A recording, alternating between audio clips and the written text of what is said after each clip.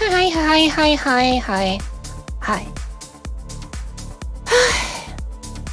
Also, hello, Nimi. Nobody's heard you in the new mic. Nice. I mean, no, it's not nice and no one's heard it. It's hype. Hype, that's the word. I wanna hear it. Monty, it doesn't work yet. But hello, thank you for coming. Thank you as well for coming.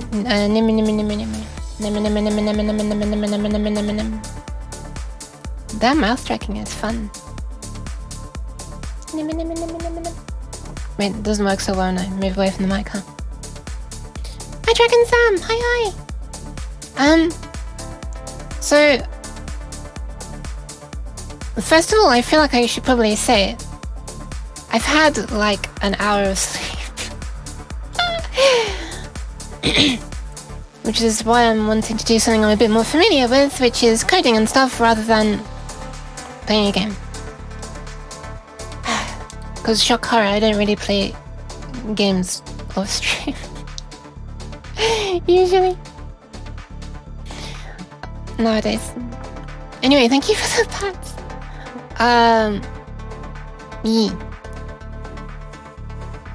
What was I gonna say? I don't remember. Oh yeah, not really. VR chat basically, and then I mean that's basically it, right?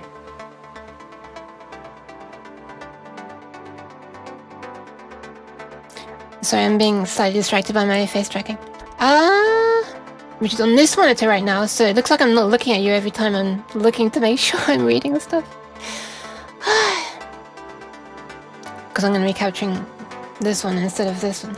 So anyway, yeah, let me just explain what I'm planning on doing today. Once I've turned this music down a little bit, it's getting a little bit enthusiastic. Wish I was as well. So, I've been needing for a long time a sound to play when certain things happen. Especially when someone types this. Wait, is you supposed to have a capital C or not? I made it case insensitive anyway. So this emote flies across my screen. That's not new. It's been that way since I've started streaming properly. But I've wanted it to trigger like an actual applause sound, and I've wanted the more that you send across, like this, I've wanted it to sound like a genuine crowd of people, you know? Building up. But as you can hear right now, there's absolutely nothing. So I've wanted this to be like a kind of realistic and, you know, kind of procedurally generated sound. Like, it's based on individual clap recordings of my own, which I recorded yesterday. But, oh my god, why does it look like I'm frowning the entire time? I swear to god I'm not actually this angry right now. Yeah, that's basically it.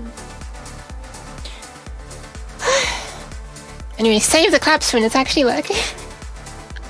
Often I'm debugging it. Not that the version I'm working on will be connected to Twitch. I don't want... So when I'm working on this coding setup, I will just... I recorded some just now because I thought you had none. Ah, no, don't worry. God damn it, Monty.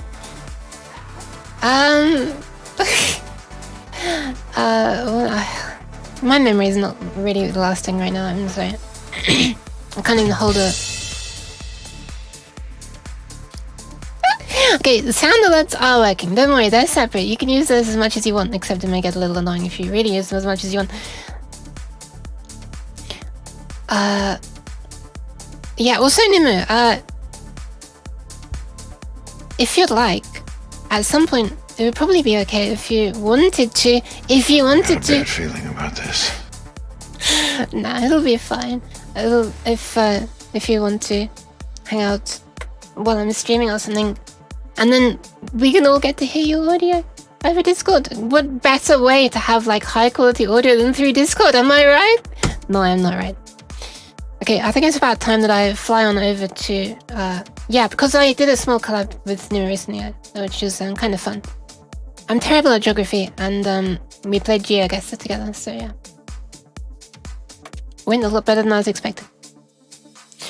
That's on Nima's channel. Anyway, I'm gonna fly on over to... Let's send the claps anyway. Oh, I'm about to show about those claps actually. Anyway, so this is not Worms Armageddon. I prepared the logo and I put it in the wrong folder, so it's not loaded it. Because I'm an absolute genius. That's how I am. So give me a moment. Wait, why is that? Hold on a sec. Have I broken something? Have I broken something? Oh my god, have I broken something and I haven't even started working on it yet? What is wrong with me? Why is this string worm something hitting? Oh, I know where it is. Yeah, I did put it in the wrong folder. Watch this. As if by magic. 3, 2, 1. There we go. It's the first time I've actually remembered to use this logo up there. But yeah, sure, you can check them if you want. Should probably load Discord, huh? Should probably go away from this view before I load Discord. So, yeah, while I'm streaming, if you want to, then you can feel free to join my Discord there, and then if you post something in the stream chat, I'll be able to, the stream chat channel, you know, you can, like, share screenshots or whatever stuff, because I have links disabled on here, because bots like to spam stuff, even though I'm a tiny streamer. I guess they're getting a little bit desperate. Anyway, that's just if you want to. Also, I post my schedules there, so whatever. I don't normally plug this stuff at the beginning of the stream. It feels very weird to be doing it right now.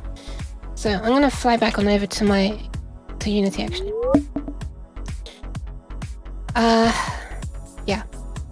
Okay, let me just throw Audacity on the screen. Because last night... yeah, I guess it technically was kind of last night, huh? I started making... Why is it not even trying to squeeze them into... That's very strange. I recorded a whole load of claps. I started like quiet. So, okay, so I should probably explain how I want this to work. It just sent like 40 seconds of different claps. Nice. So last night I recorded something that was a bit longer. Yeah, it started gently. My hand tracking never works very well when I clap right in the middle of my screen. So it started very quiet, like, and it gradually built up to really loud claps. And the reason is because I want the code to be able to start from like a really gentle clap, like just choose all the quiet claps, build up into like a kind of crescendo of clapping, and then just back off down to the quieter ones and then stop. I don't want to just be changing it by like a volume control, because that's, you know, it'll just sound like this, but instead it'll be like, which one's the volume control again? Not that one, this one.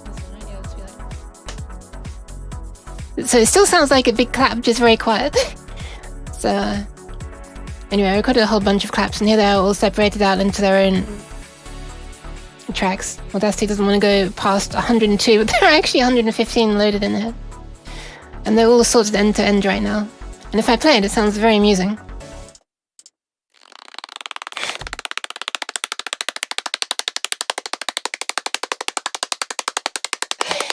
I just find the beginning the funniest part, actually, because it just sounds like stretching leather or something. But anyway, there's a load of claps there.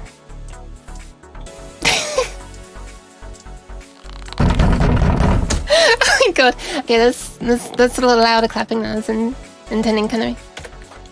Oh, sorry, Kanami! Exactly, it kind of does, yeah. Oh yeah, about that. So, so yesterday I was supposed to do let me just see if I can get this up on the screen. I had I posted something on Twitter last night, which was...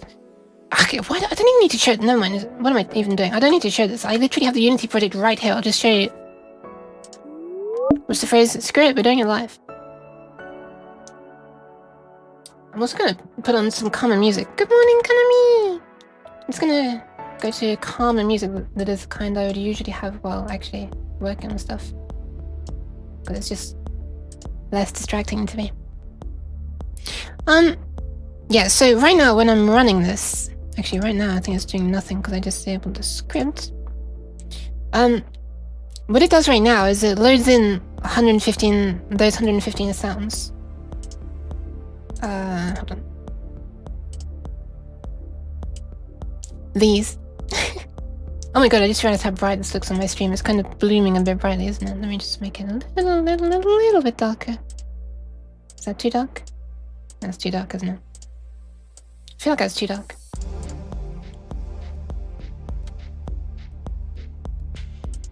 I'm gonna say I'm getting into vibing mode already.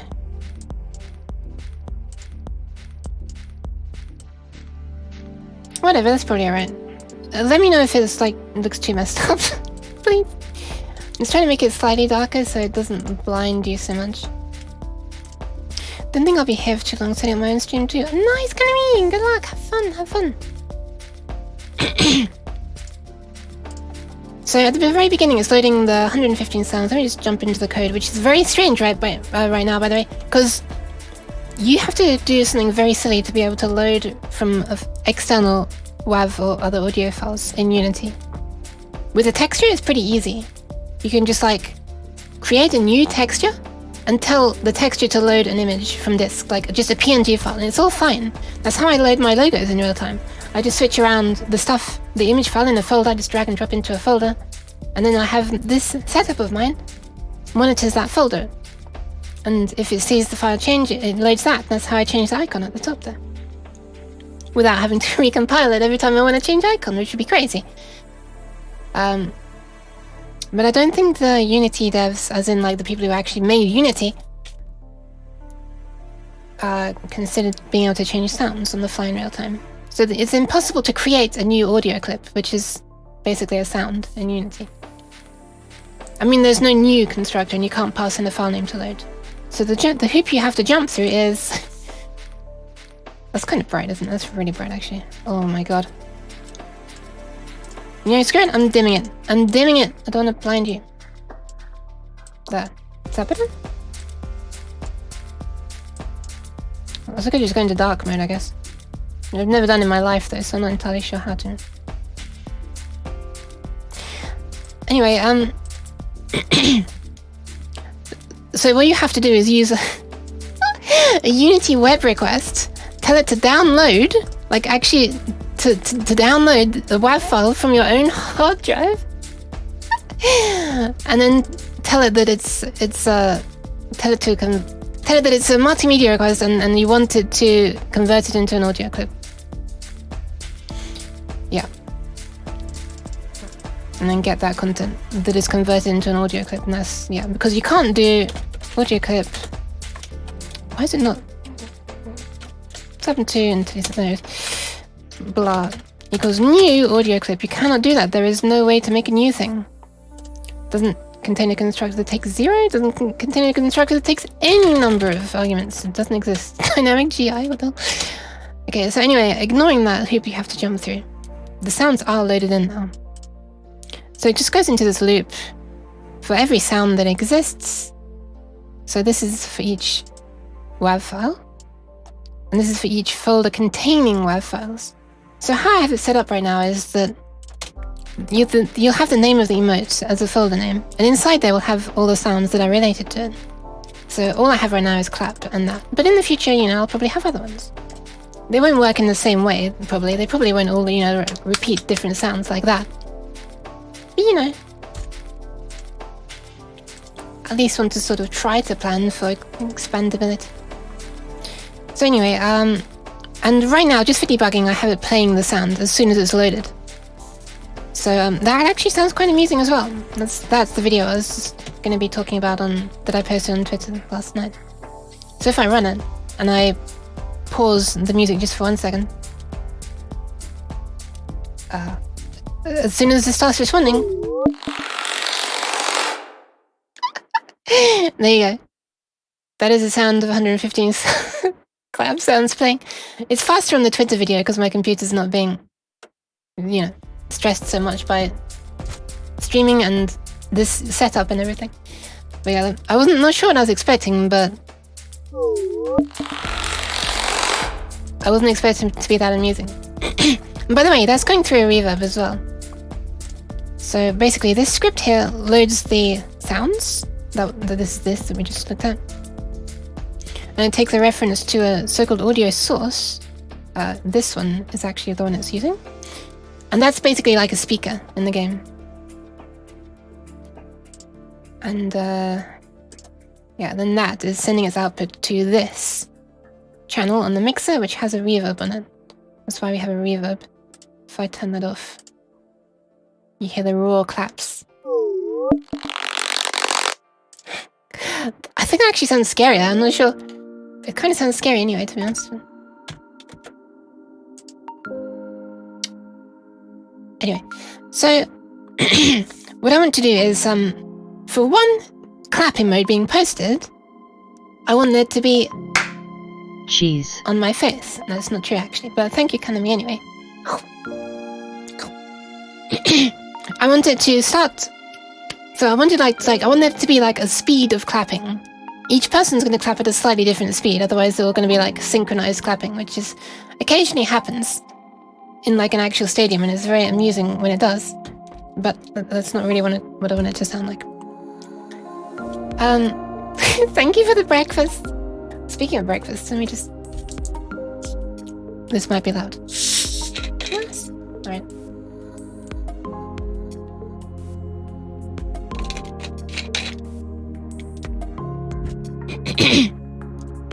Anyway. Any second now Minnie's gonna come along and hydrate me again. I just know it! Anyway, so each sound is gonna play like each person is gonna clap at a different speed. And they're kind of gonna be completely independent of each other. So I want to have basically just a function, basically a coroutine. Is this music loud or is it just me? It's really nice, but it's a little more loud sound. Loud side. What was I saying again? Oh yeah, right. So so that each person can just run by themselves. And we can just start a new instance of the coroutine running. So a coroutine is basically just a function, but in the case of Unity, it's basically it runs up until it hits a yield return line, and then it just basically pauses, and then Unity continues doing everything else it needs to do to render that frame, and then when it comes to the next frame, it kind of resumes playback of the function, if you like, and it goes around the loop, for example, another time until it hits yield return again, and then it pauses. It doesn't actually necessarily wait for the next frame, but if it takes long enough, if this... Yeah, in this case, it doesn't necessarily wait until the next frame. So on Twitter, it was much faster than this, but... Anyway. Welcome back, Nimu. I don't think I really said anything else specifically to you. Hold on a sec. Right. So, I think I'm gonna start by, making... there you go, that's why I have links disabled. Wait a second, why can't I... Oh, there it is. Oh my god! I just banned Nimu! No! God damn it, okay, this bot, I need to do something evil to this bot and just making me ban a friend. Bear with me 1 second, Nimu. Something much more important calls right now.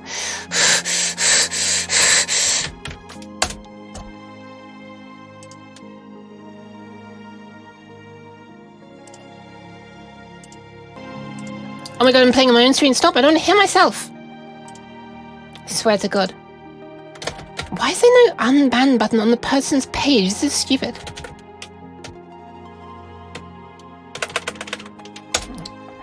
I swear to god. So I was just thinking earlier, actually. Okay, Nimo.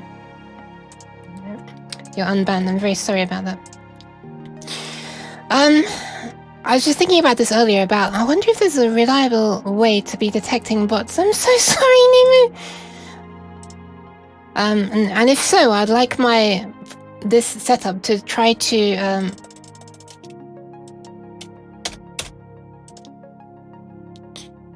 to do something to ridicule them.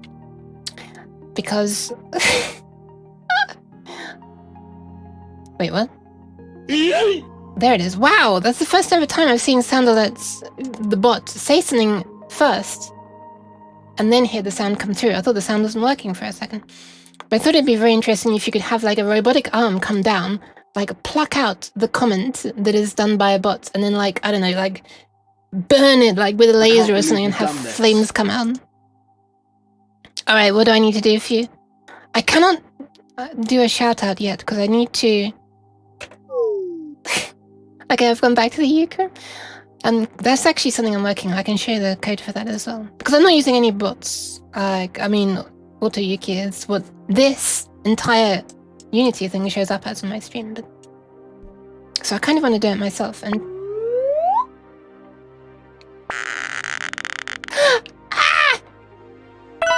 oh my god! Look at how disorientating this looks when I when I tilt my head. Oh my god, what are you doing? Stop this! Oh my god! Holy crap! Ah! Okay, that's all. That's all. Cheese.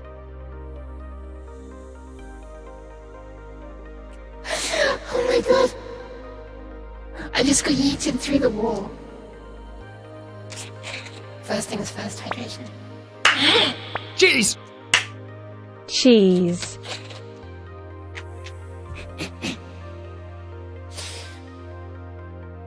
I'm trying to pat you right now. But it's very difficult because... Pat. Because of what you did to me.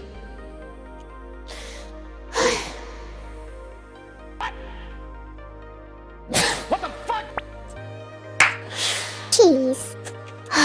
Alright.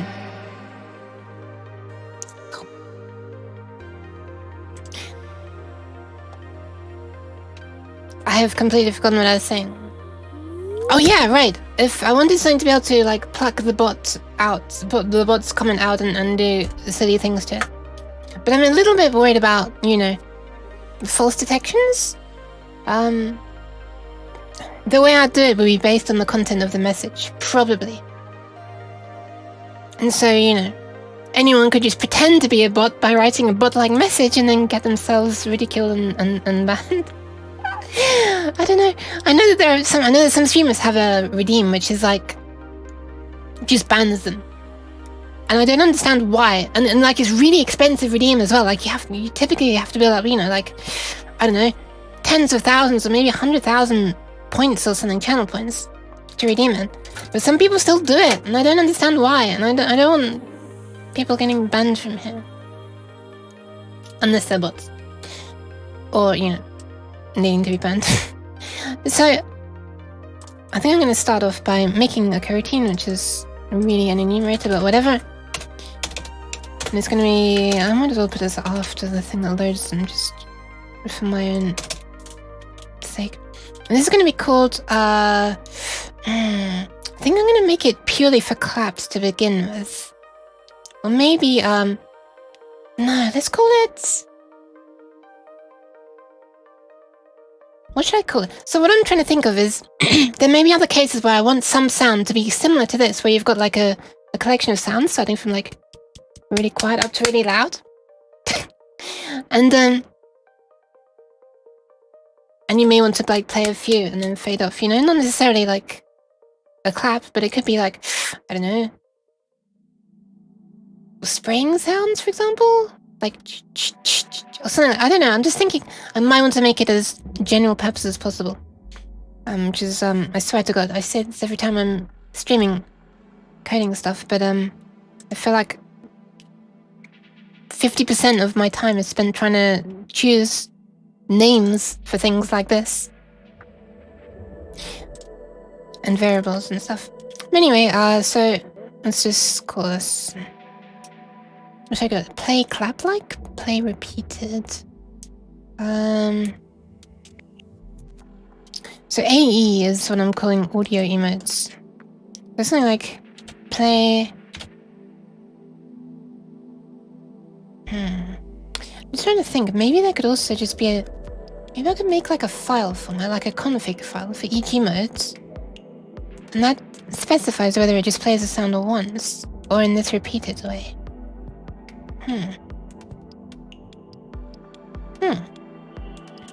You know what? For now, I'm just gonna call it play clap like. I hear that expression. It reminds me of a roguelike. I swear, definitely this meaning of roguelike for describing games is like, if it ever had any meaning, I feel like it's lost it now, because the games are nothing like Rogue. You know, the actual DOS game. let's do this. So we're gonna need a rate of clapping. So like a clap speed. So every so much time that passes, we'll have another clap. And that's gonna be a bit different for each person, as I said. Also, let's just pass in one of these, which defines the name in the list of audio clips. Going live, choosing names. What is BEM naming convention? I'm not using my usual naming convention here. So normally I would always have like the name of the thing first. I'd do AE and then init, rather than init AEs. I don't know why, just in this project I've kind of changed it a bit. I feel like the whole language, this is my first C# project as well, so I feel like the general stuff is a bit different to what I'm more used to. So for the claps, I just did it in sync with the emote for the ones I sent. Oh, right. That's fair enough.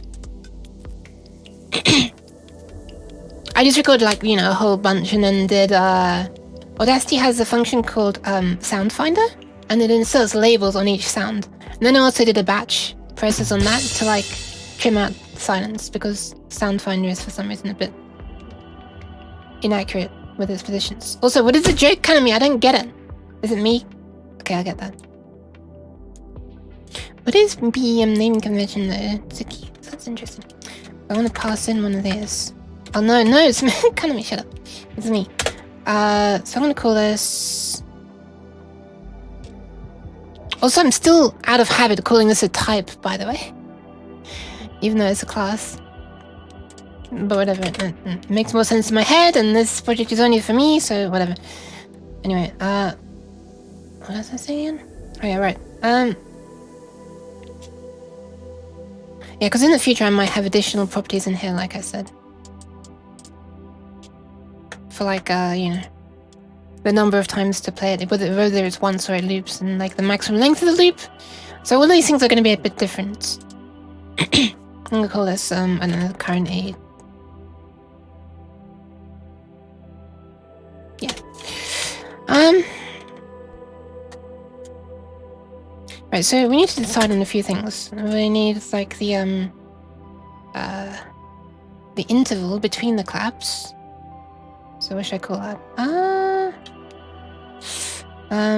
Let's call it the sound interval, or sound int.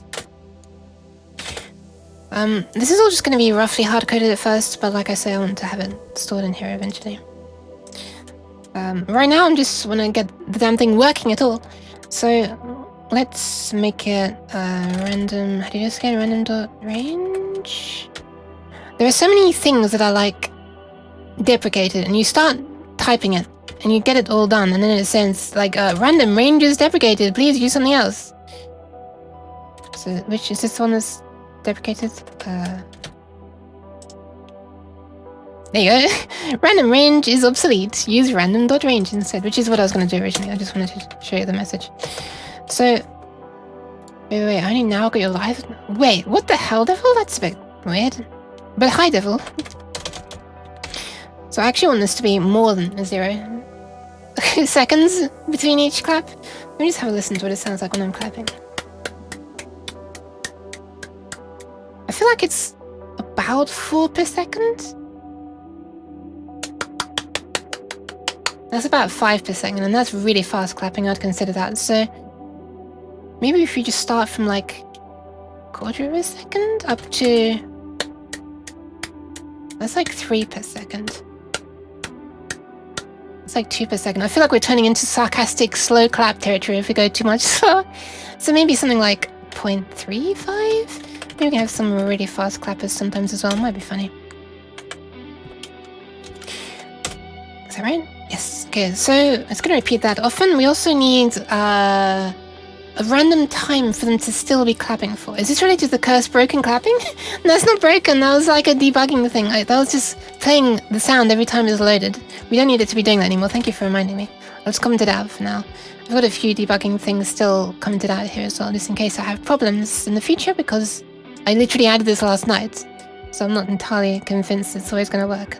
And there's no error handling built in right now, aside from this logging to the debug log. Now let me just quickly add this to make Unity happier that... Because we have to mark when we're done with this thing that's going to repeat every frame. Nah, this is no code. Do you want to see a lot of code? Whee! This is a thing that I need to break out into separate classes. This is my main module. And you can tell how much I wasn't expecting this to turn into a thing because I still have the class named download test. I need to like properly rename that and do things. But yeah, there's a few hard-coded things in there, but that's basically everything in there. That's my main... The main thing of my thing. It's a thing, and it does things. I do actually have a bunch of other things, so like I've broken out a lot of things, but that's the main thing that handles... It's just the main thing. So anyway, we also need amount of time for it to fade in, amount of time for it to skip clapping at like roughly full volume for, and then amount of time for it to fade out for. So like a duration for the fade. So I'm gonna call this duration fade.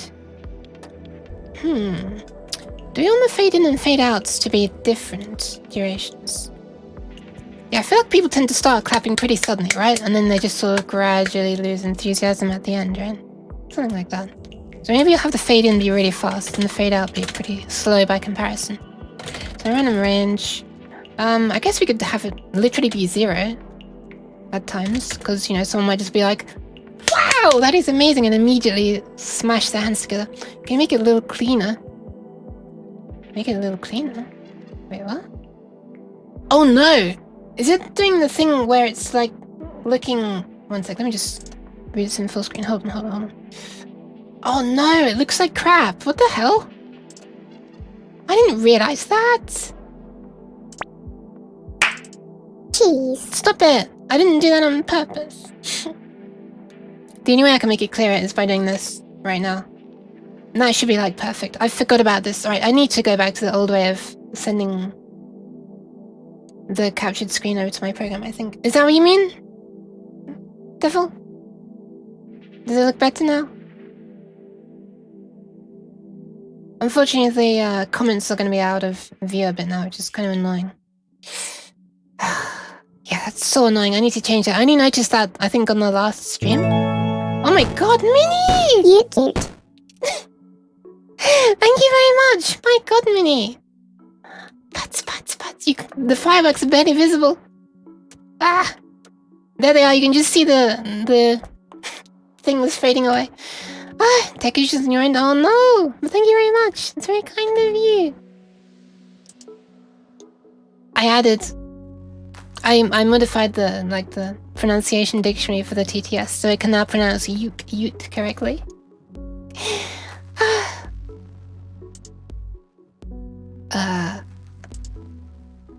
Yes, cute bat is here. So some people could start clapping immediately, I think, and others might take, I don't know, a second maybe to fade in. You gotta bear in mind that if someone's spamming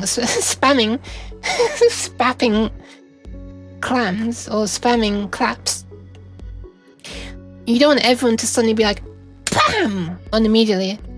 So, you know, let's have a spamming clams indeed. Then, you know, there's gonna be a bit of a delay. In fact, I think I maybe want a small delay before it begins. Because that's what happens in real life, right? Not everyone starts at the exact same time. So let me just add a small little delay to the very beginning. Say maybe half a second. Thank you, Minnie! Good luck! Good luck with stuff! Ah! Thank you for the pats. Wait, damn it, your panic's in Dragon on you. I mean Dragon, you're patting Minnie on you. Fair enough, let me give the pats as well. Pat.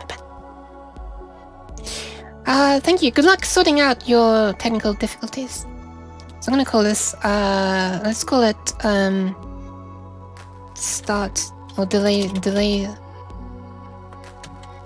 You know, I'm gonna name them in this other way. So the interval for repeating. Oh wait, if I call it int, it sounds like it's an integer.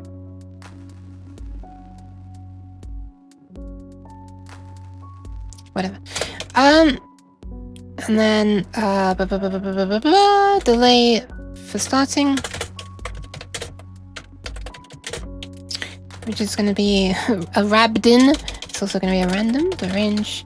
So some of them can start immediately, some of them can wait a second, or maybe it's a bit long actually, because the emote's going to be flying across the screen already. It's got half a second. And you can fade in maybe over half a second as well, I know. These are going to be fine-tuned later. And duration, let's call it sustain, I guess? How long it claps at the normal loud volume? By the way, it's going to be different for each person. People are going to clap at different strengths. This is why I recorded all the sounds in order, so they can choose exactly the kind of strength they want. In like order of strength. So if I just pull this up. Over here we've got really, really quiet ones, which you probably won't be able to hear. It's extremely quiet. And I'm trying to actually stop the music right now. Oh right, I forgot Media Player Classic captures the pause command when I'm... Okay, it's really, really quiet.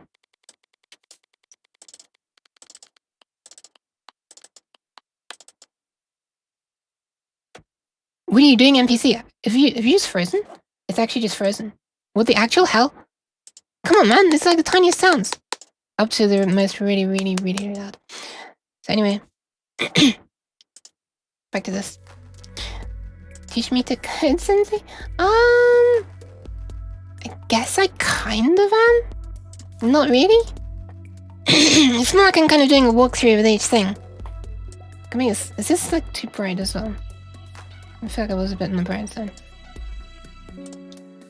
Trouble is, when I switch back over to Unity now, it's gonna go really dark. Not that there's really much you need to see on Unity that's dark, I don't know. Wait, what game are you trying to launch? And also, congratulations. The sustain is gonna be nowhere near 0 seconds. How long do you want the claps to last? Let me just... I feel like 2, so I just did it for about 3 seconds, and I feel like minimum of 2 seconds would be good.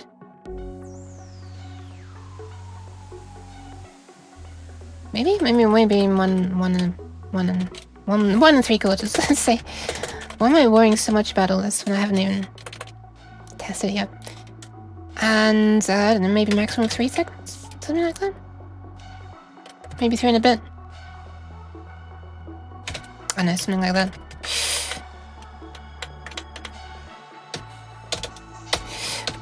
Let's just try this to begin with. This is really bugging me that stuff isn't aligned properly. Let's do that. This is where OCD comes in and starts slowing you down. Hell yeah. I know these aren't even the same anymore either. There we go. To please everybody who has OCD. Which is basically just me, probably. So anyway. Right, so that's the sustain, and we also need a fade out duration, which I'm gonna call random.range. Why does it keep selecting random.rand range, which is obsolete already? Stranger of Paradise, I've not heard of that. What is that about? And then the fading off can be like over... I don't feel like anyone's gonna stop immediately. Well, maybe. Maybe we'll have something like... some small quietening down.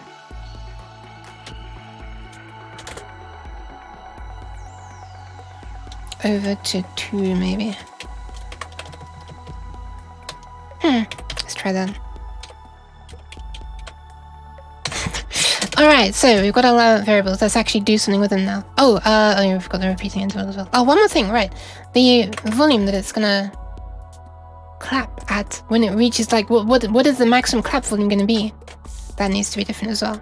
I'm just gonna make this a number between 0 and 1, and then we'll scale that up to however many sounds we have, and we'll use the sound at that index as roughly the largest one. I'll probably do a bit of randomness around it. I don't want to be repeating the exact same clap sound over and over.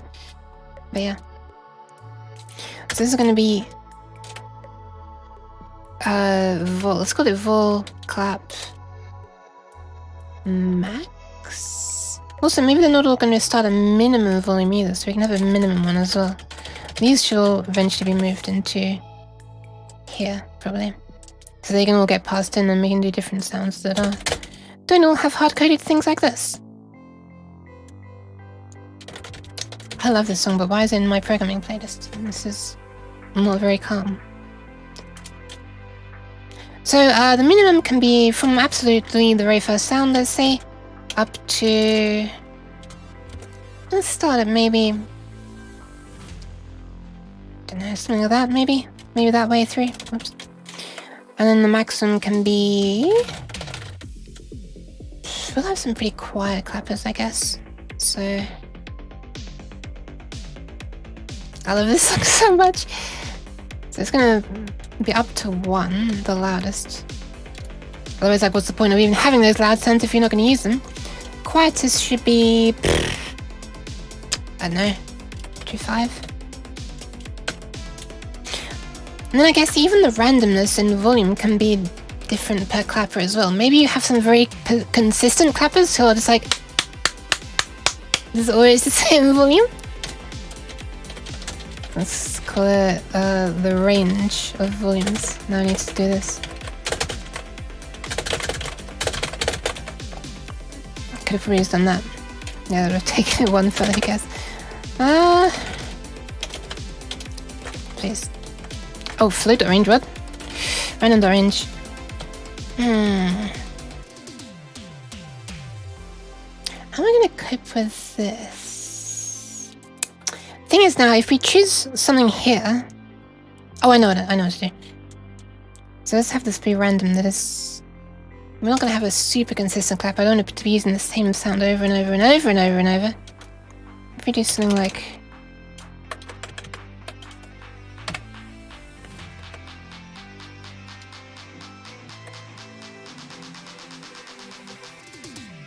well, if we do something like... 0.15 up to 0.5. Now we just have one little issue, which is that if we chose 1 as our maximum volume to begin with, and we choose this as the maximum range, then we're going to be like doing plus or minus 0.25 around this, which means we could try to load a sound past the end of our available sounds, past sound number, the 100% sound. We might try and load like a 225% sound. So we just need to do a quick check and cap this or this. And like again here, if our minimum is 0.3... no, if our minimum is... hang on a sec, what am I doing?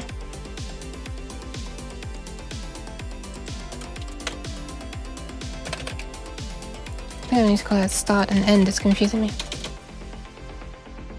No, maybe not. Anyway, so if we happen to choose the sound as this at maximum volume, and we try and subtract that, we're going to try and play a sound that's below 0% volume. If no one claps, can we have a cricket sound? I mean, that's actually a really good idea. Oh my god. I need to add a cricket emote. That is... I'm making a note of that. Cricket emote that triggers sounds as well. And then it can use this exact same system, right? Slightly randomized cricket chirps. Hell yeah.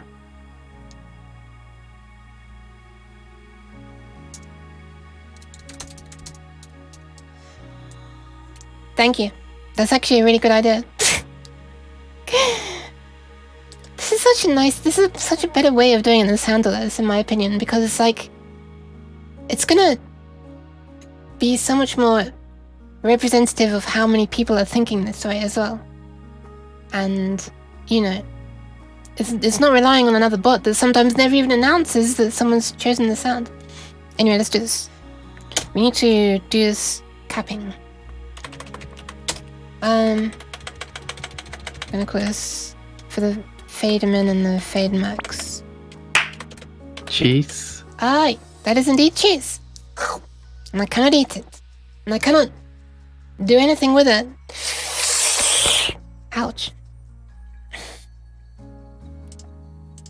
I'm also gonna make a minimal loud then. So vol clap a loud minimum.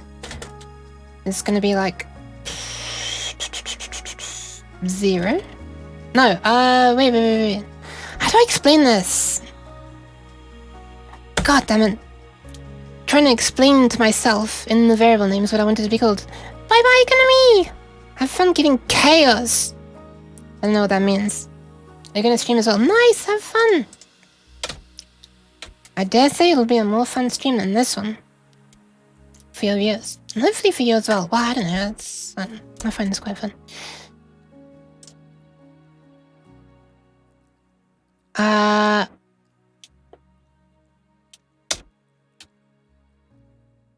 You know, screw, I'm gonna hardcode this now. So so if the vol clap fade max plus half of the vol clap range, I'm gonna call this radius actually, because we're going to be doing plus and minus. So really, we're only interested in,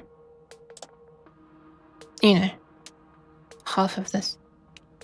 So if this plus the radius is larger than 1.0f, so hang on a second, what is larger than 1.0f?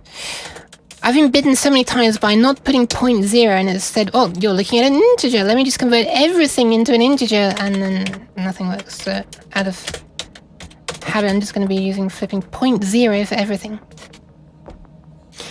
But yeah, good luck, have fun. If it is, then we're going to make the vol clap fade max be 1.0 minus the radius. So that way it can never become over 1. And the same for when it's going down. If it minus the radius is less than 0, then stuff will stop appearing and I'll stop clicking it wrongly. Then it's gonna become what do we want the minimum allowed to be? Welcome back, Nimu! I know how it is to be called away all the time. Don't worry, don't worry.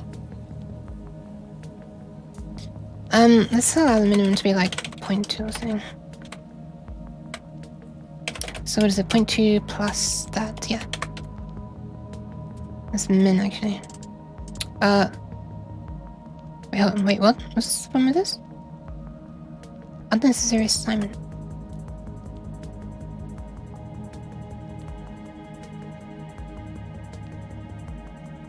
Wait a minute, am I doing something wrong? Wait, what? So if the clap plus this is larger than 1, make it 1 minus that. Oh, right, because I'm not using it, that's why it's unnecessary.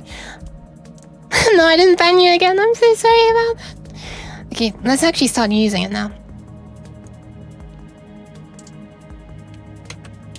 So ensure that the full clap fade max can never become outside the range of 0.2 to 1.0. Which I might change later and not make it hard-coded. Well, I will. But now let's make the loop that's actually going to do the clapping. What's the best way to do this? We need hydration. We need hydration.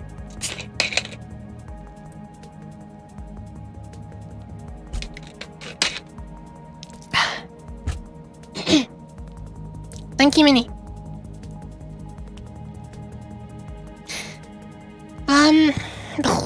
Okay, so we need something. We need to keep track of the time. So, how did I do this before? Bye.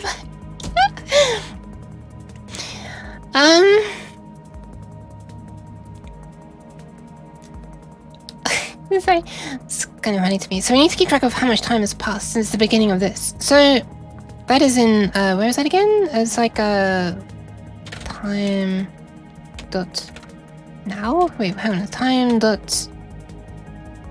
Oh, that's system dot date time dot now. That's the one. If we're gonna be using that a bunch, I could do using up there. We'll see. So let's have this. So this is gonna be time start. It's gonna be that. Oh, sorry, not a float. Wait a minute, hang on a sec. There was a way to. How did you do this again? There was a way to have the number of seconds since the program started, I think. What was that called again? Unity or time?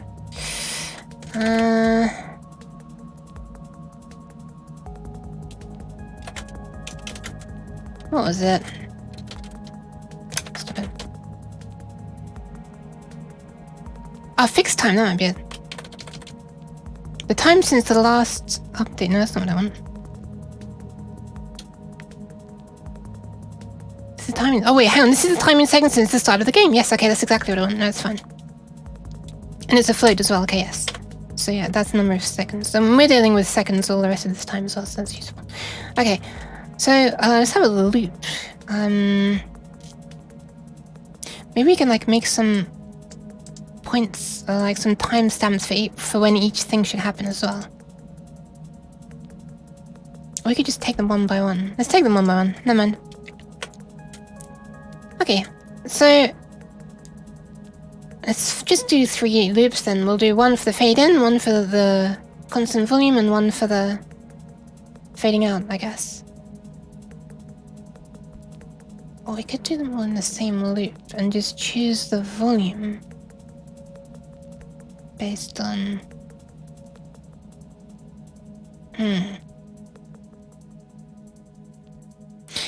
Okay, so we, by the way, we also need a timestamp for like when the next clap is going to be, which is going to start at 0. We're going to have the first clap immediately. So let's call that time next clap. Why is this song in my programming playlist? This shouldn't be in here.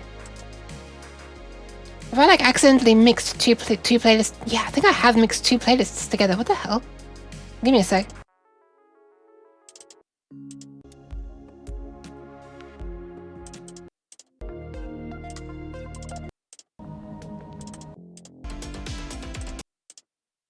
Someone caused an error when I tried to load it on now. Okay, there we go. All the ones from down here should not even be in the playlist. Let's delete those. Boop. Okay. Done. Sorry about that. A bit of playlist maintenance, nothing like that in the middle of a stream. So the time of the next clap is going to be the time that we're beginning at. So it's going to immediately do that. And every time we clap, we're going to increment this by this. Actually, this should be different every time, right? And people are going to clap at precisely the same speed. Ah, whatever. We'll put some small variants onto that. So basically, this is like a timestamp in seconds since the program's been running. We just use it as a reference that we started at this time. What the hell? What did I just click? And this is another time reference, which is like once this here, the current time, passes this, we play a sound. And then we increment this by how long we want to wait until the next sound plays. And that's it, then we're waiting for this to pass this again. And if it hasn't, then we're just going to wait until the next Unity frame and the next Unity frame, and eventually enough time will have passed. And we can play the sound. And then push this further into the future again. That's the basic idea. So, I'm going to have a while loop. I'm not entirely sure when it's going to end right now, so I'm just going to make it true. And we'll deal with the inevitable infinite loop later. So,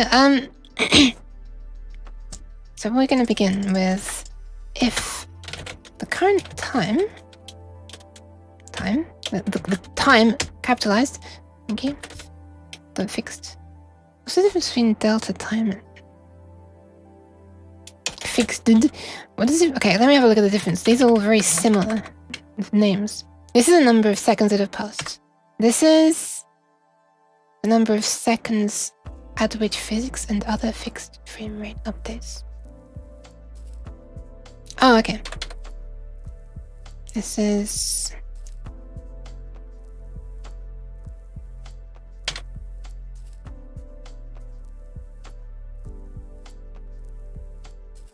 Okay, I don't think we need to worry about any of that.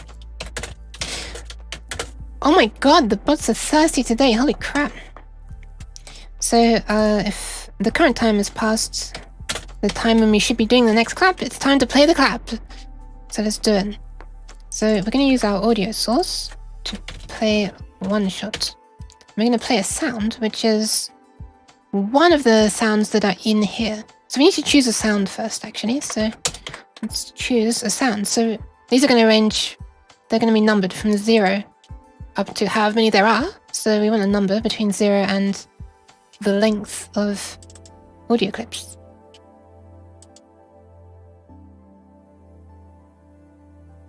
And that's going to be based on whether we're currently fading in or sustaining or fading out.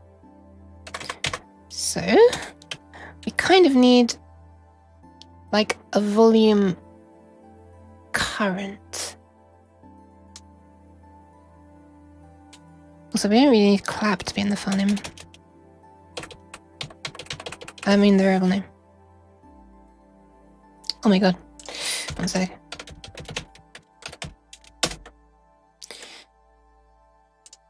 So we kind of need the current, like a current chosen thing, so...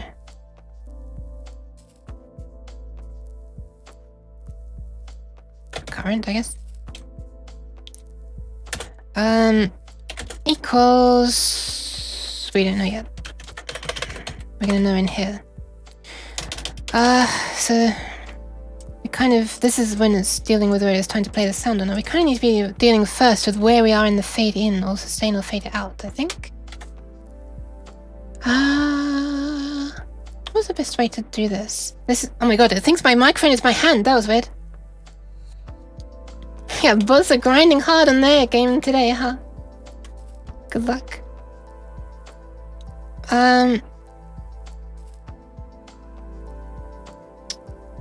Oh yeah, right, hang on a sec. I forgot I was meant to be having like an eye tracker here as well, so it looks slightly less boring and you can see me actually looking around the code. Give me a second. That should be it. There we go. Hopefully that won't be too annoying. Is it calibrated alright? This calibration's kind of bad, to be honest. I'm actually looking at the equals right there. This equals here. So it's a bit off right now. Let me do the calibration. You get to have a look at that. You ready? I can't do it actually because I've not got the service running. Oh my god! Bear with me 1 second. I'll do this off screen just in case. Things are behaving weirdly right now.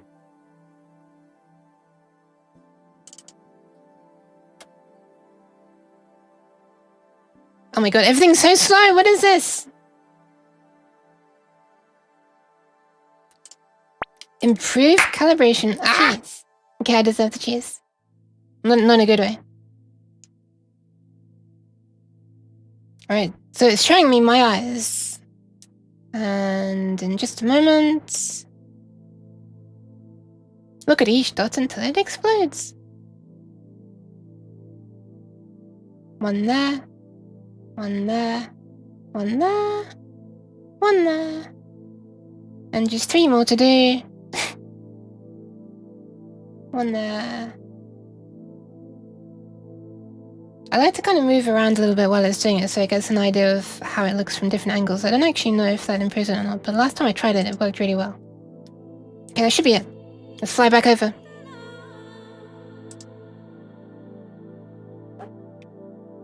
Boop. I was just calibrating the eye tracker because it was kind of off, so I'm looking at the equals right now. And it's still really far off. What the actual hell? Maybe the problem wasn't the eye tracking calibration at all. Oh my god. Whatever. I'll just do this anyway, who cares? Also welcome back, Devil. Yeah. So the volume, the current volume, how are we gonna do this again? Don't know whether we're fading in. How is it pink? You can choose the color. Here. Boop.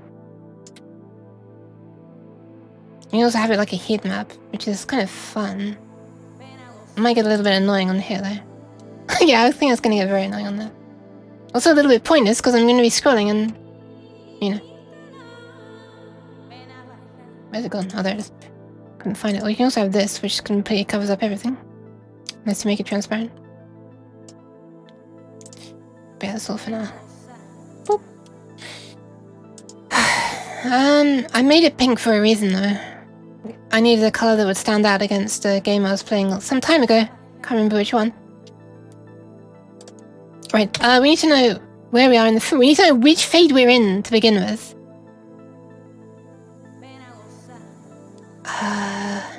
This is why it's going to have different for loops. Wait, we could still do that. We could still do that. What is the best way to do this? 3 individual for loops, or...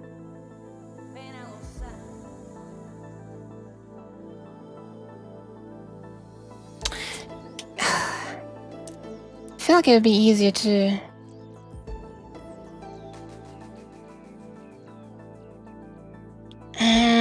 you know what I'm gonna have? I think I'm gonna make it like a... I'm gonna have a variable that tells you which current mode we're in, whether it's fading in, sustaining, or fading out. And... yeah, let's do it that way. Let's do it that way. Let's do it that way. So really what I want is an enum. Ah! Jeez! That doesn't do cheese! Okay, so we're gonna have an enum. We're gonna call it fade state. How do you do this again? How the hell do you do this again? Hi David! It's been a while since I've used an enum. Let me remind myself. I feel like I must be using an enum somewhere in here. Oh yeah, sorry. Oh yeah, fair enough, okay. Can you even define an enum inside an enumerator? I don't know, we'll find out in a minute, I guess. Do we also need a... yeah, we do, okay. I mean, it's not complaining about it. So, I guess it's alright. Actually, let me just comment this out, so I'm not going to be working on that for a moment. What do you mean, not all paths return a blah blah blah? Oh yeah, of course, because you could get stuck in the worldly path. I'm just commenting this out so that for a moment the error message will be more relevant to the part that I'm working on.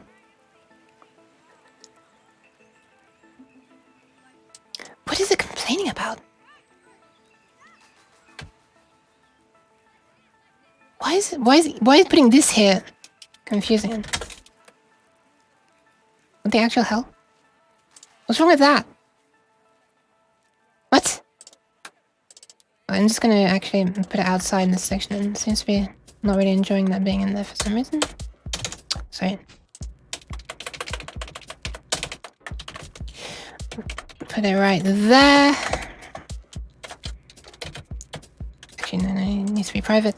And then we'll have one which is gonna be called fade in, sustain, and fade out. I don't really care what those numbers are at all, so I won't be doing like equals 0, blah blah blah blah blah blah.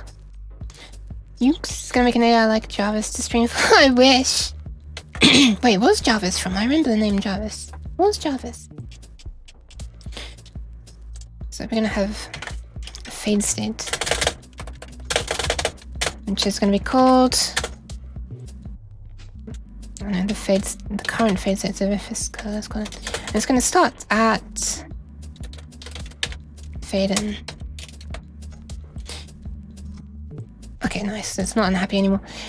Alright, let's do that. Iron Man. Wait, really? I wasn't... okay, I was completely thinking of the wrong thing. We're gonna need a timestamp for when the thing is gonna change next. Oh, you know what? I kind of do want them to be numbered then. Because then I can just do plus equals 1. Okay, we'll start at 0 then. Minus 0 somehow at times.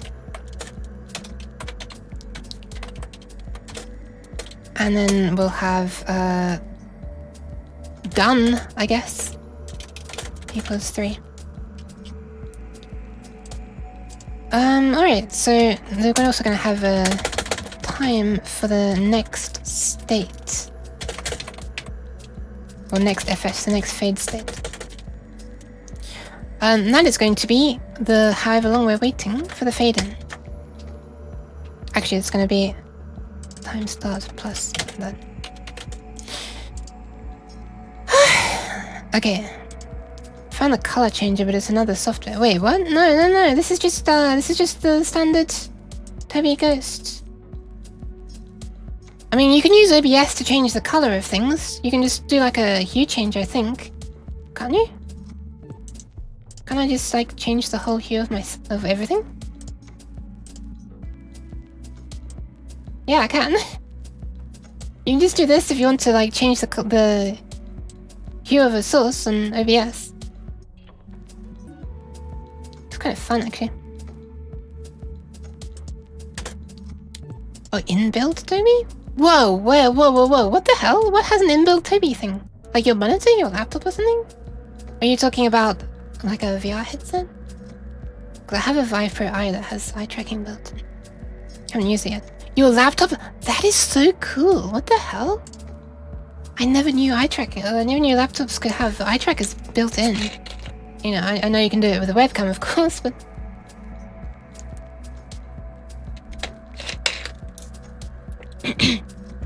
Dedicated ones, wow. I wonder what the selling point for that is. Seems kind of niche. I say you're using an eye tracker. Anyway, so the volume is going to be based on the fade state. So let's have a look at the fade state. The fade state current. If it is fading in, the fade state of fade in, we're going to do one thing. If it's sustain, we're going to do another thing. If it's fade out, we're going to do another thing. And if it's sustain, it's very simple what we're going to do. Let's just define this in the beginning and then we'll set it in here. If it's sustain,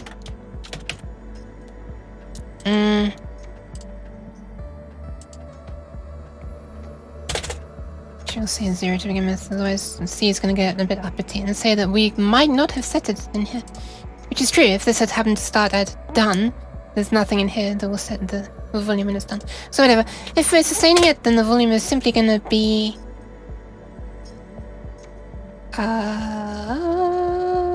the maximum. If it's fading in, then it's going to be moving from minimum towards maximum, and if it's fading out, it's going to be moving from maximum towards the minimum, like that. I'm going to add a little bit of randomness after I've done this. After this part here. Just down here, I'll add a little bit of randomness. But yeah, so if it's fading in, then we need to be able to know when we started the current fade as well. So we need one more variable here, actually. Which is going to be like...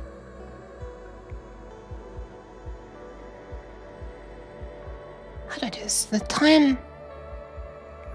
Let's call it the time... Let's do this. Time fs start and time fs end. So this is going to be what the timestamp was when we're beginning the fade, and this is what the timestamp is when we will be ending the fade. Let's do that. So, I think actually there's a built-in thing in Unity. It's really trivial to do this yourself, but I think there's actually a function to do it already, which is, what is it called? Isn't it literally just called mathf.fade or something? What's it called again? What is fade?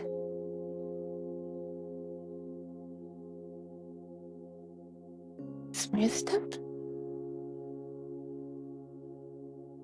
Oh, step was this. So smooth step basically does what I want, I think. Yeah, so from... Oh no, never mind, you do still need a number that's 0 to 1. Never mind. I'll just do it myself then. So, to work out the position in the fade currently, which I'm going to call... No, fade... let's call it...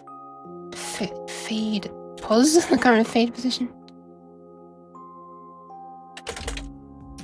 It's going to become... If you're fading in, then it's going to go 0 to 1. If you're fading out, it's going to go 0 to 1. Actually, this is pointless. Just gradually working things out as I'm going along. So we only need it once and once in here, so why define it outside there? So the current position in the fade is going to be whatever the time currently is. So this.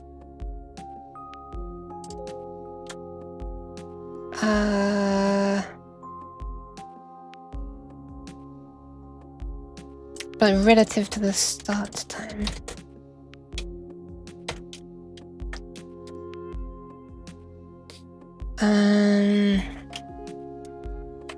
Where's the capital? I still haven't really got down in my head when Unity decides to use lowercase or uppercase for the variable names. It's very annoying. You should watch almost yabai stuff with tracker on to express the true nature. No! Almost yabai stuff, I like that as well. I think that the riskiest part is doing that on Twitch. I remember seeing a video where PewDiePie was doing that on YouTube. That's what got me interested in eye trackers to begin with, to be honest. That was a long time before I was vtubing.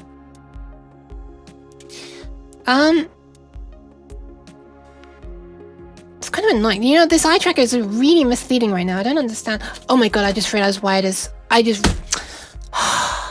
All this time I've had my thing cropped out.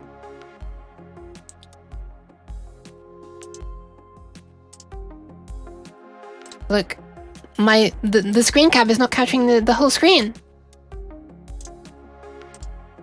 Why can't I reset the transform? What is going on here? What is going on here? Oh, because it's locked. 1 sec. Wait, why can I not reset this transform? What the hell is going on? This is so weird. Professional streams with me, I swear. I'll just do it manually. I was hoping I could do it in one click and have it done look neat. Okay, there we are. Now the eye tracking's gonna line up properly. That's because when I was screen capping the video of the farting claps last night. Yeah, the eye tracking's pretty good now. I wanted to crop it down. So anyway, I'm not capturing the whole screen. So now we need this relative to the end as well. The end is, so it's gonna be this divided by the end minus the start, right? Cheese. We didn't know what's the duration. Also, thank you for the cheese. No one thanking you, throwing it in my face. But anyway, so that should be now a number that ranges from 0 to 1, where 0 is... This could actually become more than 0, huh?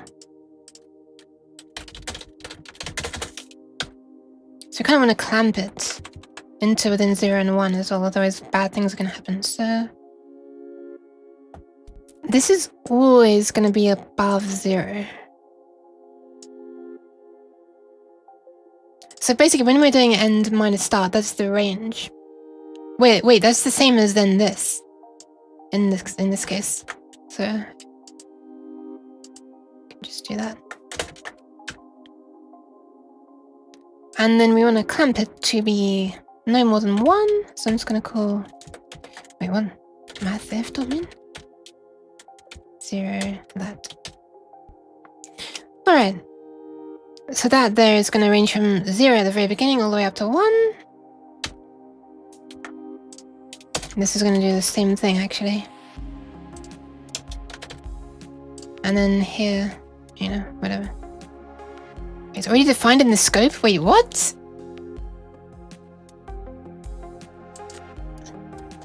Really? What if I start a new scope like this? Does that work? Can we do it that way? Local cannot be declared in the scope because that name is used in an enclosing local scope to define a local parameter. Wait, what? Is that because of this? Okay, yes. So I'm explicitly adding a new block here. Which is kind of gross, I don't really like doing this, but I'm only using this variable this one time, you know. I'm kind of surprised about that. I guess it makes sense because a variable scope is within the block, right? And you're not strictly defining a new block here. I'm kind of surprised it doesn't treat a case statement as a unique block though. Especially in C++, right? I mean C#, sorry. Because you have to break. If you want to fall through, you explicitly have to do goto, if I'm not mistaken. It doesn't like you just doing that, so whatever. Anyway, wait, the text is messed up now? What did I do? I could also just define a fade pulse outside here and then set it once, but then it's hanging around when it doesn't need to, whatever. Oh my god, man, what the hell? I feel like I've done nothing and I'm already being hydrated. What is this?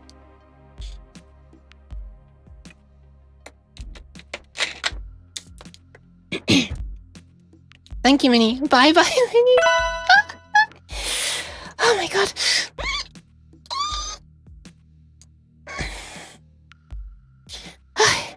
There you go. no really loud, nasty clicks for you today.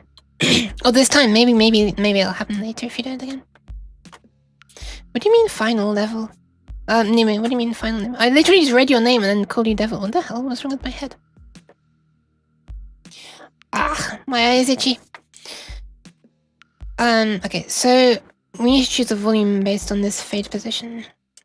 So, and bear in mind, we're not caring about randomness right now. So,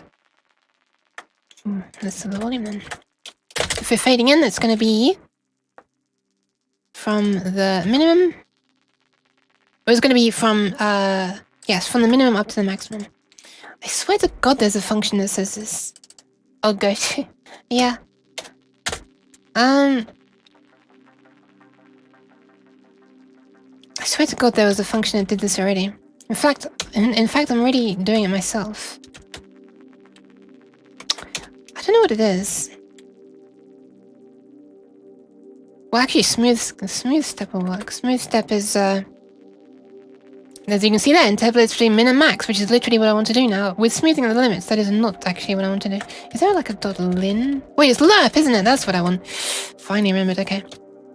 Linear interpolate. You give it the minimum value and the maximum value and something that ranges from 0 to 1.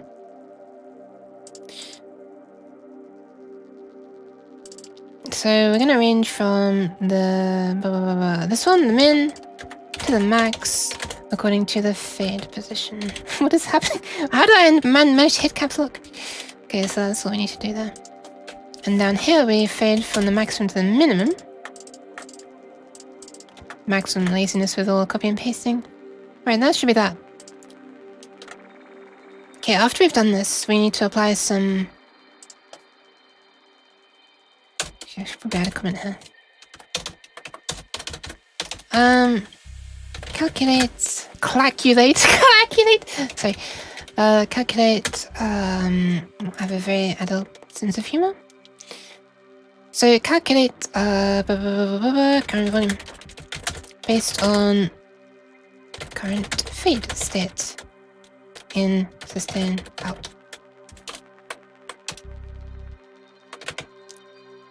Boop. Okay, and that's why I'm defining this outside here, by the way, because otherwise if I define the float in here somewhere, it'd fall out of scope as soon as this block closes down there, which is stupid because I need to use it afterwards. I'm gonna add some randomness now to the volume. Let's call it plus equals random dot range, which is gonna range from minus the radius up to plus the radius. And we know that's safe to do now because we've made sure, we've tested if it's gonna go past the limit up here, and if it is, we've fixed it. So if it goes past 1, blah blah blah blah blah blah blah blah blah blah blah blah blah. So we randomize it a bit. Might as well do this in this section. Randomize the chosen volume a little.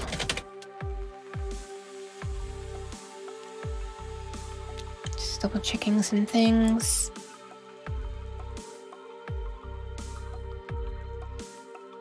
I feel like I need to be calculating the current fade state before we're using the fade state. Actually. Alright, let's see. Wait, no, it kind of is doing this already.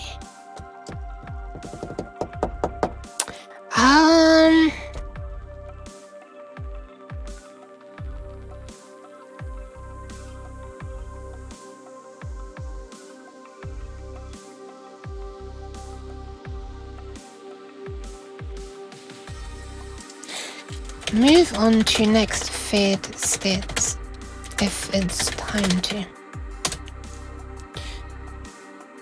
So at the very beginning we start in the fade in state, and we know that we've started now at the very beginning of everything, and that we're going to end the fade at whenever we started plus however long the fade in is. So it starts in a good way already, in a way that we should just be able to keep on checking and moving on to the next one. I think you can add 1 to an enum, right? It's basically just an integer. I mean, in C that would be fine, but C sharp is a bit strict with what you're allowed to do with things.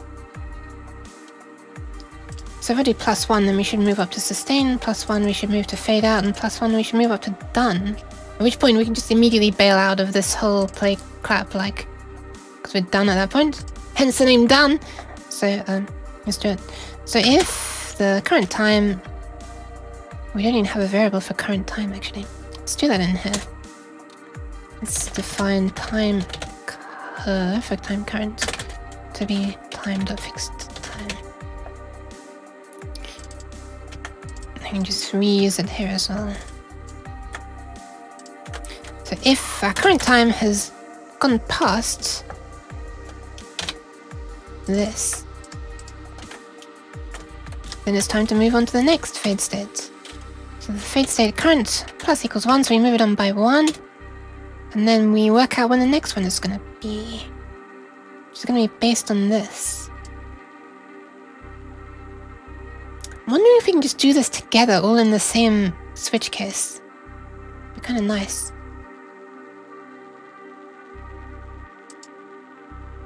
Isn't there a way we could do that? Probably is. I'll put it in its own one for now though, I guess.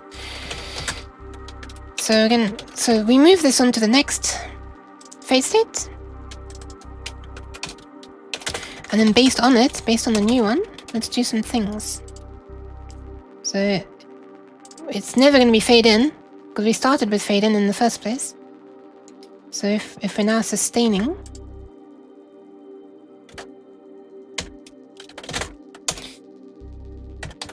then that's going to last for this long.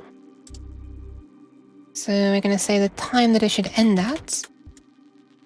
We're just adding on now the duration of sustain. Otherwise, if we're currently fading out, then we add on the duration of the fade out.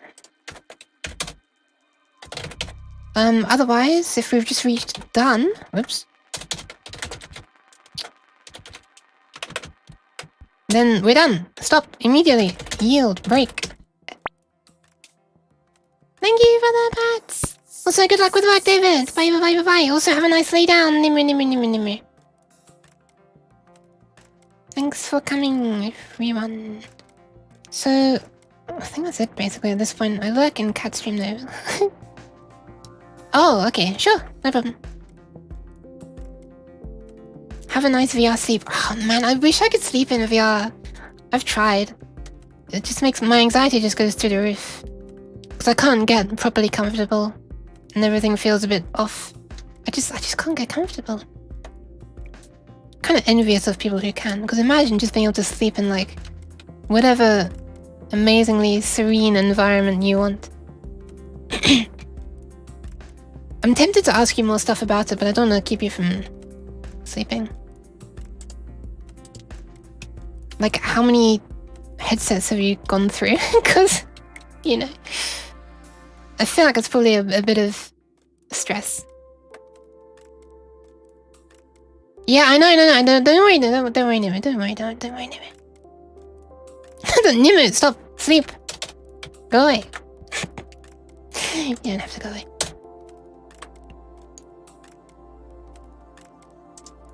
Okay, so stopping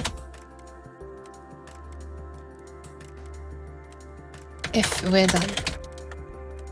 Go away! No, Nimu! Stay here, but just sleep well. Sleep, Nimu, sleep for me. Okay, that's gonna work. Hopefully.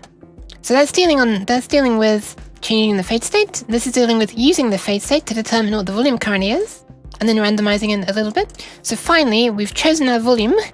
If it's time to play the next clap, we can now play it.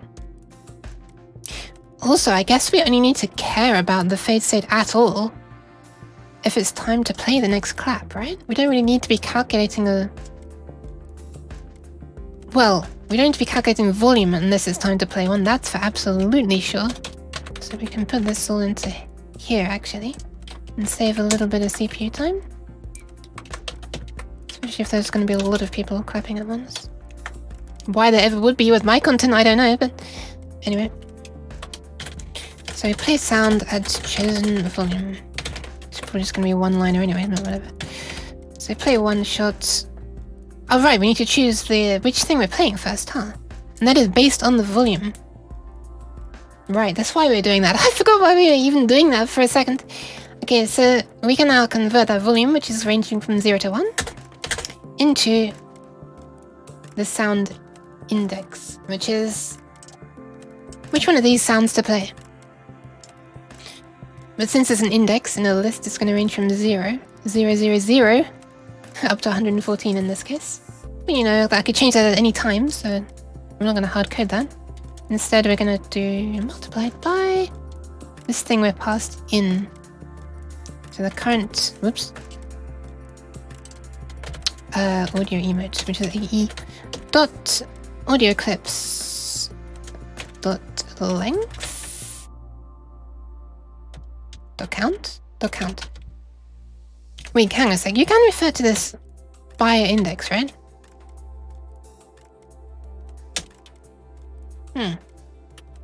Hold on a sec.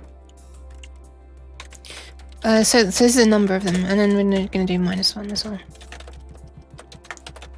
Because, you know, this is 0 to that, -1. So anyway, and that's going to be used as an index for the actual sound to play, which is going to be like that, hopefully. Can I go for oh, okay then. Fine. Do you want this entire thing to be like this? Yeah, that works. Unreachable code detected. Wait, what? Oh my god. That is so big brain of it. What the hell? Has it worked out that we're just going to keep incrementing this until we reach... Yeah, oh, of course, because it's an infinite loop. Right. Yeah, so we'll never break out of the infinite loop. In that case, we could just break. We could just exit the while loop, right? Is there a way to do that? I don't think there is, right? If you to call break inside a switch statement, it's just going to break out of the switch statement, not out of the while. But it doesn't really matter, we don't need to do anything after there anyway, so...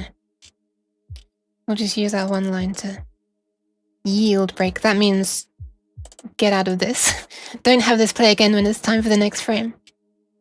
Okay, so we're doing all this if it's time to play the next clap. The thing is, if it's not, we don't just want to infinitely go around this loop like as quickly as possible. We actually want to give Unity a chance to do the next frame. We're going to do this. Wait for next Unity frame.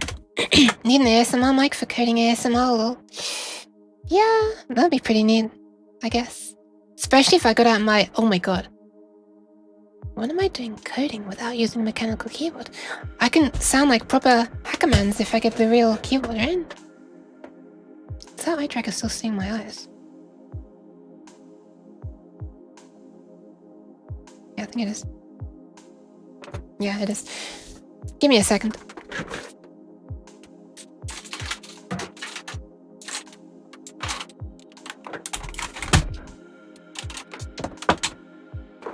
I usually don't use this keyboard because I usually don't want you to be hearing, you know, I don't know, happy just making loud typing noises when that's not the main point of the stream, but like the point of this stream is actually to be typing things, so maybe I should use this keyboard instead. I don't know if that's going to be too loud or not. How's that? Is that too loud? Too much? Alright. Okay, I think that's it then, right?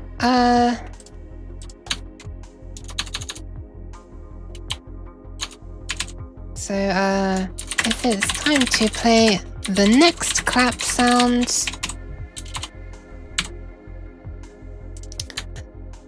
Just putting this here because at first glance I can then see what the else is referring to.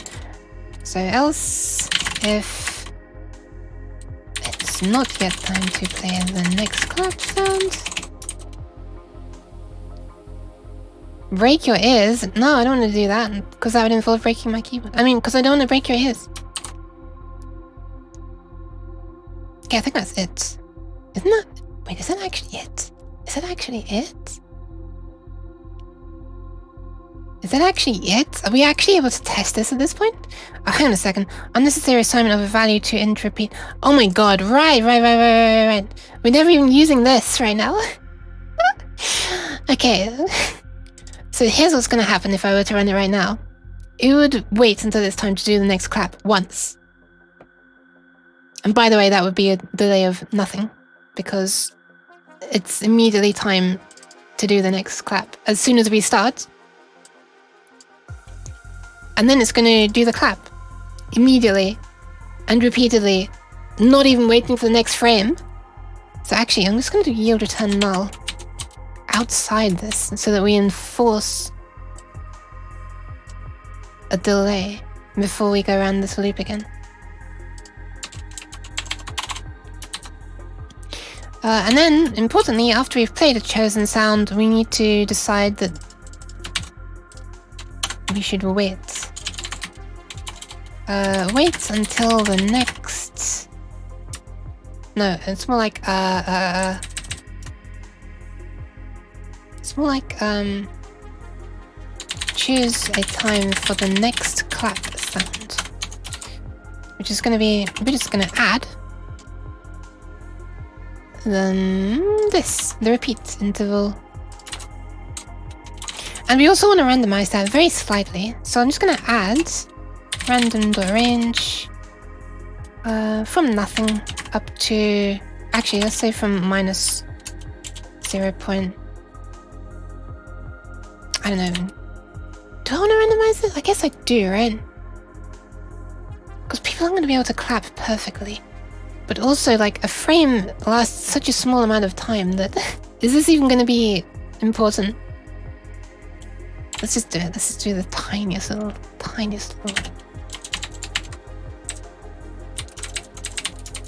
change. So how long is a frame exactly? 15 milliseconds, right? Or 60, like 16 milliseconds or something, 60 frames a second, right? So that's this. Seconds. Okay, that is actually long enough to have an effect of adding or subtracting one frame, I guess, to the delay. I don't like having an entire indented comment thing just for one line of code. Let's do it that way. Okay, I think that should do, right? We've still got one more. Delay start. What is delay start? Oh, right. I forgot about that. We want a gap before we even begin doing anything. That's interesting. Well, in that case, we can just do this, right? Time starts. Why don't we just do that plus that? That way we won't do anything at first. That should do it, right? And then we'll start the fade in. And the next clap is due to start... Yeah, then... Actually, time start is kind of pointless. Are we ever using time start? No, just here, right?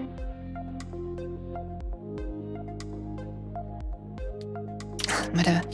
We use it to set up a few things, but that's all really. Seems a bit wasteful.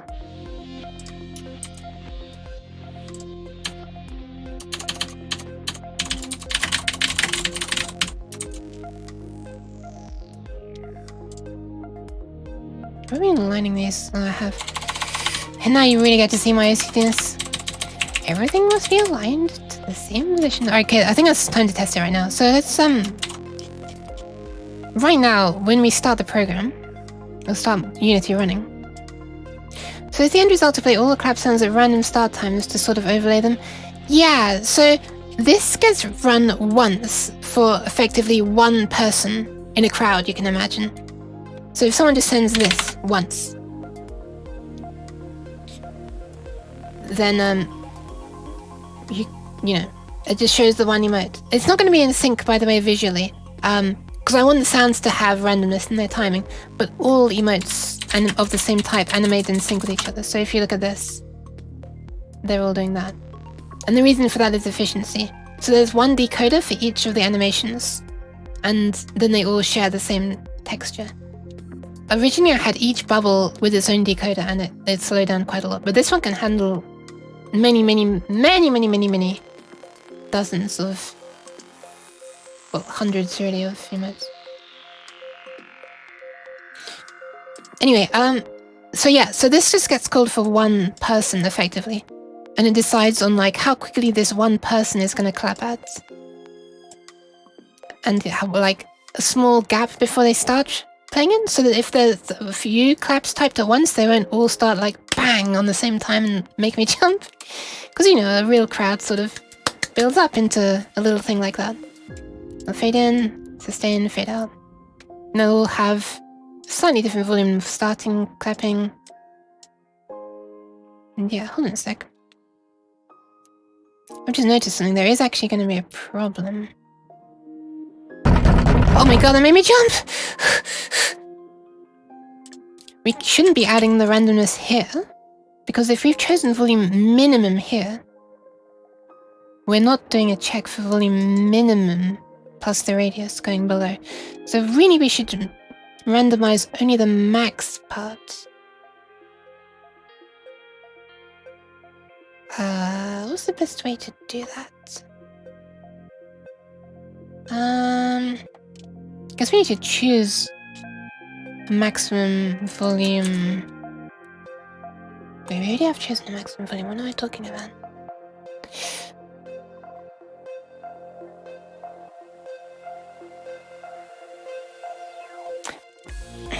Maybe we'll only randomize it once we're fully faded in. Yeah, let's just randomize it only when we're fully faded in. That's the easiest way to fix this.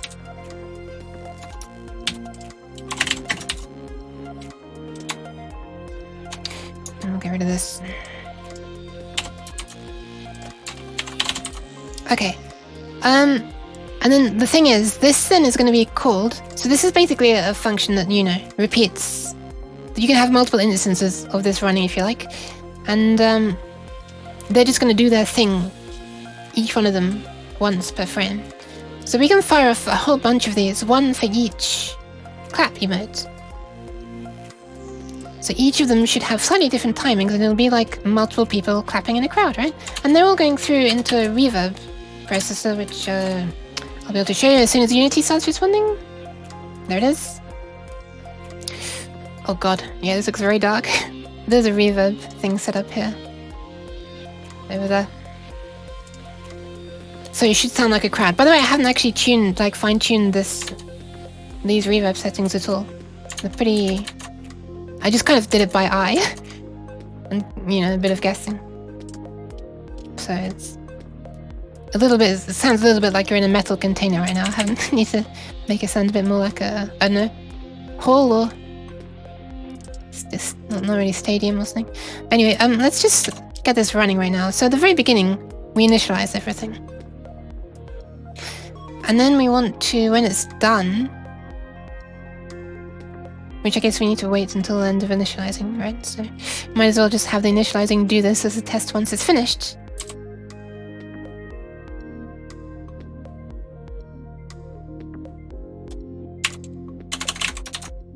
Just as a test, we'll do this. So we want to yield this, and we're gonna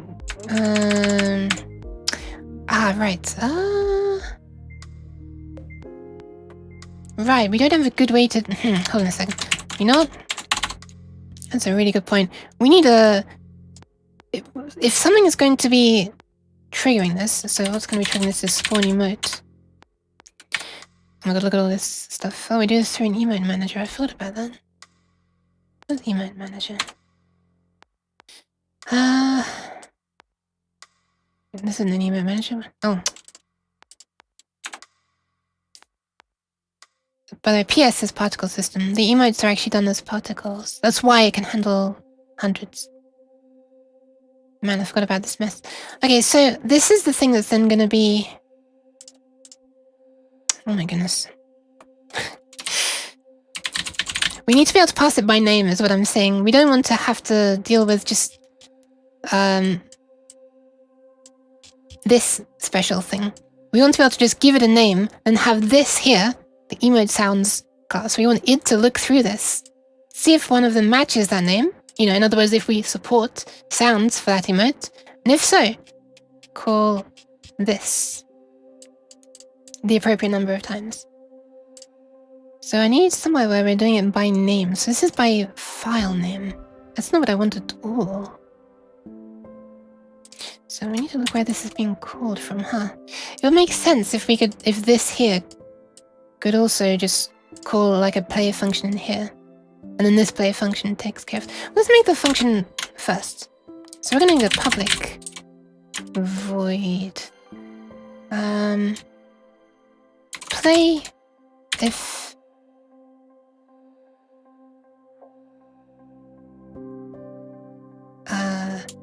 supported, I guess. Emoter name. And we're just going to look through this whole list of audio emotes. We just called available AEs. Maybe I should call play if available then. Avail. So we're just going to look through each one. So for each blah, blah, blah, in this. So for each, we'll call it current AE. In available AEs, if its name is the emote name, then do this. Trigger it, start it going. We also want to do the number of times actually. Let's call it num. Was it num emotes? Let's call it the same thing just for some kind of consistency. Yes, num emotes. Then we're going to trigger that many instances of this, and I'm hoping that'll be okay. I'm sorry, devil.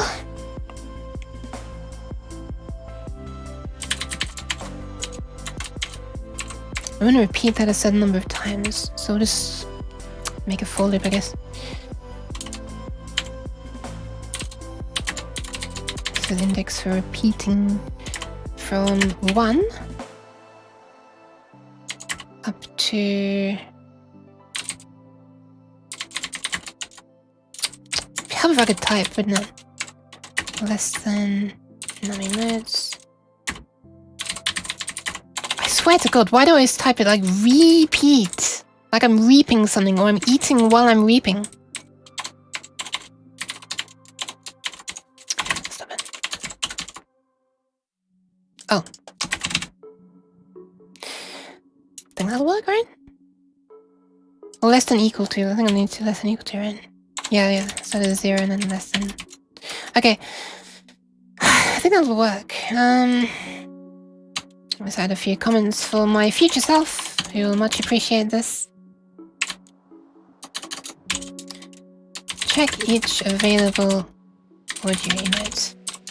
If its name matches the requested emote's name,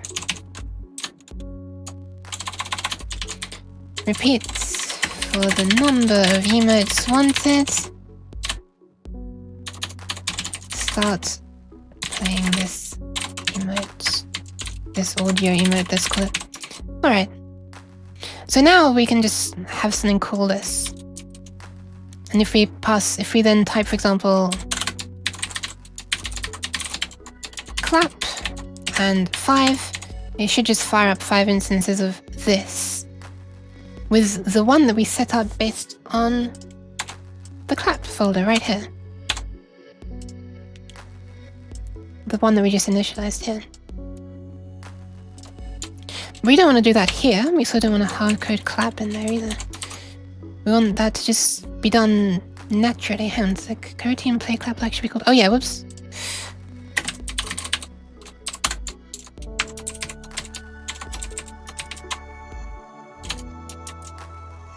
No, it's not up and running yet, devil. I'm gonna be testing it in a moment. It's not gonna be connected to Twitch though, while I'm testing it. And the reason I do that is not because I'm scared of people here abusing it, it's I'm kind of worried about when I'm testing it, there's gonna be a lot of starting and stopping and starting and stopping. Every time I do that, it's gonna be sending requests to Twitch's API with a whole bunch of stuff, and I don't want to be spamming them over and over and over because there are rate limits.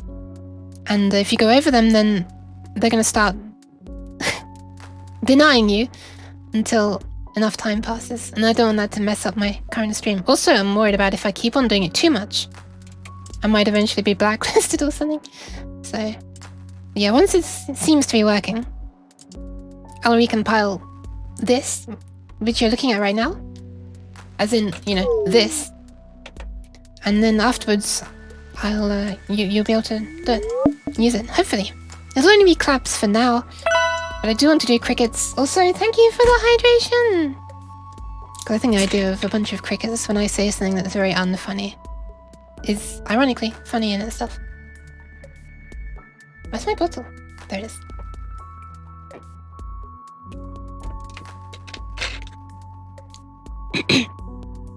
Oh, by the way, make sure you hydrate and drink some nyan juice. You're drinking for your sorrow? What? Why? What? Why are you sorrowful? Did you hear that? My monitor just clicked loudly. That's concerning. Still working fine. It's kind of warm. It's always warm there. Oh, right. Don't worry, you'll be able to soon. Also, my hand is super shaky right now. And that's because of the eye tracking.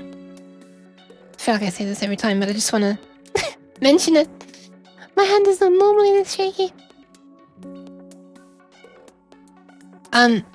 Okay, so we need something that can spawn them. But at the moment, this is just past a file name and the number of emotes, not the name that was typed in Twitch chats to trigger it. Oh my god, I've got hiccups. So when is this actually called? Let's have a look. It's called from this function called auto show emote.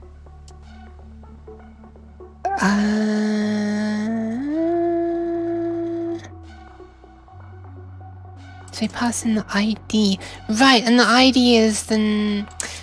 right, yeah, I remember now. Because Twitch emotes, you don't actually know the name.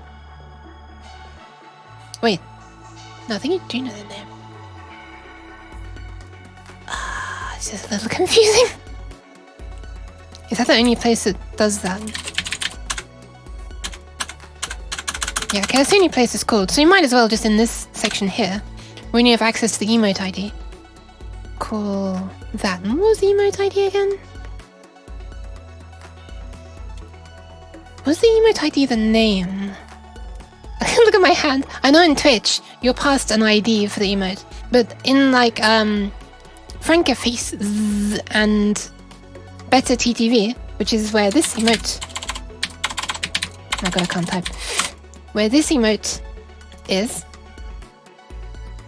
Can't remember, did I do that based on the name? Did I call the ID the name?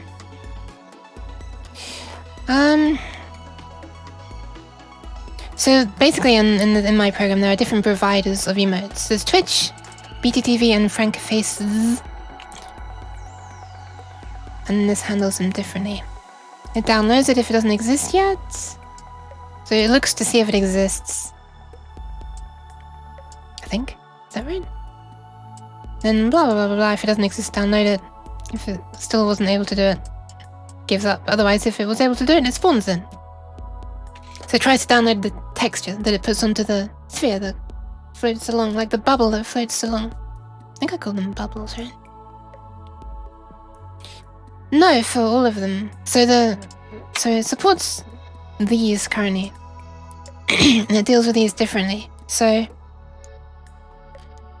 Twitch, BTTV channel, so ones on my channel, global BTTV ones, ones that you can use on any channel. Frankerfaces, oh no, yeah, it deals with cheer modes differently as well.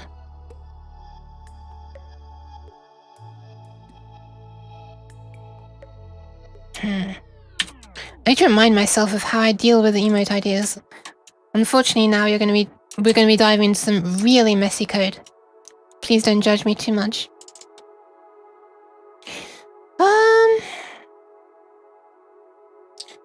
Let me just have a quick look. So this is its cache. This is where it downloads into, by the way, and this is the provider ID. So we've got here all the Twitch emotes that is downloaded. Interesting ones there. Hell of a load of Iron Mouse ones.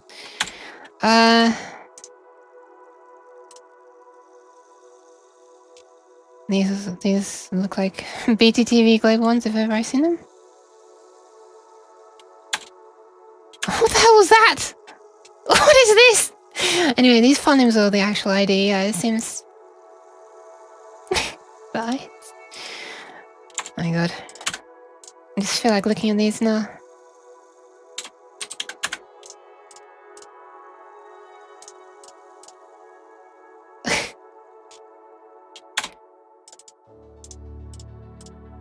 Okay. Judgy from Mexico, I wish I could go to... Oh, yeah, well... This is scary. And this is what I've done this, actually. Well, there is no JSON for that one. Oh, nice. There you go. Now you can see the channels that I was testing this on. It downloads all of those. It's going to be the same ones there as well. But yeah.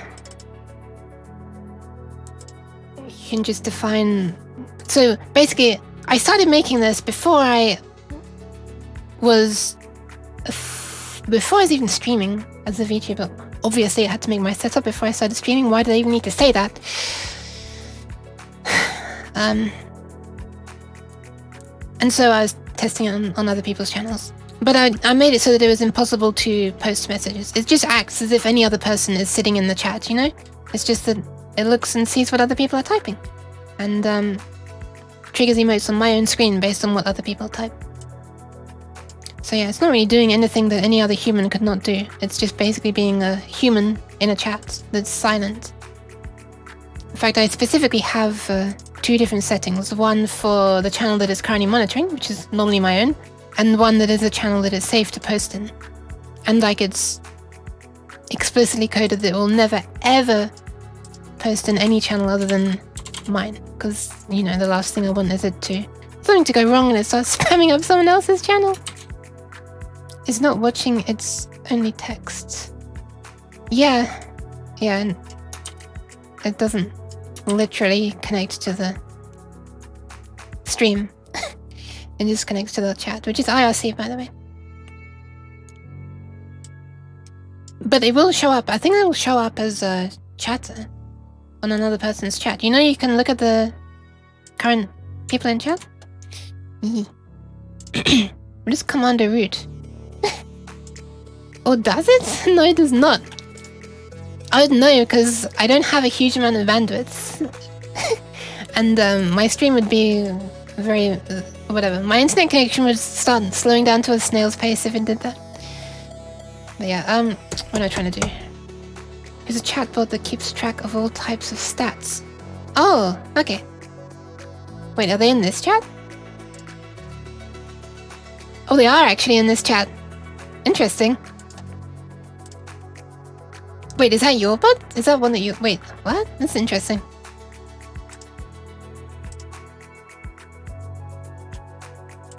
Wait, it is your bot? No, I'm confused. I don't care. No, don't worry, there's nothing bad going on. Okay, anyway, so... Right. By the way, I don't think the bots count as viewers. Like, I can see a lot of users in there, which, you know, most of them are... a lot of them are probably bots. But, you know, there are many more than it says... than Twitch says are viewing right now. So I think... it counts viewers based on the people who are actually connected to the video stream, not just in chat.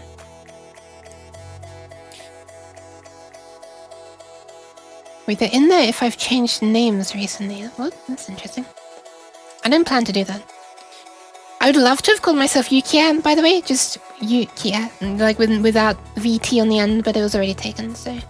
sad.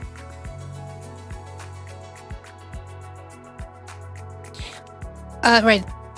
Let me just see where the hell this is being called from. No, not where this is being called from. Where the emote ID is being set. So this is the gross part that's processing JSON And it's designed to work with JSON from any provider, so it does... Oh, by the way, I couldn't get the native JSON parsing to work, so I'm just handling it as plain text and then looking for the start and end points of each ID in the JSON and the name and blah blah blah blah. Okay, so emote name is this. Oh, right. Hold on, it adds them by name. Right. Oh, it's a dictionary, isn't it? Yeah, it's a dictionary. So you look them up by name and it tells you... Ah, right. Okay. And inside it is one of these. Where is that defined? There. It only has an ID and an enum. It doesn't have a name. Which is fair enough. If we're storing them by name in the first place, we don't need to also have the name in there. Check Discord. That sounds so ominous when I see that. Check Discord. It's like, let's have a talk. I'm having a look anyway. Oh, it's a Twitch native thing. Okay, fair enough. I also see your uke claps. Let me just have a listen to your uke claps while I'm working on things. That's not going to be distracting at all.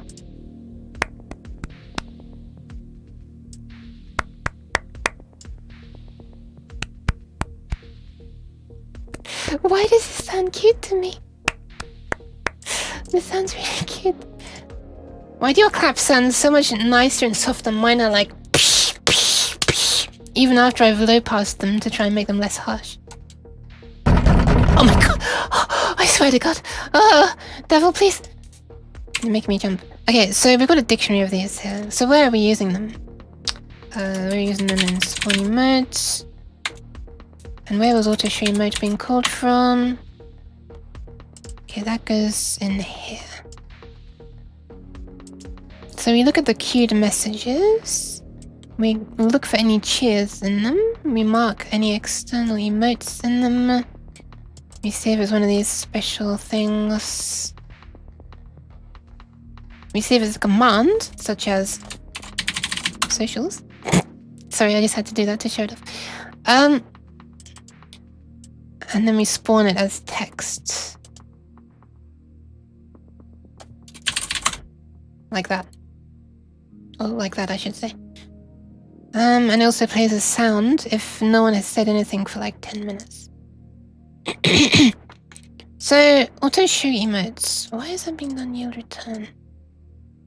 Oh, right, yeah. Okay, I'm stupid. Because that one can take time to download an emote if it isn't already downloaded, so we don't just hang around and freeze on this frame until it's downloaded, you know. Okay, so... so it's just based on the emotes that have been tagged. What is that again? There's a list of chatter emotes, and a chatter emote is... an ID.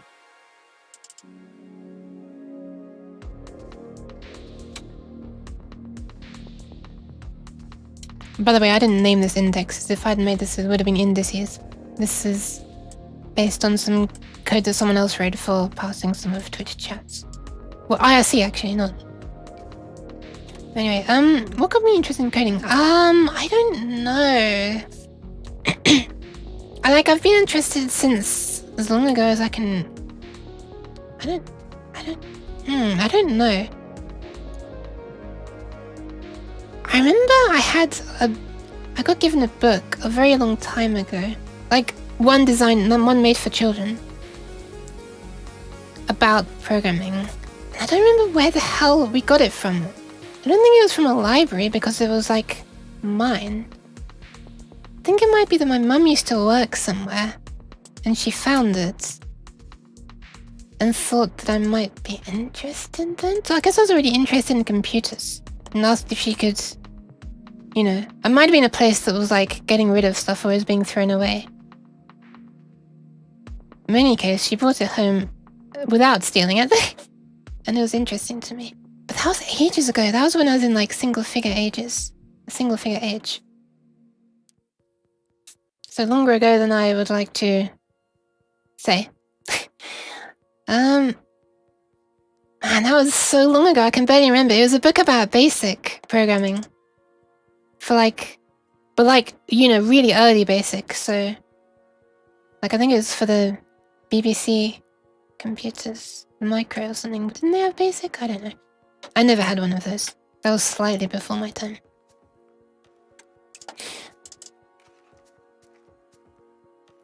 But yeah, I mean, I don't know, just the idea of being able to do something.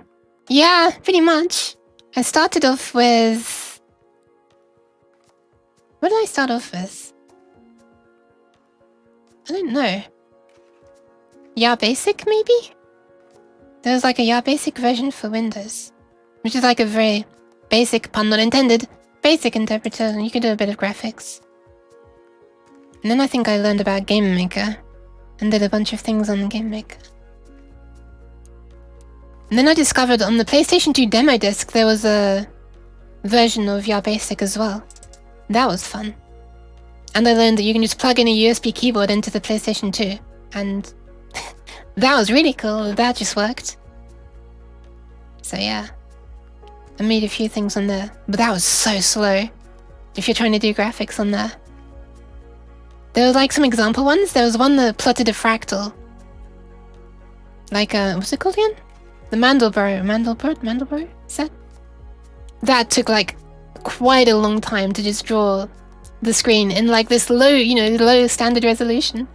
It took like, I don't know, like 30 seconds or a minute or so to draw this. You could see it like going zzz, zzz, zzz across the screen when it was getting to the middle. That was really slow. But anyway, enough of that. So we've got the emotes marked already at this point. That's kind of annoying. It'd be really useful if you could have the names stored in this, huh? I mean, the emotes are still gonna be in here, so we can look at the text that was typed to trigger it, right?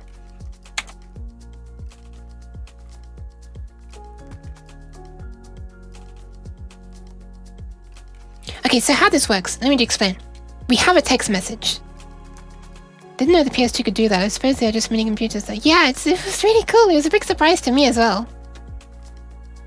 Tried to make some like really basic games in there as well for the PS2, but that was quite... For my age at the time and how kind of relatively low level it was. I know this is basic we're talking about, but you know. Dealing with all the raw drawing commands. There were no sprites or anything, so it was all a case of like trying to keep track of coordinates and plotting things, and I don't know, I was a bit too young to make anything very interesting. I made some stuff like, you know, where balls would bounce around and stuff, but it was all a bit like, just imagine this ball is a person, because I can't draw a person. Got in the server, deleted one to get in. Wait, what? Huh? Got in the server? What did I miss? Server?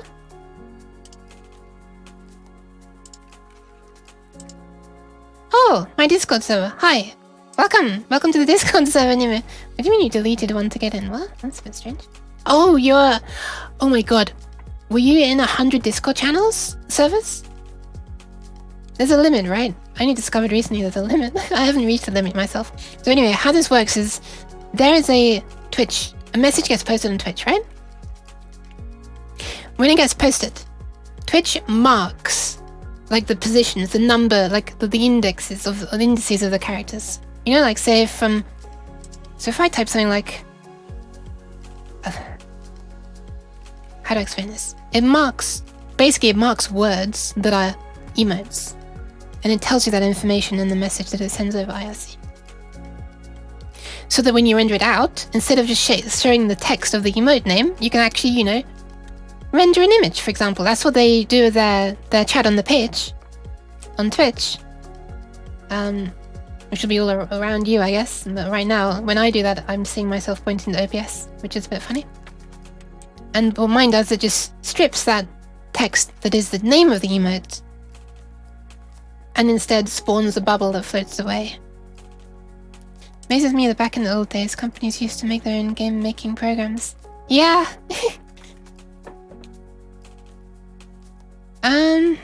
Yeah. It still feels like cheating to me to be using Unity. it doesn't, you know, at times it doesn't feel like real programming to me. Because like I'm using, you know, I don't know how many it is, probably millions of lines of code that someone else has already written, you know, it's like really compiling. Because I'm also used to making programs for like microcontrollers, so that feels much more like actual programming when you're getting closer to the, you know, bare metal and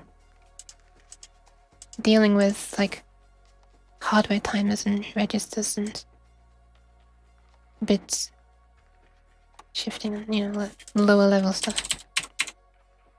Anyway, so at that point, when we pass the message, we strip out that text. So I think I want to make it look at the text that Twitch is saying, hey, this is an emote in, and store the name of that text.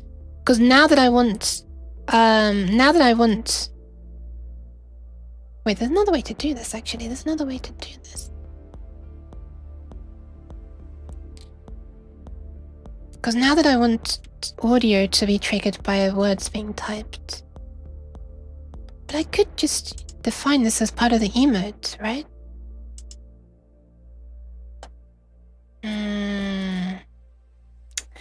I'm torn about different ways of doing things right now. You, please make yourself a role and show yourself apart from others and make sure it's on the top. No! I'm not more important than other people. I don't deserve to be at the top. Using others' work to make better stuff? Yeah, I guess. Yeah, it is true. I'm starting to make this program.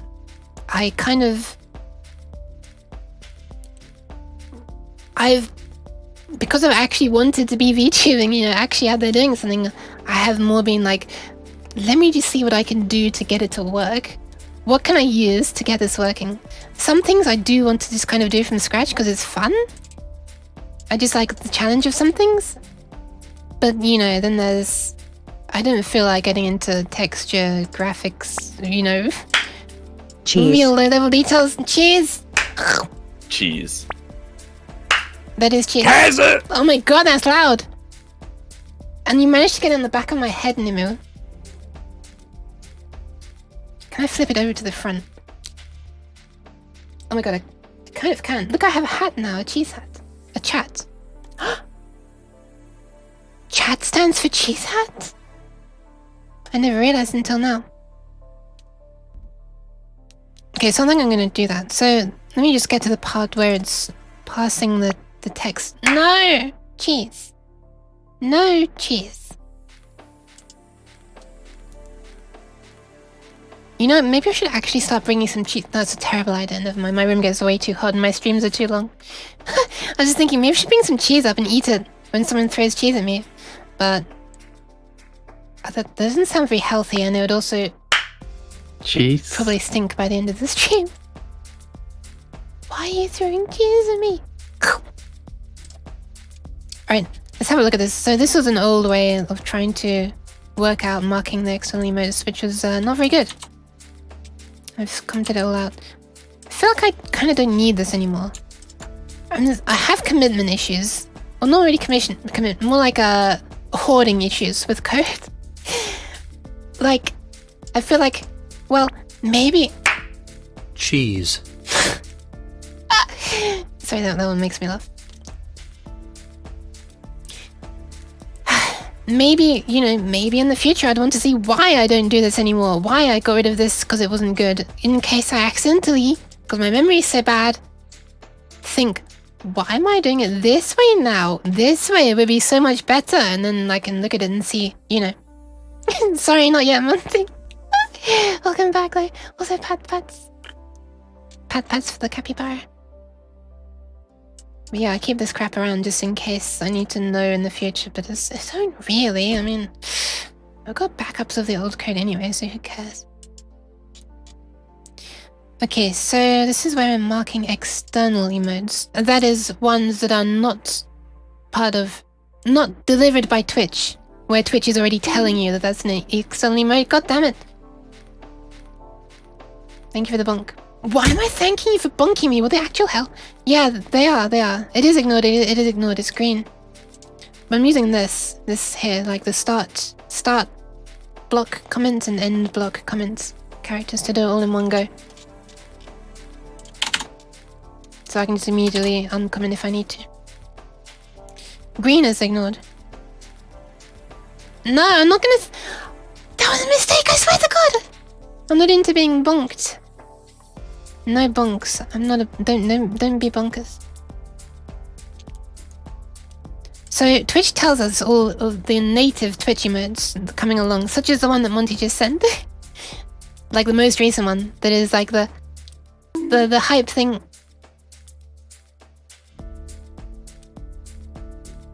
God damn it. But the kek one is not native. And so if you don't have the cheese. If you don't have the cheese, then you won't see it. So you need the better TTV add-on to be able to see that. In my program's case, it needs to then sort of, download a list of all the words that are emote names, and then replace them, like basically mark them itself. Do what Twitch does, say characters start index to end index are an emote, and when you come across it, you should load this image file and all that good stuff. Download it if it doesn't exist yet and all that stuff.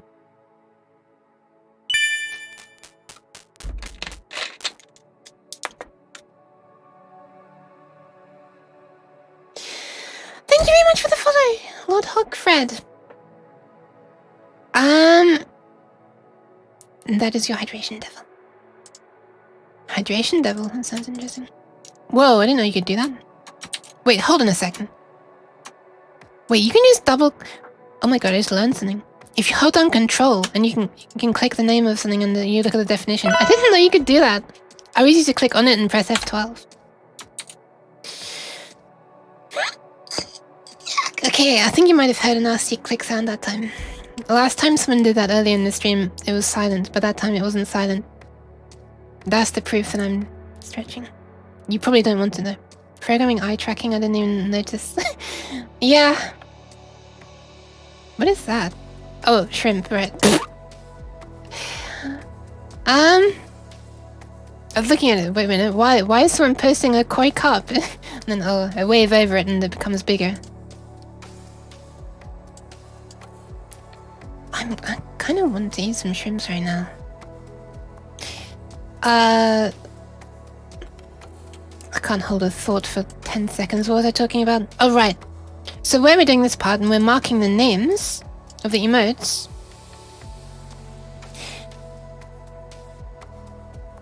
it might be an idea for us to... So the current word is this one, and we've converted it to lowercase as well. That's why you can now just type clap or clap or clap. And all three of those will be converted into emotes on my end. Whoops, I'm still holding my bottle. Even though in the better TTV thing only supports the correct case. I just noticed some people, using the wrong case, and then my program would just show the word instead of things. Instead of actually showing emotes. And I myself couldn't remember the correct case for some either. Like the cat's jam! What is it? I think it's capital C, right? No, it's not. You see, it's lowercase cat, and then the capital jam. So yeah. Just made it lowercase. So at this point where it's looking at this, I think I kind of wanted to save this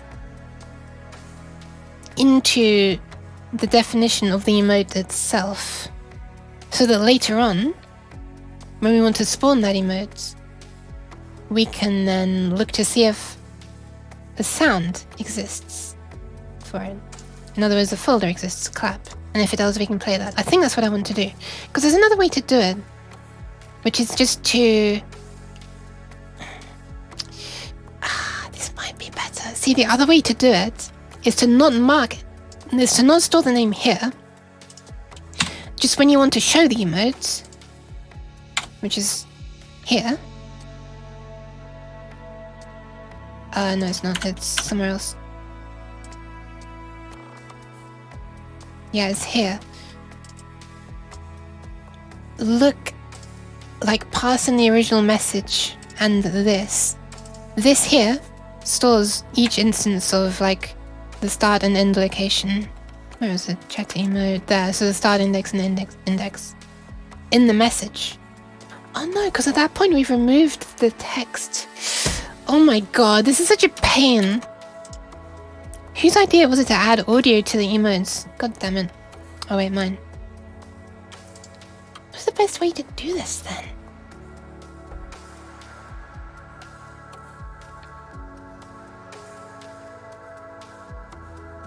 Yeah, I think the best way to do it is just here, right? In the definition of the emote itself. So when we're passing in, we add the emote. How the emote's coming through.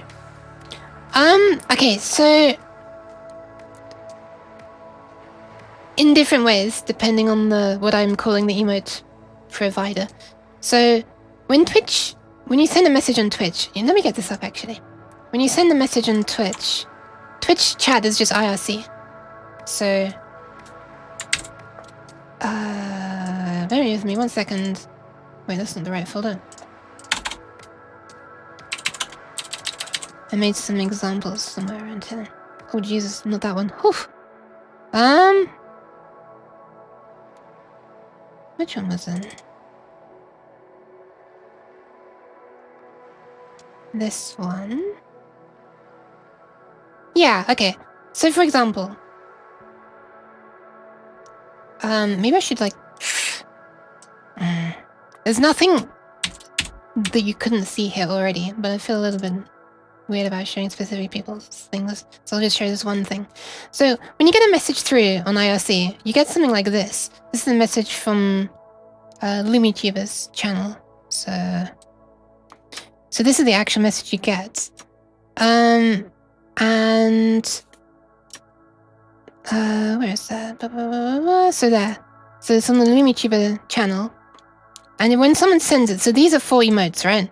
You get that as raw text. But in this sort of metadata about the message, which comes first, here, emotes.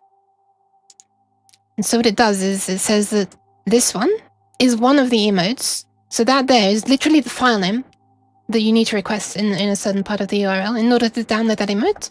And then it says 0 to 9, 11 to 20, 22 to 31, and 33 to 42. So these are the character indices in the message. So it says this one is an emote, this one is an emote, this one, and this one. So when you're processing the message in the code, you can look at these indices and basically just delete it because it's an emote. And instead at that position, you can show, the actual picture. But in my case, I'm just spawning a bubble that floats along. So Twitch tells you it already has the emotes marked, which one it is and where they are in the text. But in the case of like better TTV emotes, such as this one, which is not native to Twitch, it's being provided by an extension called Better TTV. They're provided by, like, you need an extension to be able to see them, but I made my thing support them as well. And they're just text. You need to download a JSON file in advance, which lists all of the different names of the emotes that are available. And their file names, if you like, the image file names. And then you just need to do a kind of find and replace. So it's a little prone to false triggering, I guess you could say. And I just kind of reused the same system that was originally made for marking Twitch emotes. I mark the start and end indices. And then later on I remove that text and spawn emotes instead. So in that part where I'm marking the emotes, this is the part where I'm marking the emotes myself, by the way.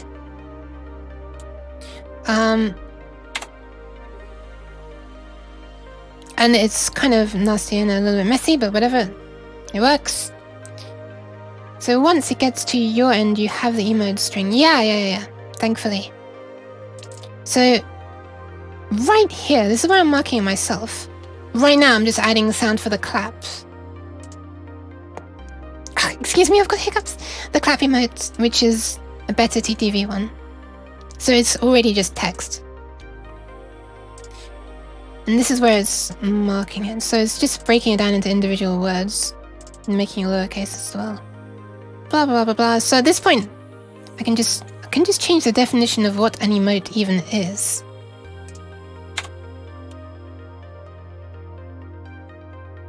Is this a good way to do it? I'm not sure it is.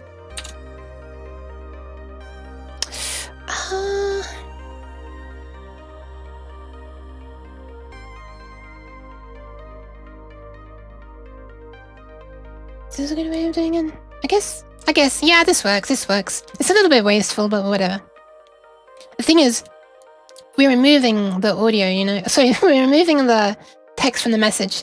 So after this function completes, we have no idea. We don't give a damn about what was typed to cause the emote. We just know the picture that it represents, and we've removed it. I don't know your infrastructure here at all, but can you just make a default emote struct to your end and then populate? Yeah, maybe.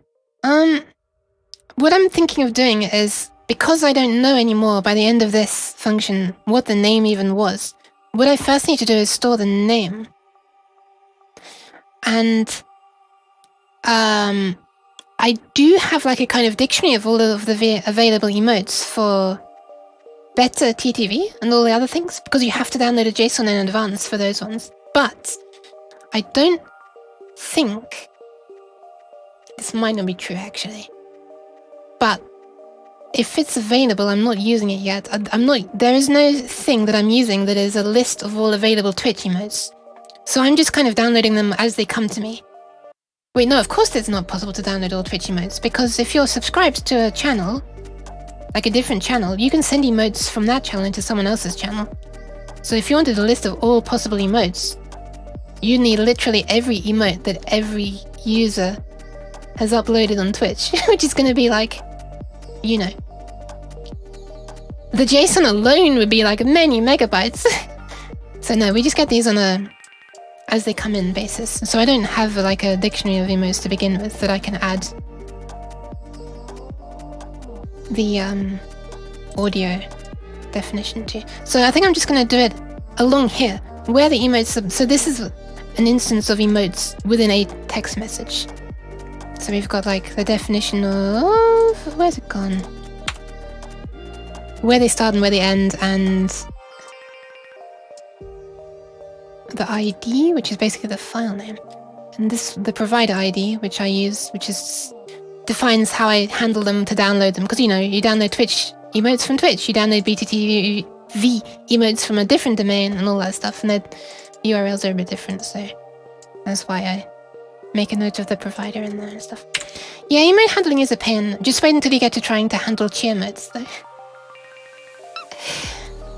I think I've got them working now. They were a little problematic at first. At least with cheer modes, you do get a JSON to download though, because you can't just use any one. So you can get a list of all possible ones. Alright, so I'm just going to add in here a name. Why do you need public index indices list? I'm going to call it name. Let's just make it public name. Actually, let's call it word. Word trigger, maybe. Word? Sorry, public string word. Redeems. Yeah, redeems are fun. They're super fun. They take too long for me, though. Like, I mean, I take too long doing them for other people. I don't feel good about it. So, original word and text.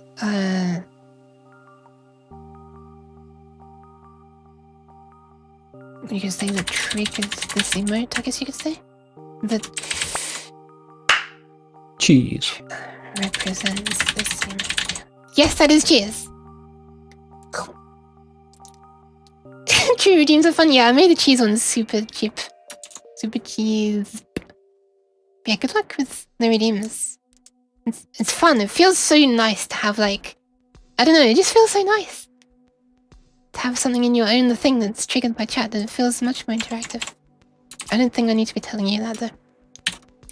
Anyway, right. So at this point, I'm going to be storing that word. So we make a new emote here. Wait, hang on. Emotes. Hang on, what is this? External emotes. Blah, blah, blah, blah, equals external emotes by name. Wait, what? Get this external emotes details from. Oh, right, it's a dictionary. Sorry. Okay, first of all, we'll just store it. No one is this misaligned text is very annoying.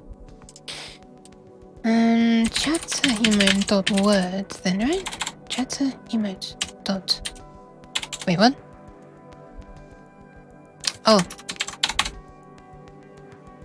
Na, na, na, na, na. If color equals emote name dot to lower.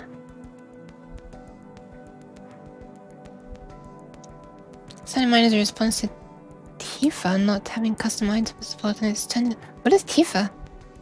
Apart from, you know, the Final Fantasy person. I forgot how this one works, right? So this one goes through the dictionary of all possible emotes, gets the name of it, looks to see if each word in the message matches with that emote's name, and if it does, marks that as a thing. Okay, so in that case, just down here, we can do the word equals, well, current word, in fact. Oh, that's outside the... Why is it outside the word? Oh, okay, then I mean the name of the emote, right? By name, emote name, raw. Okay, there we are, and there's two. Okay, that's what I want. Oof. So this should now work for any external emotes. We should now be able to have the name of them. Redeemers are the only current way for chat to bully the streamer. Facilitating the wholesome bullying of VTubers is what I'm here for. No.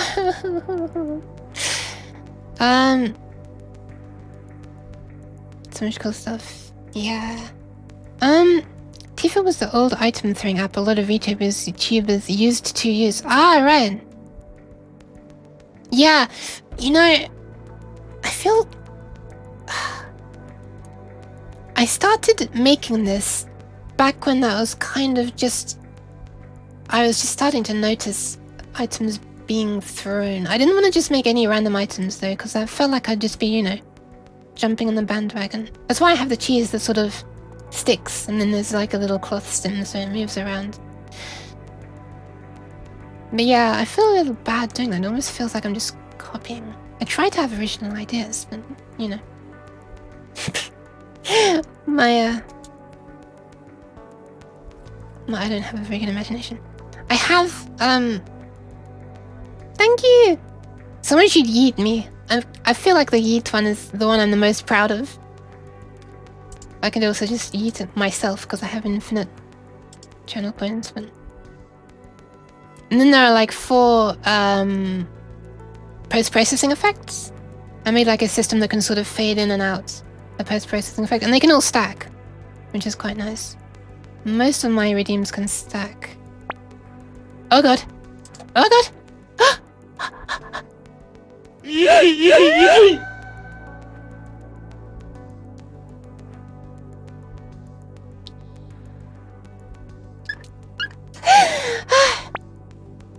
Thank you for the pads.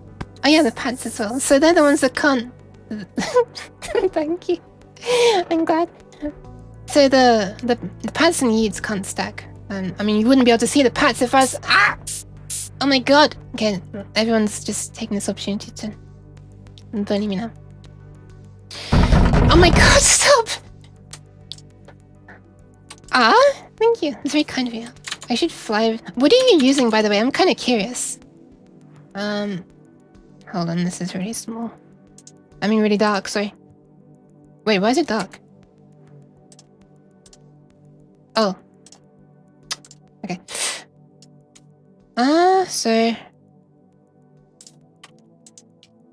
kind of curious. Unity. Yeah! I started using Unity because, you know, I feel that most people, at least... Okay, so... First things first. I saw a YouTube video by Pfeffermint, who's a VTuber, who DIY'd her stuff. And she was talking about how to do things in Unreal Engine. And, then I realized, yeah, exactly. I realized that I actually had the experience in Unity though, and the things she was talking about are possible in Unity. Like, you know, people have already made some components for Unity to make things easier. And,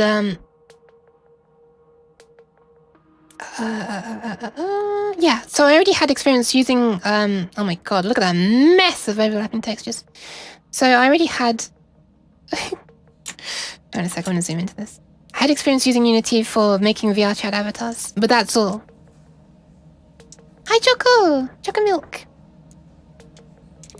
So basically I have 3 cameras. One looks at this area here, well, this area here, if you like, this room. And then one of them looks at the interface, so the thing that has like, you know, the recent things and the chats and the other things I don't want to disappear. Thank you for the pets! And then,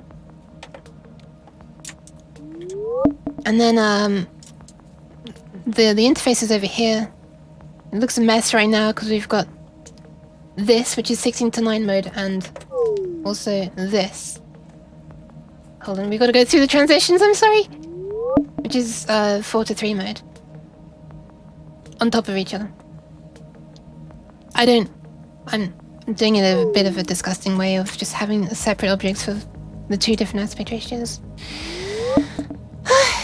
And then they're all sort of in there. These things. And then over here is... Whoa! Thank you for the bits! Ah! Oh yeah, right. You can also do that. I forgot about that. And then you've just got the 2 different cameras sort of composite on top of each other like this through transparent textures. And there's just like an orthographic camera somewhere. I don't see it anywhere. What the hell? There should be. Do I have these turned down to... Oh, I do.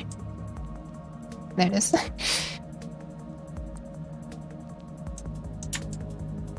Oh my god, look at that. That looks so weird. Like it's all twisting around. That looks like you're looking through portals that are looking into other portals.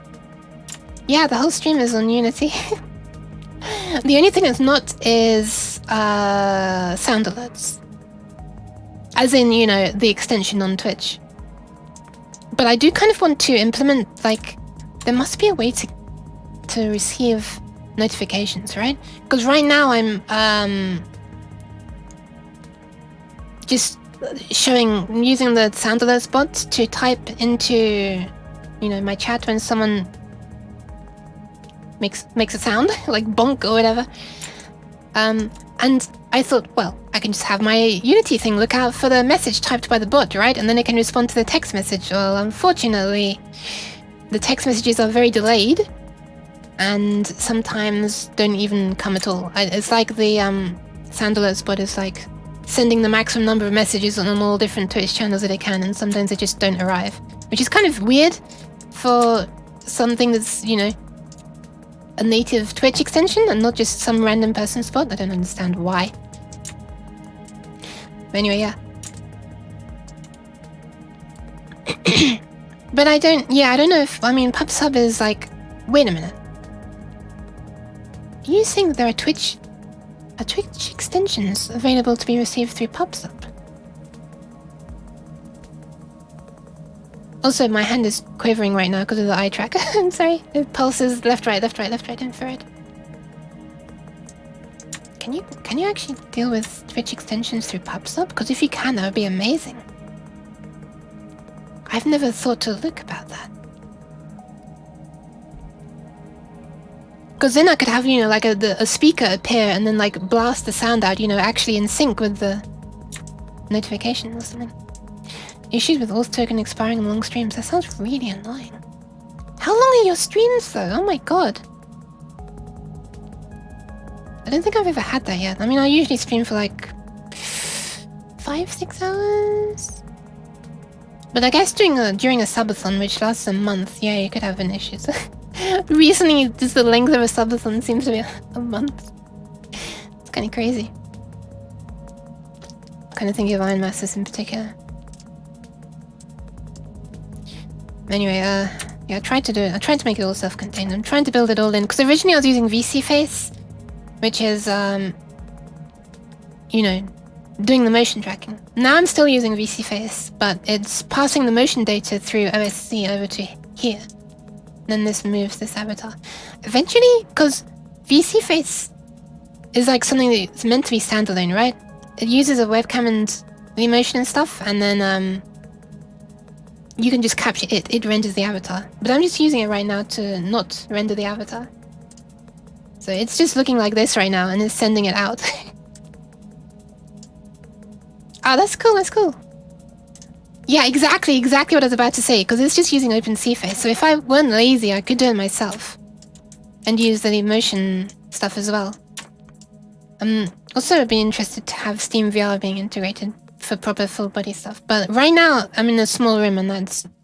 The problem is real life. More than software for that one. It's very small. I can barely move.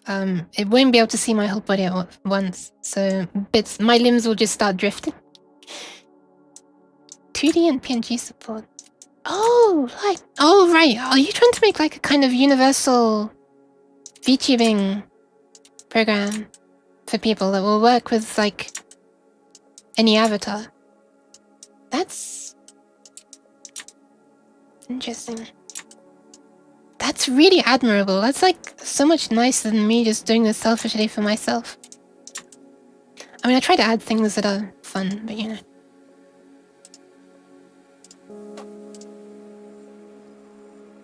Got a few people using it. Wait a minute.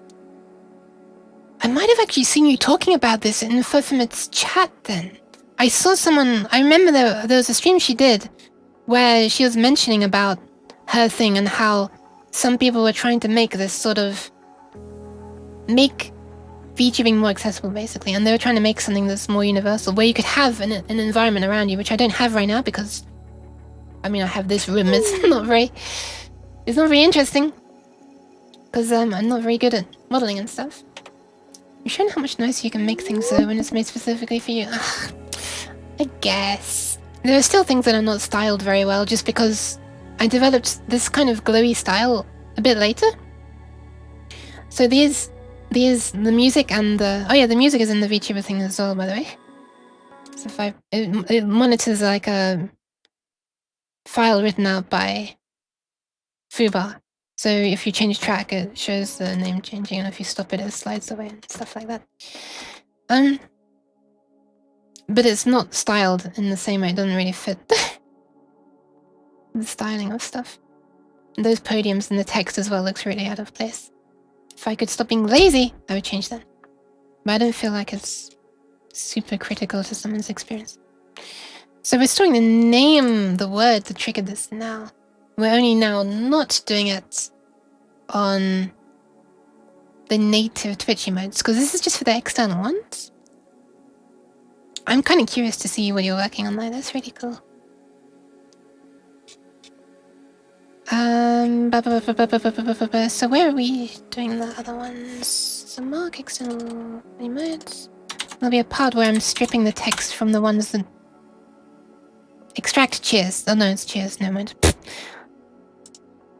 Q&A cheers? Auto show emotes? Spawn text? Where's the part where we remove emotes? Detect and index any external provider. Q, markers blank. Download and show correct emotes. Is it just in spawn text? Don't look too hard at this stuff. This is like one of the very first functions I made. It's gonna be kind of nasty. Ah, thank you very much. Don't worry. Yeah, you can DM it as well if you want, but yeah, I don't mind you sending it in stream chat, because, you know, we are chatting about that on stream right now. I'm kind of curious though. Also, thank you for... Welcome, I should say. Welcome to the Discord. To the jungle. So where's the part where I'm marking the emotes? Sanitize for rich tags. Oh, there, get message checks, no emotes. Okay, right. So this is where we're doing this. So what we do here is return a string, which is the message without any of the emotes. For each emote with a unique ID, for each occurrence of the emoji with this ID, add it to our single list of emote start, position, and lengths. Sort them. Work out blah blah blah blah blah blah blah.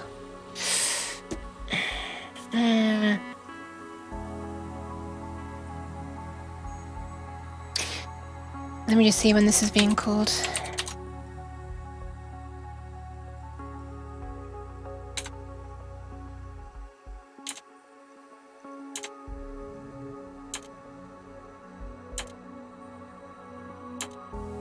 It's being called all over the place, so I can't just reliably use this to one-off mark them.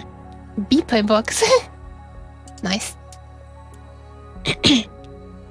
Sort all emotes. Remove blah, blah, blah, blah. Okay, alright. Wait, are we just doing this once? Okay, so this is only being called once for each emote. So for each message received then. Okay.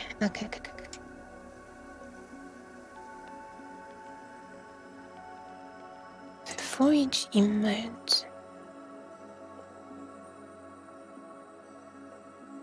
By the way, the eye tracking is done separately. That's, I mean, the thing that you're looking at, wishing across the screen now, the purple blob, that's just being overlaid by 2B Ghosts. And then the eye tracking on my avatar is just the webcam from VC Face. Again, I could just use Tobias Unity stuff, but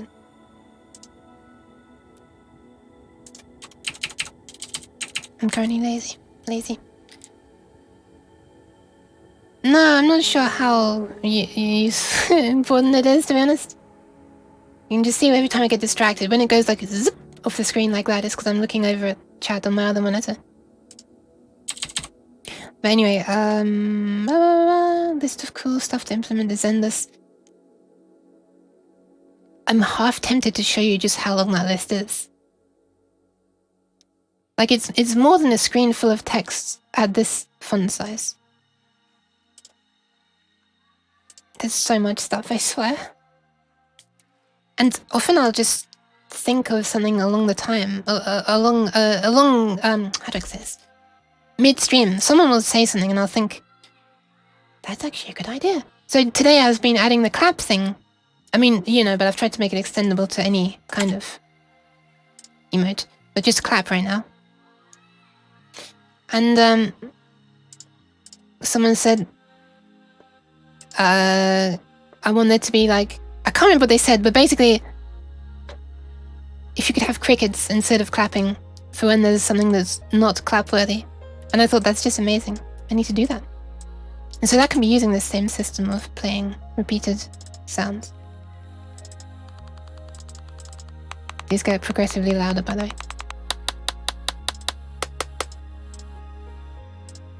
I still have to even test that function. It's meant to be playing the sounds, which is what I was coding in the first place. But, alright, let's do this.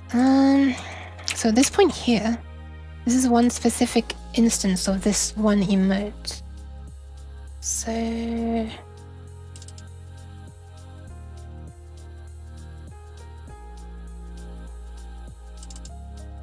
So really, we want to be doing it per emote, not per index of the emote. Sorry, not per instance of the emote. Okay, so what I'm trying to do right now is go through each different emote that appears in the message and mark its the word that triggered it, basically. So the audio is being loaded in runtime, and that's really Unity makes that a pain. You can easily load a texture at runtime, but audio clip in Unity doesn't have a new constructor or any way to create it. So you have to jump through this stupid hoop, which is this.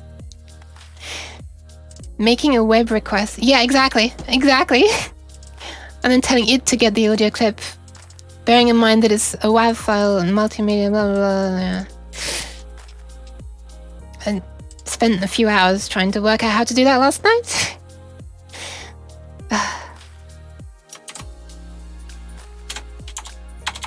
Why? Just why? Why? Like, why? Why is it so easy to do with the texture but not a sound?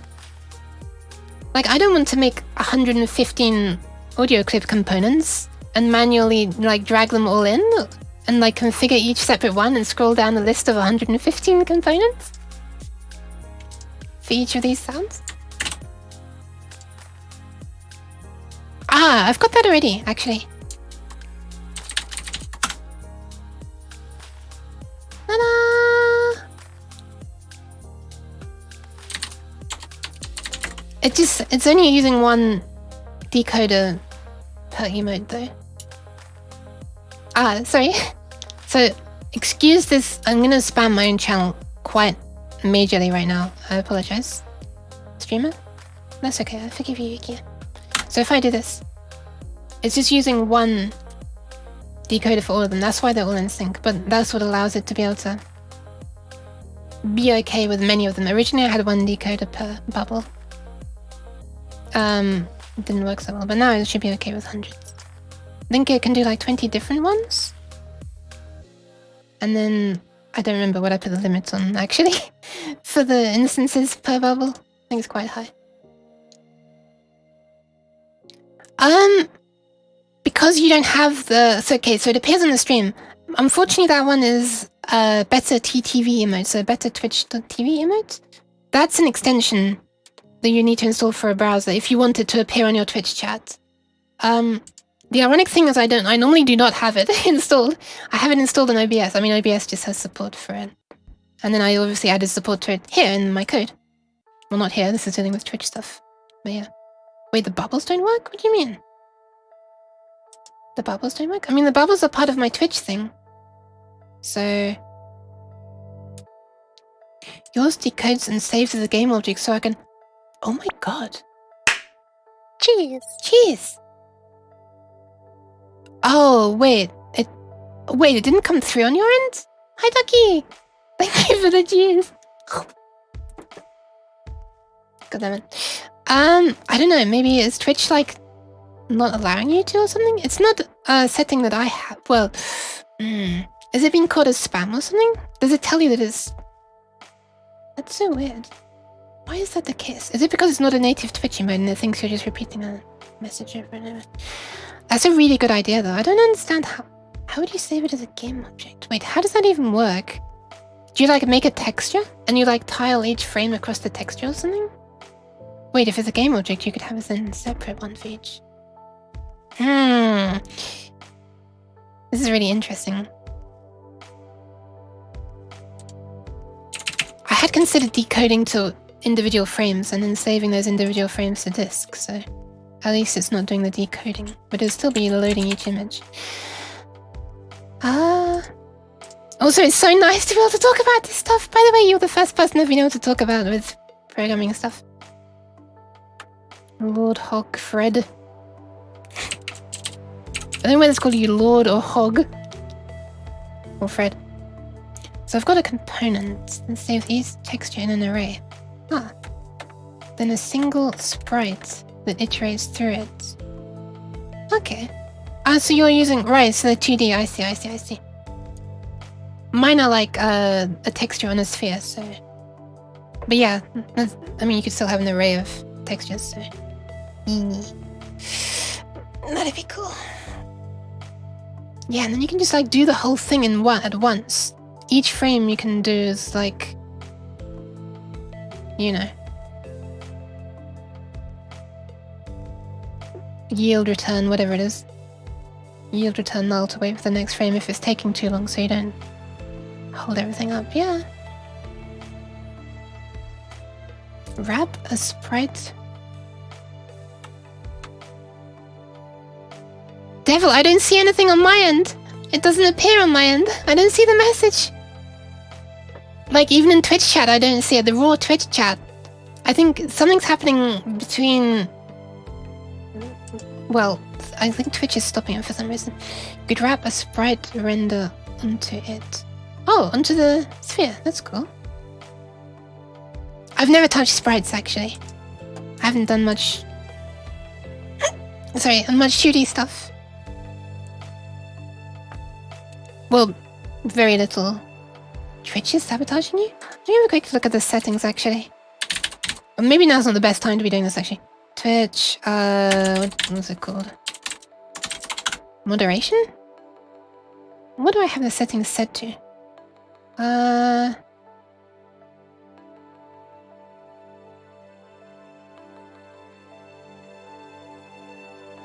Can't remember where the settings for the spam detection are, actually.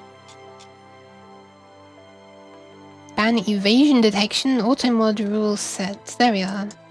So it's currently set to a little moderation. But that's based on hostility and discrimination and sexual content. That's nothing to do with spamming.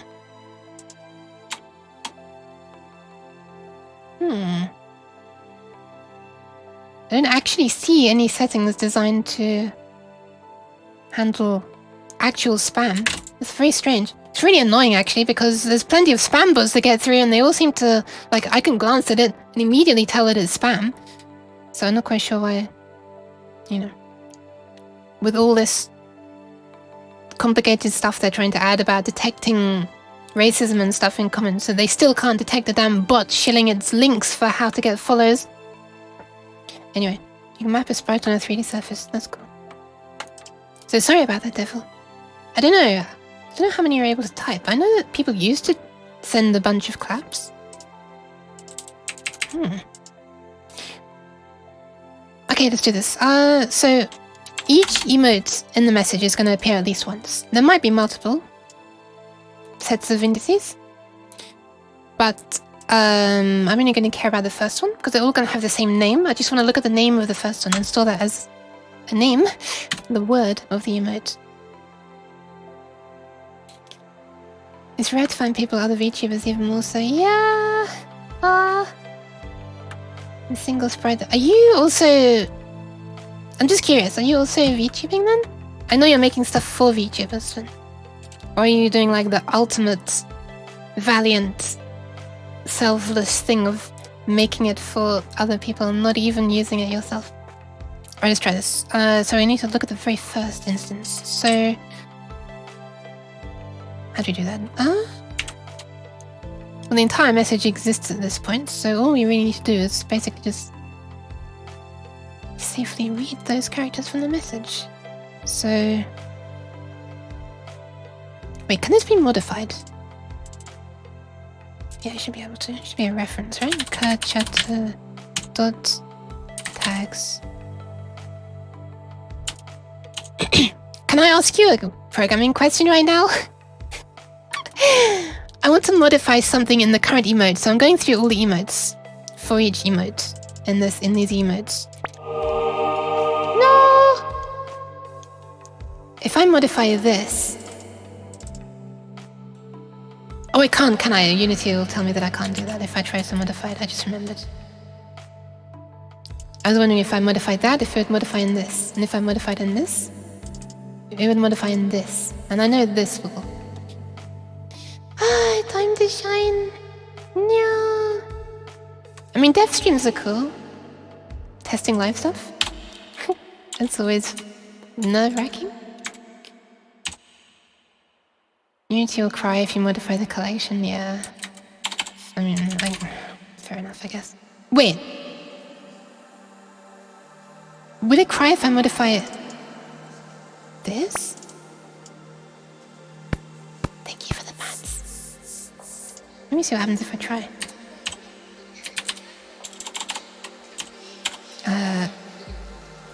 Oh, I'm gonna have to do it by index. Why have I still got reverb on? Also, I still want to have my redeems trigger the audio effects through MIDI, which I'm not doing yet. Like, I'm already using MIDI to, you know, do things like this, and just need to do output instead of any input. Yeah, that's right. Thank you for the pats. Alright, let's do it by index instead. Instead of that, 4. And emote. or integer. And the emote equals 0. Oh, sorry, this isn't basic. Wait, no, that's correct actually. And the emote is less than. Oh my god! Thank you so much, Lord! Wow! My lord! Thank you! You can barely see the glittery stuff over the bright Unity screen, but thank you very much. Dot count or length or count. So in those situations I've done either a second collection I populate as it iterates and then replace the old. I think in this case it would work though, right? Because I'm not actually iterating over the collection. Like I'm not actually doing for each. In this one, if I do this, all I'm iterating over is an integer. So it should be fine if I then modify what I'm gonna look up, right? Wait.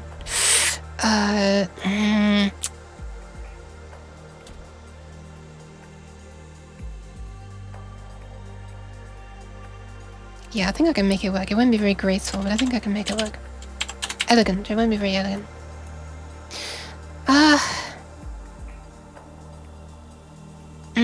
But then if I do cat emote,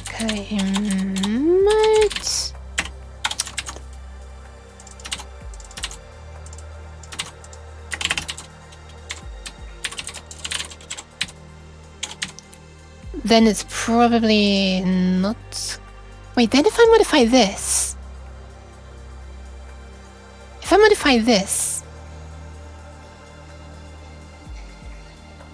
Wait, is this a structure rather than a class? I'm so confused. If I modify the contents of this, will it affect what's in this array? Or do I need to specifically modify this by this name? I'm confused right now. I mean, there's one way to find out, I guess. Just because it'd be neater to... Actually, it's not even a big deal. I'm only using this once.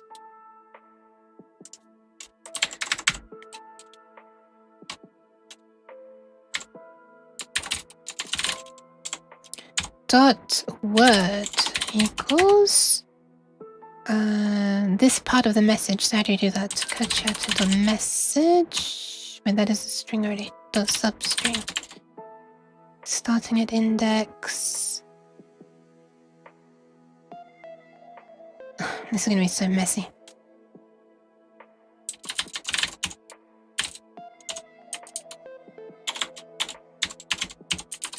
So just taking the very first instances, start index, length. So enter minus start. And let me just do a quick demonstration. So if we had a blah, yep. Then blah starts at index 2, ends at index 5. 5 minus 2 is 3. But we want length 4. So we do end minus start plus 1.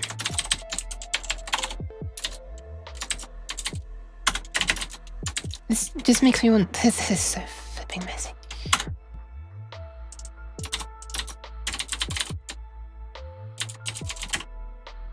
Hi, Puffle Cakey! Puffle Cakey, that sounds adorable. Hi.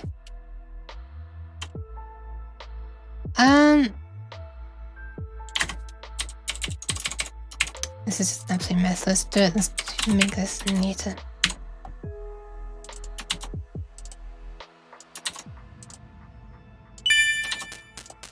Whoa! Thanks for the follow. Hi. Let's start index. Plus 1. Oops. Wait, what's wrong with this? Can I modify the return value? Because it's not a variable. What? Cannot modify the... Hang on, what? Can I modify the return value? Because it's not a variable. Huh?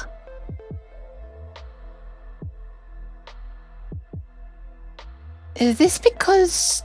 Oh! Custom shader with multiple textures and cycle through this. That's pretty cool. Or you could just have a custom texture, a custom shader with one texture, and it just shifts to the offset of each sub-image. Thank you for that, Pat. I just realized why I can't modify this. I think it's because... Oh my god. Sometimes I wish C# was just, you know, more like C. And not so restrictive. It's because this isn't being defined as out, isn't it? That's the problem. So we're gonna need like a cur chatter out and a cur chatter in. This is so disgusting. Is there not a way to just modify it? It's so gross. It's literally, I just want to modify something that's being passed in by reference. Wait a minute. Can you do that?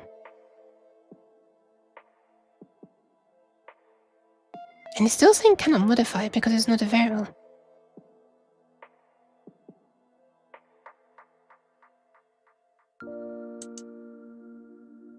Huh? I'm confused about what the problem even is at this point. You can inline declare an out variable.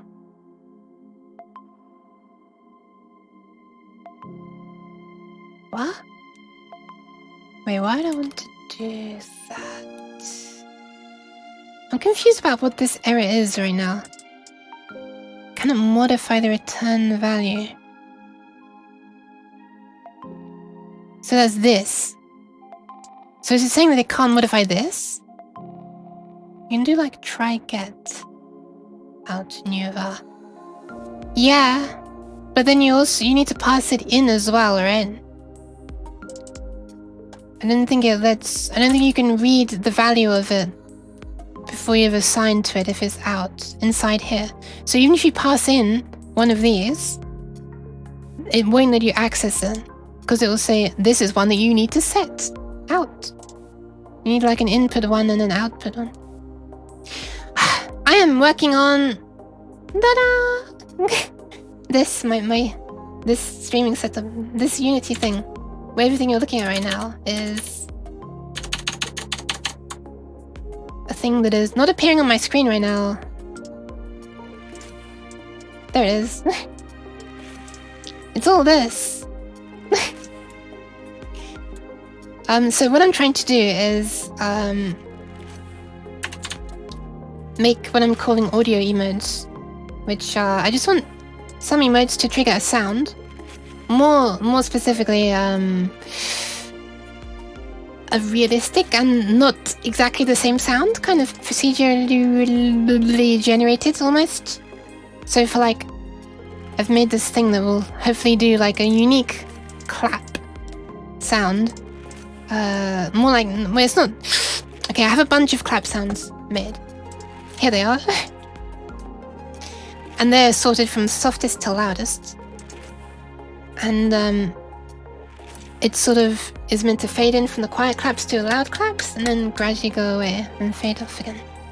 Each one with like a slightly different speed of clapping, a little delay before it starts, slightly different length of fading in, holding it and fading out, and slightly different volumes and stuff. And they should just pick the individual clap sounds. And then this can be called like a bunch of times, so if multiple people are clapping, it'll sound more like hopefully a room of different people clapping. And then they each go through a reverb as well. But I haven't been able to test it yet, because I need to get the code that triggers it working right now. So, back when I first made this, the way that you can put an emote, such as this, it didn't care about the name once it knew the picture. Like the graphic, the image, the URL of the thing is all it cared about. But now, since I want the emotes to be triggered by name, so I can just have them named like a clap, I'm needing to store the name of the emote. And that's that's the ridiculous thing about how this is taking more time than it should be.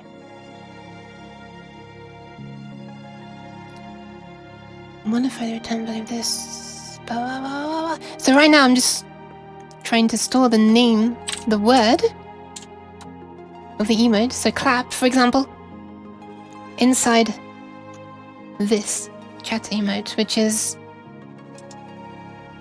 information about an instance of an emote that's in this message. No, information about a type of emote that's in this message. You can have multiple instances of it. So you'd have one of those, and you'd have information about those 5 different things in there. But this is actually currently being provided by a... Well, it's kind of modified heavily at this point. But this was originally done by someone else. The part that takes the emotes and puts sort of information about them and stores them as tags for the person who's chatting. Anyway. This is all getting a little bit into the weeds. So the problem is that I can't modify this, I guess. So if I were to do out, would it have a problem with that? Yeah, see, it still has a problem with this. Cannot modify the value of the list. Chat emote. Dot. I'm confused a bit about dot this int. And nothing about coding. Fred sent me here. Ah! Well, I'm sorry for being a bit overwhelming at this point. I know it complains about this. This one makes sense. That it's complaining this one is unassigned. That makes perfect sense. But I don't understand why still, even if I define it as out, I can't set it here. So the problem is that whether I define this as like an input, an out, or ref, I still can't change it. Oh my god, I see the relationship now. Good luck, Fred. Out is always null coming in, yeah. So if you do ref, is that like... That's kind of like, you can give it as an input, but you can also set it as an output. You know, like as you would expect if passing a reference, a pointer in C. Right, okay, nice. So there is a way to do that, nice, okay. But the thing is, CurChatter is just... Wait, what is... It's a class. So you should be able to modify anything inside it, right? As long as you're not redefining CurChatter to a completely different instance of a class. You should be able to modify stuff in it, right? Even if it's not passed as ref. Am I wrong there? Let me just see what would happen if I were to do something more simple. Confusing myself right now. CurChatter dot... Let's just randomly set the login equals... Yeah. Okay, so it's not even complaining about that. What is this semicolon thing? What? Wait, what? Semicolon expected? What? Oh, whoops. Didn't finish that. So you can do that. So I'm not understanding this thing then. You can't modify this. The problem with emotes, right? The problem is with emotes. And emotes is a list. Oh wait, hang on a sec. Can you not modify a thing in a list? Oh, but it's just a list. Hang on a sec. It's just a list of emotes, right? I'm trying to modify just one. What is this? It's just a list of this. So wait. You're not able to modify... Is the var on the emote read only? No.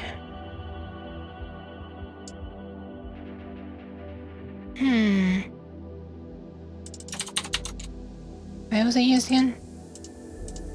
Where am I? There.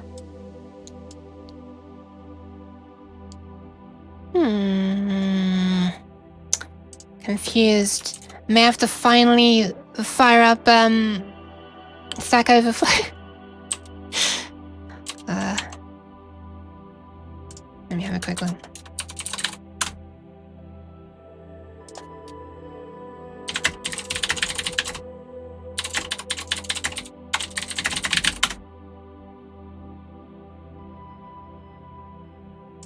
Oh, wait a minute.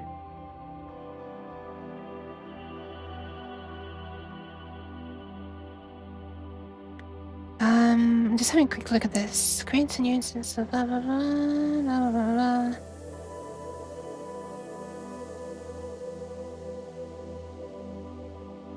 Interesting. Okay. Oh my god, I'm so sorry. I'm so sorry. Yeah, I know. It looks really bad. I'm so sorry. I forgot about that. All this time I've been on the terrible view. So I recently changed the way that my game, the captured game, is passed over to my Unity thing, and then because it lets me get a better frame rate. But I just noticed last stream that it refuses to do any kind of filtering, like bilinear or by whatever. Sorry, whatever. So it's just doing nearest neighbor rescaling, and it looks terrible. And I can't get it to fix, so I'm probably gonna have to go back to the old way. Right now I'm using something called Spout, which is a way of sharing textures between programs. I think it just literally reads the same VRAM. Also, hi, Civic, yes, I'm sorry. It kind of... Yeah, but unfortunately I can't get it to... It looks terrible. It looks like that. Unless you're viewing it full size. So before that I was using a virtual webcam, which is like a lot of overhead. But, you know. Scales normally. I don't understand. Maybe it's... I don't understand why it's not rescaling. I mean, filtering when it's rescaling. To like, smooth instead of looking like that crap. Okay, so the problem is... This is a struct. And apparently, you cannot modify a struct in a list. And the advice is either to not do it or make it a class. So I didn't make this, by the way. This was made by someone else, but I'm just... One of the effects would be if I made this a class instead of a struct. Is it going to cause issues? Maybe not. This is such a mess of different things now. Class, and then there's a struct there. Enum, that makes sense. And everything else is classes, I think. Just this one is not. Might as well make it a class then. Then everything in here is a class needed to take care of. I don't think that, I don't think that this library, this is part of a library, no, not library, what's the word, something that someone else made. I don't think it does anything that requires this to be a struct. So I'll just make it class then. So I should be able to modify this now, right? As soon as it bothers to check. There we are. Hey, nice. It's okay now. Oof. Okay, so I guess I should also be able to do this. And since this is just referring to this, modifying this should modify this. In other words, modify this, right? Right? Right? Writing the structs makes it more platform independent. Oh, okay. yeah, sure. It's called, I might as well post it now. Because it's quite a lot modified by me at this point. Not on GitHub. So, you know. Like, it didn't originally have, well... It didn't originally have support for all these different things. It only supports Twitch for a start. And there's some other things I can't even remember. This is one of the first things I got set up. So, but if I can find a link to it, what was it called again? I think it was this. Let's just have a quick look. Was it this one?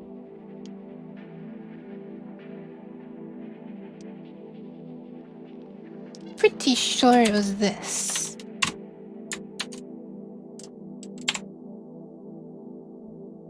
That's purely the IRC side. And there's some things in there that you should probably fix. Regarding it doesn't really reconnect properly. Or by default, it didn't reconnect properly. Oh, right! It also maxes out one CPU core by default. It just sits in a tight loop over and over and over and over and over, polling for input. It's got a lot of silliness in it. So I just put a delay of like 1 frame. Yeah. It makes a thread for each thing, and yeah. So it makes an input thread and an output thread, and then the input thread just sits in a tight loop. And yeah, I wondered why my Unity thing was using so much CPU. And it took me like... I was using it like actually streaming for like a month or something before I realized, when I was digging into it to add support for these other things, I realized, wait a minute. There's nothing slowing it down there. Oh no, I think I noticed that when I disabled IRC chat, my CPU usage was slower. That's a pretty quick thing. I'm using a Twitch plugin after spending ages writing my own a couple of years back. Are you talking about the Twitch Lib one? The one that uses PubSub? That's what I'm using. It's really old though. Oh, Twitch Connect. That sounds interesting. And I'm going to make a note about that. Because I'm using Twitch Lib for Unity, but it hasn't been updated since May 2021. And there are some things it doesn't support. Like, it doesn't support badges, I think. So all my badge stuff is done completely by hand. Downloading the badge JSON file and passing that. That's what allows the subscriber badges up there. Or whatever badges you have. Oh, that's pretty cool. Might be interesting. I'll definitely have a look at it. Check Twitch Connect. Thank you. Okay, so at this point I should be storing the word. Okay, let's do this. I'm gonna put some comments in now because this is a mess, and future me will appreciate the comments. For each different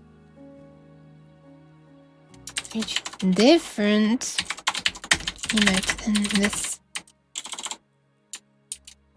message. Oh, it's actually a paid asset. Okay. Well, I don't know if it's paid or not, but it's actually an asset as opposed to you know, stuff. Fair enough. Thank you. Okay. Oh my god. Someone is using pounds? Is this a dream? So, it's just so rare that I see someone from the UK. British people? Alright.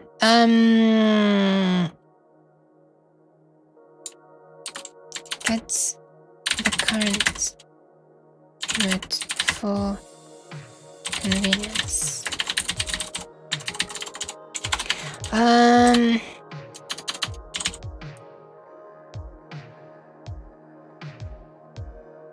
You might as well just put this into its own little...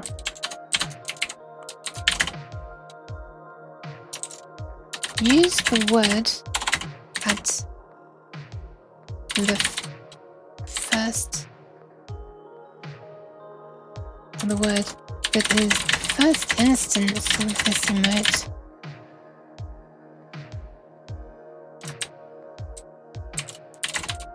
Word in the message. It is the first instance of this emote as... Well, actually more like get it. And store it in the chat emote, I guess.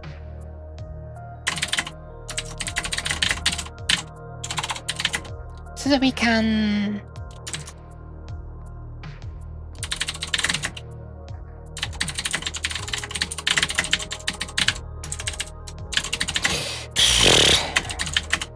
Okay. Well, sometimes I am, and sometimes... Oh, actually, there's quite a lot of comments there. There's a different...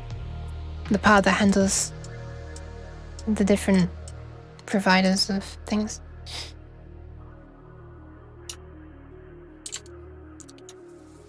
To do fixes later, I guess? I mean, yeah. I don't think I have any. I don't usually call it to do. No. It certainly consists of things like, we have to do this because this other thing doesn't work, and I don't know why the other thing doesn't work, but this does, so we're doing this.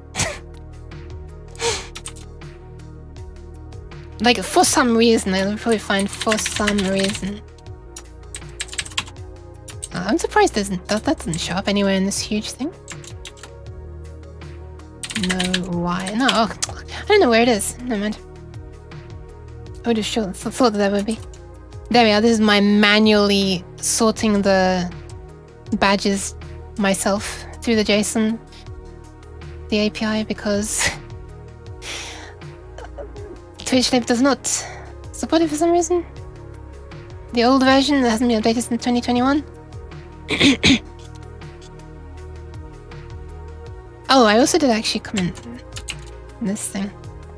There's this one special user on Twitch, which is an anonymous gifter, which is this is like a very specific thing, which is anyone who donates anonymously will show up as that, or, you know, triggers something anonymously. But random magic number in there. Should probably have that as like a constant somewhere else. Anyway, where are we? I think that's everything right. So the name of the emote should be stored now.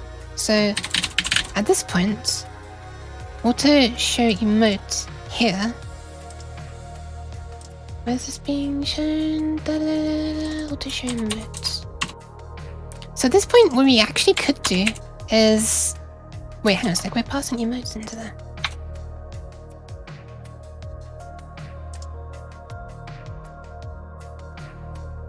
Why is this tracking continually thinking I'm frowning? I swear to God I'm not.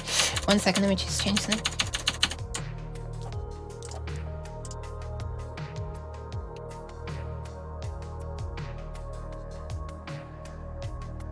Okay, I think it's fixed now. Anonymous is actually a flag in the message data for certain events, but not all of them. Yeah, unfortunately.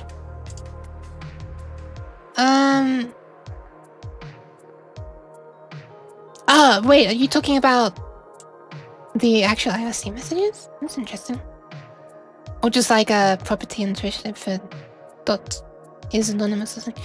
Anyway, so we're going through them each here. So this is for each emote. That's each type of emote.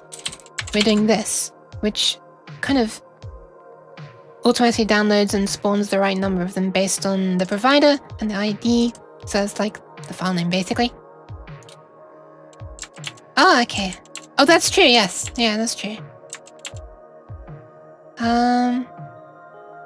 So really, I just kind of want a thing that's similar to that. Because unfortunately, we're passing in the ID, the provider, and the count.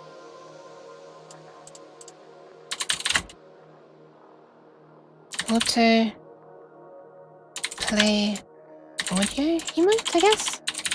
Could call it that. And at this point, we don't give a damn about the ID or the provider. We do care about the count, though. Where we care about the word. And which are finally, that's all what I've just been doing now, is so that I can access the word of emote.indexes.count. Might as well spawn it visually first. Thank you for this follow! The follow. Sorry, I just said thank you for this follow. Fark of Zeus. The follow, Spark of Zeus. Zeus. I swear to God I can read. I swear to God! Also hi F-Ball. Thank you for the facts. I'm not sure I deserve them.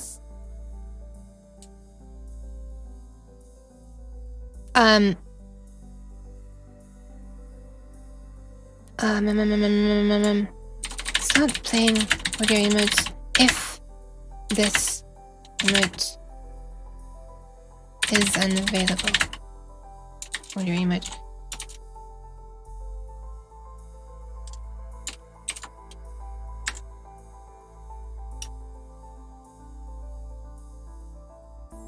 I feel like I could say that in much fewer words, but whatever. Okay, so auto show emote there, test show, auto show, blah blah blah blah blah blah. Might as well just put it down here then. And this is just going to be a normal function. I don't need to have it be a thing that can continue over several frames. Because it's just going to be this. And then this starts the coroutines for the claps. We're so close to being able to test it now. So this is going to be a private, a void, that, and where we want emote name and num emotes. It's not going to be live on here. Hold on.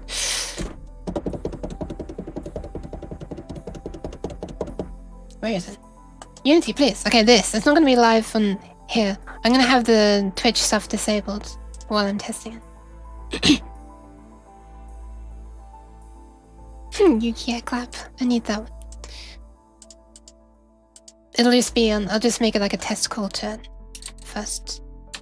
So, oh, I need a reference to emote sounds, huh? Within here. Okay. That's a good point. Wait, no, you don't. No, I don't. Wait. You know what would be really nice is if this could be done through the emote manager. I already have like something that's absolutely designed to be dealing with emotes. When you do this, spawn emote here. There's this here. Wouldn't it be nice if this could just do everything?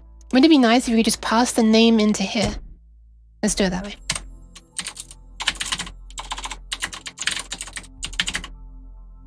But do I care about the fun? No, for when I'm testing it. No, that should still work.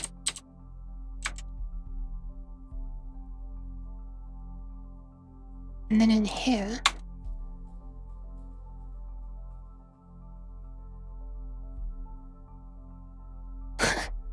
Oh, this is a bit of a mess. This is kind of a queuing system for a bunch of particle systems. Each particle system is for a different, visually different emote. And maybe I shouldn't be using this. Oh, right, yeah, this is the emote particle system manager, the PS manager. Never mind. That should not be doing anything to do with audio. Let's try and keep things separate. Oof.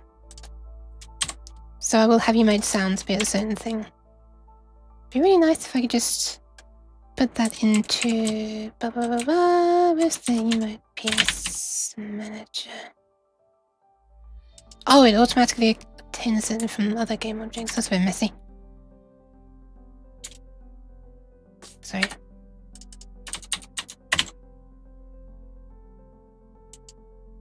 You know, yeah, let's do it that way. Wait, hang on a sec. What should I call it? I usually do that for like the instance of the thing. It's just a strange thing that I do. And I don't really care at this point. Does it fire an on emote event you could register to? No. I'm very basic when it comes to this, I'm sorry. So how the original IRC thing works is it runs on its own thread. So it's not on the main Unity thread. So it puts into a queue every time it receives a message, through WinSock, I guess. And then on update, which is, you know, the Unity's main queue thing, it fires.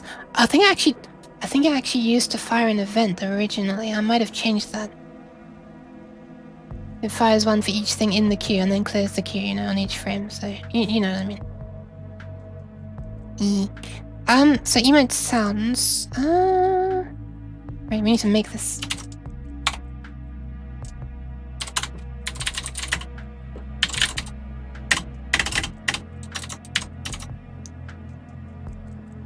So that should be okay now, right? It finds it. And it's on the emote outlet, I think.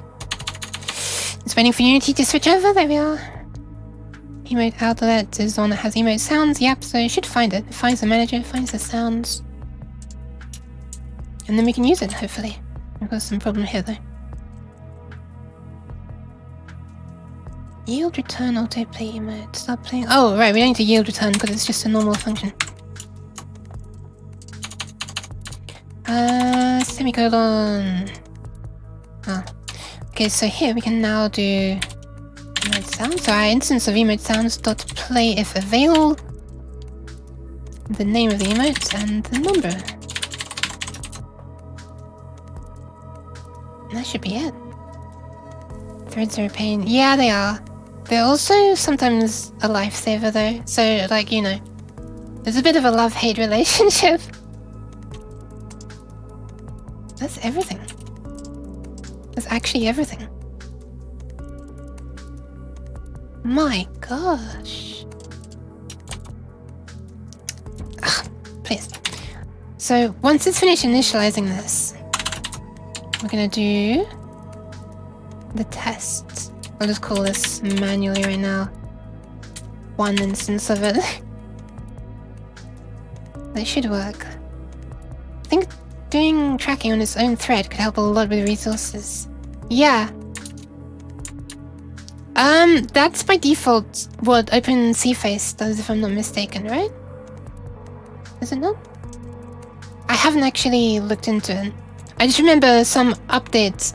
I just remember in one of the changelogs for vCFace, it said something to do with, actually it might have been a changelog for OpenCFace. I think they reduced the number of threads that it used, something. I honestly can't remember. They did something to do with threads. So they're doing something with threads already, at least. By the way, I cannot believe that the reason my stream looked so really choppy for so long is because whenever vCFace went into the background, it put itself on the real-time priority. They just changed that in a recent version, and I saw in the changelog and I thought, wait, what? So they added an option on vCFace in the settings to disable that near the bottom. Disable increased background priority. So it used to, when it was running in the background, put itself into real time. I never knew, and only recently did they add the option to change that. But yeah, I've noticed every VTuber who does the DIY route always has choppy game footage that I've seen so far. It's kind of sad that there isn't a good way around it. I originally thought it's because, like, the problem surely must be, like, a problem with synchronization, right?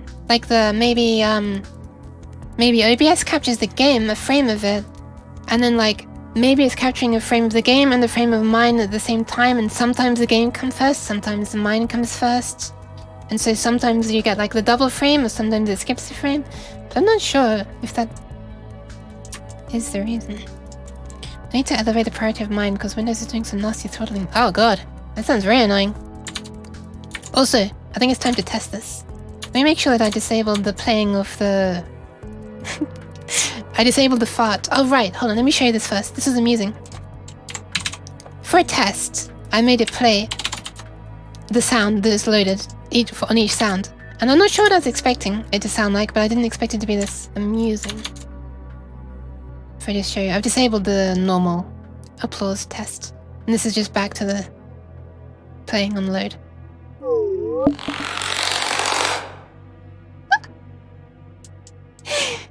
That's what it sounds like.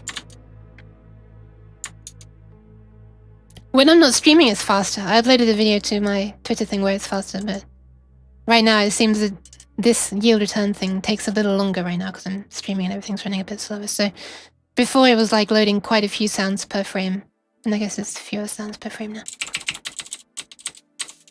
So it goes on for longer, which is funnier, to be honest. Quiet C++ stuff and C++ frustrates me. Hi Shady! Wait, changing the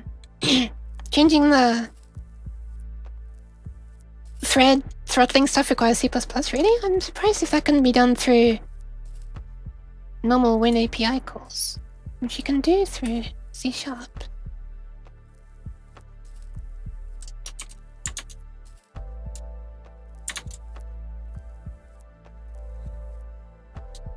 GPU priority. Okay, I don't know anything about that, I'm afraid. DirectX stuff. Oh god, okay. Alright, good luck with that. Okay, so I'm gonna test this now. Play if available, clap. And it should trigger this, which is the very first time I'm running this, so it's almost certainly gonna show some error. But let's find out.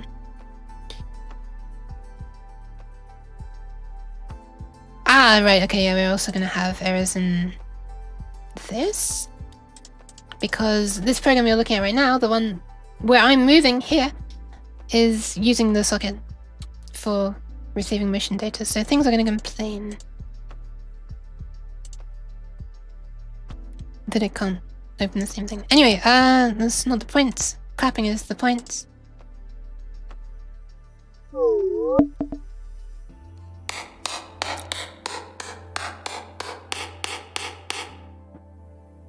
Oh my god!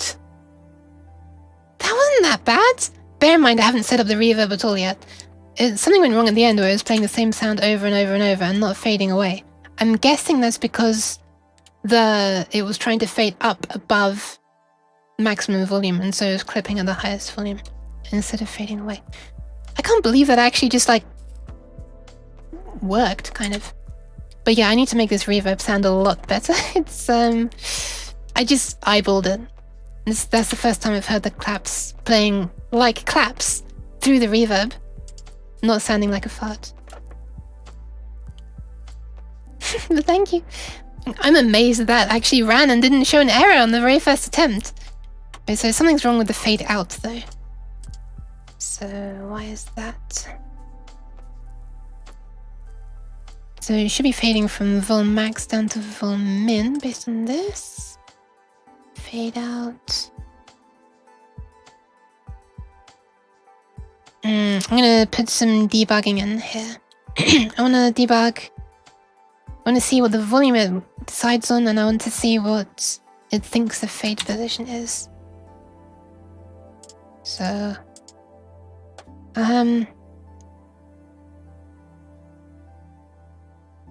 let's do it. Debug.log fade pos. Actually, I should put stop. What is this? Play clap like. Oh, who cares? Fade in. Fade pos is this. I know this way because all type is die hard. I'm gonna do it on the out as well. Might as well do it on. Oh, there is no fading in sustain. I'm stupid. I like the fact that this little random range thing did make it choose different clap sounds while it was in this state as well. I think it was just while fading out that it was strange. Could also do a thing where it makes sure that it won't choose the exact same clap sound twice in a row. Like, just keeps on redoing random until it chooses a different one. That's a little bit scary for me because, you know, theoretically you could choose the same random sound for infinity. But since this is pseudo-random numbers, and that's not how pseudo-random number generators work, hopefully it should be safe. So whenever I do a while loop, I'm always a little bit wary that maybe it will never stop. Maybe it will literally be a while true with no way to stop. Anyway, what do I want to do? Volume, right? Yeah. That's the other thing I wanted to test. I can do this down here because the volume persists. It's defined up there.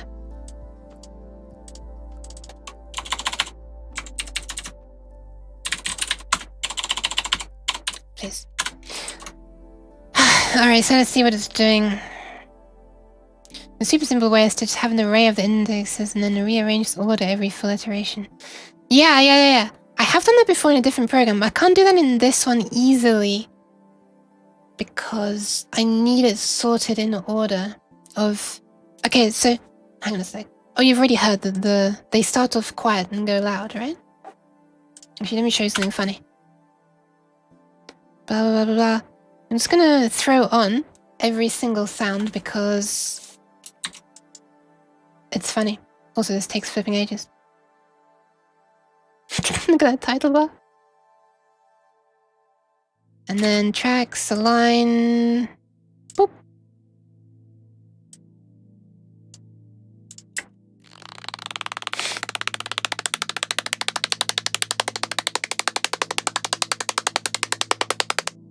The beginning just sounds so funny to me. It just sounds like creaking leather or something. It is way funnier. I've heard it a lot of times, so my laughter's a little bit worn out kind of now, but the first time I heard it, I did laugh out loud. Oh my god, F4, that's some... that's some very fast rapping.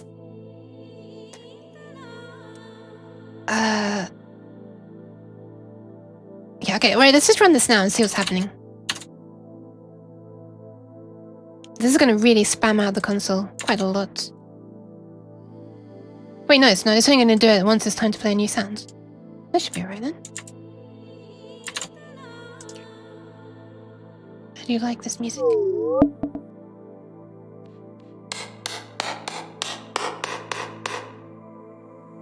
Okay, fade pause is 0. Interesting, yeah, so there's a problem with fading out. It's never fading. Oh, and it's not randomizing it either, yeah. Well, that shouldn't be a problem actually, because each one's gonna have a different maximum volume, so... Hammer and nail. Yeah, I know, it's really weird right now. Wait, fading in is fading as well? Yeah, look, fading in is fading as well. Failing. The fading is failing. Why is it so difficult to say? And then when it's actually doing stuff is fine. Why is fading in fading? Single clap, I just imagine one dude in an audience. Yeah, exactly. It's just, you can only hear it over me pressing the key to stop playback or whatever. Could also make like a slow clap version as well. I mean, in here that's super easy. Just do something like, boop, say 8.8 to 1 second, or 15 seconds, which I just typed by mistake. This occasional clap, that'll probably make me laugh a lot if I do that. Right, so let me just see what's happening here. Why is this fading? Oh! The min of 0 and something above 0 is going to be 0.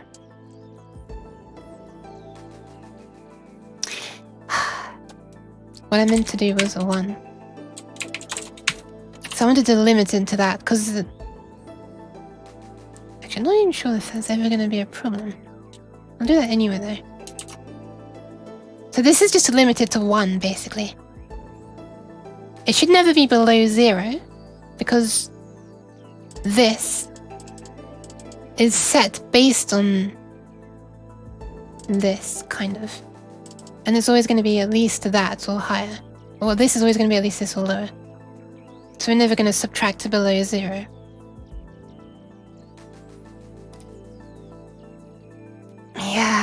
Yeah, the minimax is so unintuitive. So it's like, I want to limit the maximum number it can be, so you use min. Or I want to limit the lowest it can be, so you use maxes. Yeah. So there's the only possible thing is that it could go above. Oh, clamp would work as well, actually. Then I wouldn't even have to question. Yeah, clamp would work. Is clamp hard coded to be 0 to 1? Oh, there is a version that clamps 0 to 1. Okay. Interesting. I know clamp in shaders clamps 0 to 1, doesn't it? I've done a few shader things, not much though. I fixed the stupidity of the Unity shader, transparent shader. So there's a really stupid, what I call a bug, in the default Unity transparent shader.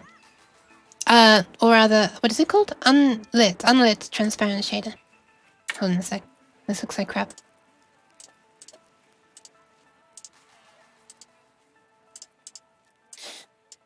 So there can be a problem with bloom and alpha. Alpha can get... So alpha is normally like how transparent you want the texture to be, right? should be 0. It's not drawn at all. It should be 1. You see the whole texture. The problem is, if the alpha can become larger than 1, and then the shader actually tries to actually process that. And that makes absolutely bizarre nonsense colors and squares and crap. So I just made a very simple shader that clamps alpha to 0 to 1. Thanks for coming to my TED Talk. Yeah, so I noticed this originally when I had Christmas lights here. And they could bloom like that. Actually, originally I had a few point light sources. Most of them are not on now, thank God. I'm not quite sure the best way to show this off is. I don't think I need to use this actually. I think I can just turn up the brightness on the light on my avatar and that'll show it off. Wait, why is that not going up? Why is that not blooming out? What the hell? Is it not bloom? There is bloom on my avatar. What? Why is this not blooming out? This is weird. Look, this blooms. Strange. Okay, whatever. In that case, I will just do... I guess that's how I have the shader for the skin set up. I wasn't expecting that. Let me just turn up the emission of this then, because I know that this blooms. So if I go to the clothes...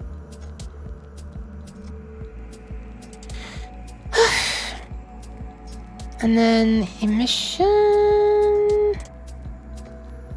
turn this up way up like that.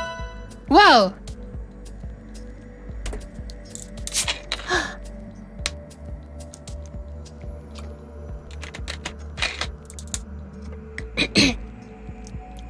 There you go. Thank you for the hydration. I'd actually been slacking a little bit.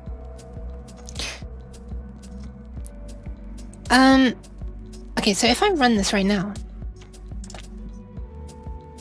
and switch over to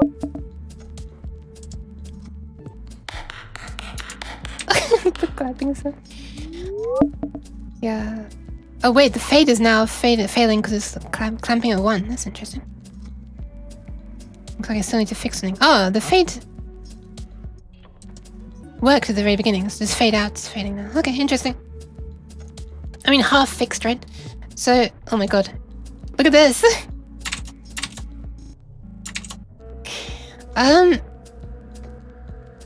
Okay, so this is working correctly. This bloom looks fine over this. But if I change the shader that is being used over here on this, that's because this transparent thing here is being rendered correctly now. But if I put it onto the crappy default shader, then I just called it better unlit. So if I just put it on unlit transparent. Oh, it's actually not fading right now. Interesting. I wonder if there's a way that I can get the notification to appear. Where are my notifications? Notify. That's on the one. Here we are. Wait a minute, this is actually not fading right now. It's kind of interesting. Well, there was a problem in the past. Maybe as if the one behind it also uses... Oh wait, I just changed the UI, not the avatar shader. No, I didn't. I changed the UI as well. Why is everything working? It shouldn't be working. I don't understand why stuff's working, but previously it didn't work. I've got screenshots of where it wasn't working. Now the undoing begins. Okay, that should be it. Well, that was a big waste of time. Anyway, let's see if we can get the clamps working. We've got the fading in working at this point, I think. Let me just do another quick test, because that was a really short fade in and it chose last time.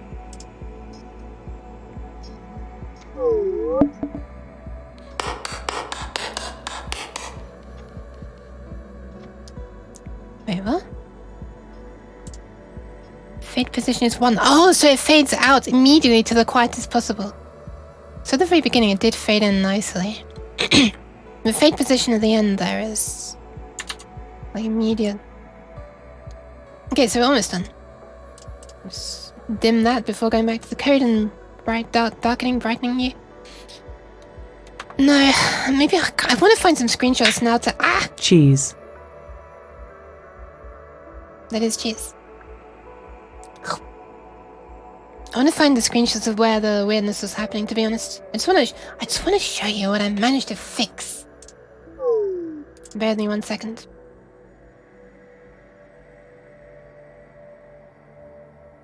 Alright, it should be safe to go back to that view now. I mean, not that I have anything on that view yet, so might as well let me find it first. Alpha. From... Kaiser! That is so loud! Oh yeah, by the way, if you would like to, you can send cheese sounds and I'll add it to your... I'll add it to the cheese sound database that might play. Oh, it was only point lights that caused the problem. It's point lights and not directional lights. Alright, let me just save these pictures so I can show you. I took like before and after pictures, screenshots, so I'll just put that on there and that on there and also this on there and this on there. Oh my god. Okay, so this is what I mean. So this is flipping brightness. So this is with the stock shader with the point lights. It's causing really weird issues over here. This shouldn't be showing through at all. This shouldn't be showing through at all. So the UI should be behind the avatar, right? And there's this weird artifacting crap going on there. And then with my shader, it's that's the exact same scene, by the way. It's also this overexposing shouldn't be overexposing either. That's the additional alpha causing that to look there. Hey, Brit, I know, right? Hayami-no-kun. And again, when you have many point lights, you have this nasty thing where you can see squares. Ah, thank you for the follow. I mean, Amino, Shakure, Amino, I'm not sure. But yeah, right around here, there are squares at the very edges of the lights, and you can see that. And which obviously shouldn't be possible. It should fall off before that happens. And then with the custom shader, it looked like that. Nah, why? I didn't do anything wrong. I mean, I guess I might have mispronounced your name. But yeah. So this fixing is purely clamping the alpha to 0 to 1. That's all I'm doing. And it's magically fixing everything. Ah, thank you for the bats. Anyway, yeah. That's that.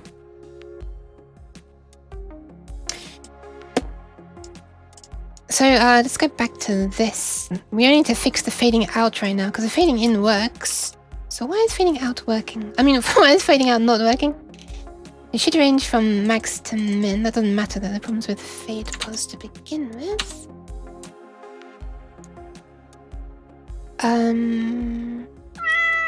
It should go 0 to 1. Yeah. I really love that sound of that. I'm sorry, I was slightly distracted by looking at this. I normally meow after doing that.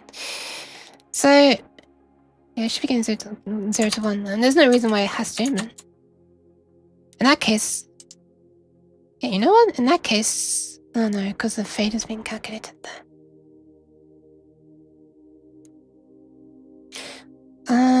Okay, why is that the case?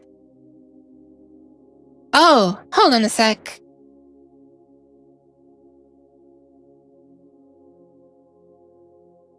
Right, we also need to be incrementing the FS stuff. Okay, so this is the timestamp of when the fade state... like when the fade starts, and this is the time when the fade ends. And we're increasing this every time we do that, but we should also be increasing...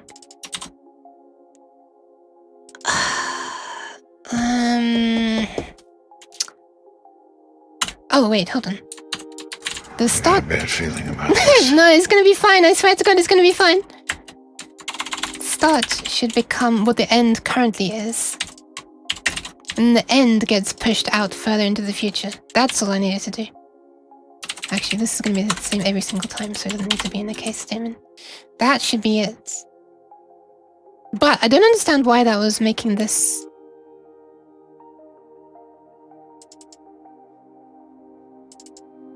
that might be it. That might be it. Let's see if that works. That was certainly a mistake. It might have been the mistake.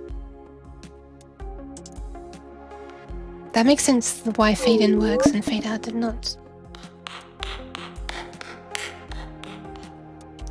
Hell yeah! Okay, it works now. It fades in and it does the claps and different volumes. The good, I don't know why it worked. Oh yeah, yeah. Nice. Okay, so it's a problem that is no longer a problem. Okay, so I think what I want to do now... Thank you for the pats. I really like it when I get pats for actually being, you know, good, rather than having bad behavior rewarded, or just failure rewarded. Okay, so, right, I need to, I kind of want to have this sustained for a long time, just for while I'm debugging this, so that I can fiddle around with the reverb and get the reverb to sound good, because right now it sounds, you know, like I'm in an empty metallic room. So, kind of want to change that. So, what if I get this going for 5 minutes? Hopefully that'll be enough time. Wait, why is it suddenly complaining about this? Hold on. So... Hold on. I know why it is. I don't know why I have to do this to fix it every time. So basically, whenever a script, whenever you make or delete a script, I didn't think I'd done that, Unity remakes this, you know, the main C# project thing, and it always puts the lang version latest. But if you make it 7.3, then that has different rules about the new thing, and this then reanalyzes, and it stops being so picky unless you actually use the new statements how you want to use them. And I don't know if there's any way to change the settings of Unity to not put latest, but put 7.3 instead. But I just manually change that to 7.3 every time, and it's a little bit ridiculous. So anyway, what the hell did I just click? Oh, didn't even know I can do that. Alright. 5 minutes, let's go.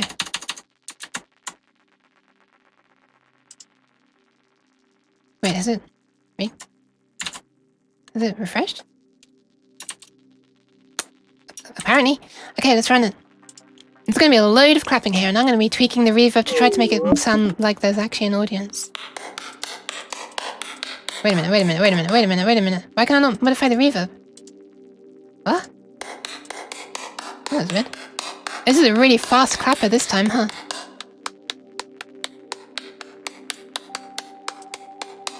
Okay. Hang on a second, is there reflections? Oh, it's there we are. Now we're getting somewhere. There's this little delay before it begins. F4, no, it's not that. It's nothing rude, I swear.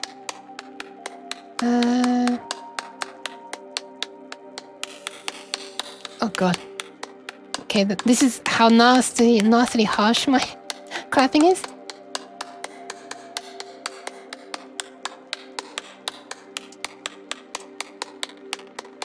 Oh wow. Oh right, that's the high pass to low pass filter, yeah. Oops. Just a low. Where was the high there? I you can barely even hear that. Also, maybe if I stop the music, I might be able to hear the damn thing better. Why is it so quiet as well? Oh my god. Ah, my ears! Okay, that's really loud. Oh no! So it's basically no. Wait, what? I thought this was like low frequency and high frequency.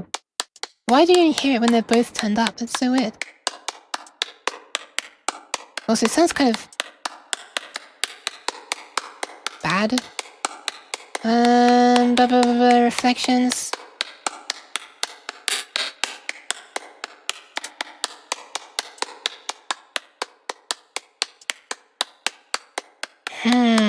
This sounds a little bit not very good. Why? Oh, reflectively.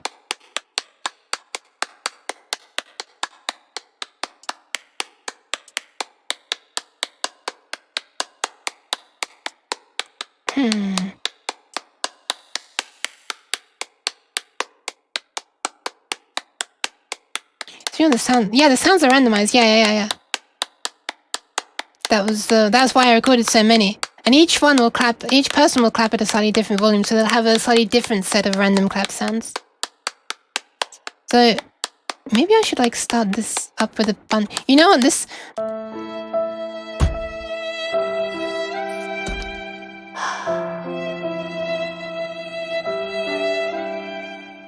That sad violin was very, very, very appropriate because as soon as I clicked stop playing, it lost all these settings. And I forgot that would happen. I think it did, right? Didn't I forget them? Wait, no, it didn't. No, the delay is still on 0. No, I think that's okay. I think it kept them. I think it kept them, right? Yeah, because this was 1 second or something before, right? So now it's, yeah. Oof. Crisis averted. So let me just get a few of these playing at once. Let's get, say, 5. Yes, it will sound less lewd if I get multiple going at once, right?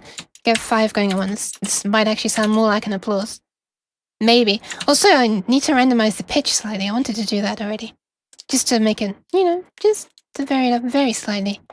But wait, you can only adjust the pitch for one audio source, right? Or can you change it?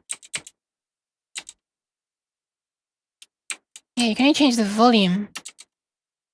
Which I don't want to do. Because I've got the differences in volume baked into the sounds, if you like.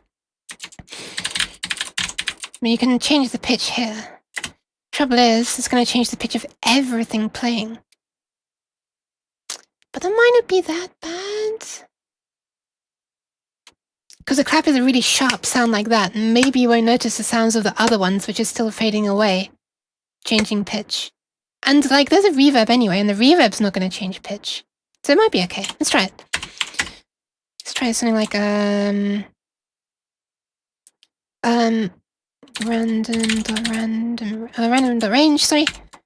0.998 to 1.02 or something, maybe? Try that.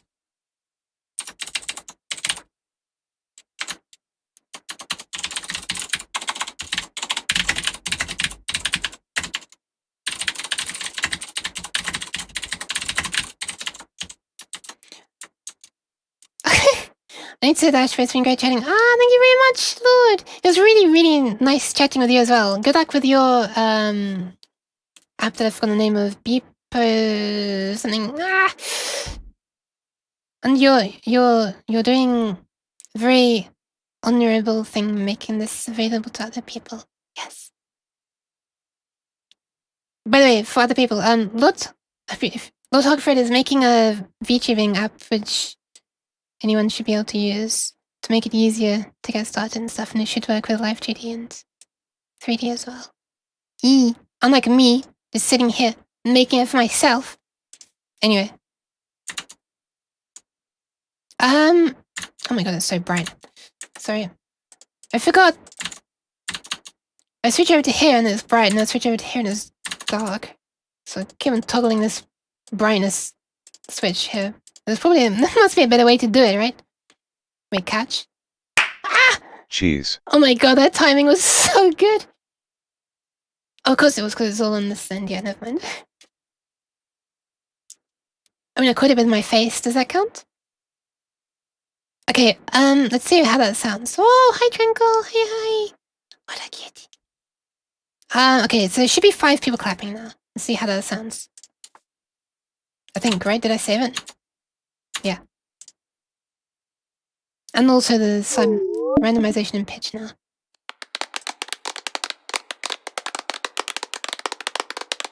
That just sounds weird. That just sounds really weird. Why does that sound so weird? Why does that sound so weird? That sounds so... Is it because they can never get too close? They can only be like 1 frame apart or something.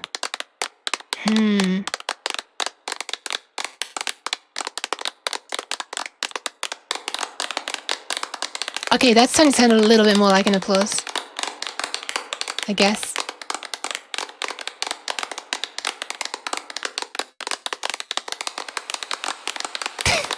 "20-second reverb applause."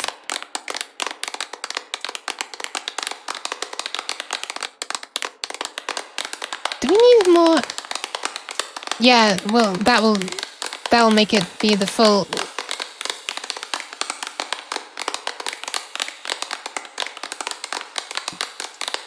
Gloves on there? Yeah, it kind of does, right? Maybe I can make it sound better with like a... If I put some do some EQing on it. But by the way, you can do that. Density as well, is it? Oh god. Wait, why is density affecting that so much?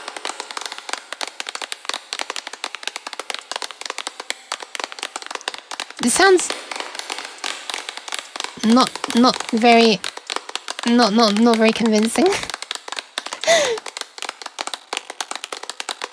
Yeah, there's meant to be some variation in volume, but it's not very good. It does sound like firecrackers. Yeah, maybe I need to make the volume change more, huh? Okay, let's do that. Let's, okay, so the volume currently is ranging not a huge amount. Maybe I do need to change that quite a... have it change quite a bit, huh?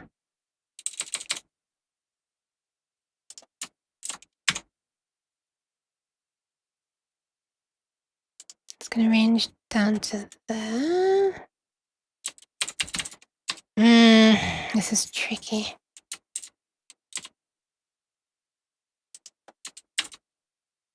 So it was 0.05 when it scaled into the 100 to 115 range. 5. So there's this sound. That's extremely quiet. We don't want it to ever go that low, do we? So 0.1 would be 11, right? 11, sorry.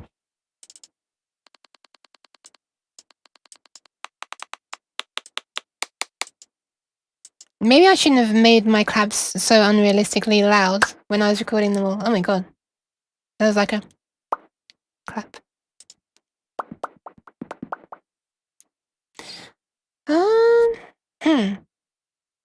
Maybe I should change the title of my stream as well to not mention that I'll be playing a game later, because at this point, it's been 4 hours. Starting a game after 4 hours is maybe not the best idea, especially on 1 hour of sleep. Let me just remove that from the stream title. Damn it. I'm really sorry if someone had been sticking with me in the hope that I'd actually be playing something. I mean, I'll do it on Thursday. Probably. No, I will, because I don't like to do the same. I always want to make every stream of the week that I do be different. I said maybe, right? I said maybe a game later, or probably a game later. Because I did think that I might not. I didn't know how long it was going to go on for. You never know how long coding is going to take. I took I enjoyed like a bunch of... Why am I looking if it's less than... I should be looking if it's less than that. Also, I should have these defined, so I might not be changing them in line, but whatever.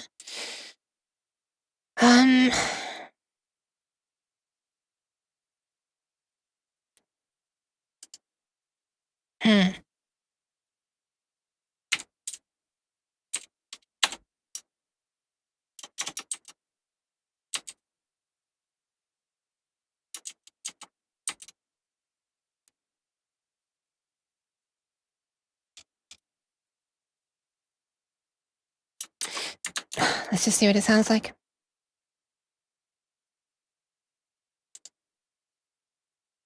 I'm quite curious about how loads of them would sound as well.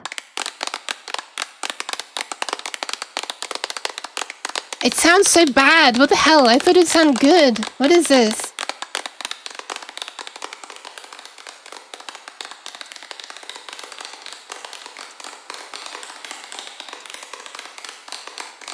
Oh my god, I'm sorry.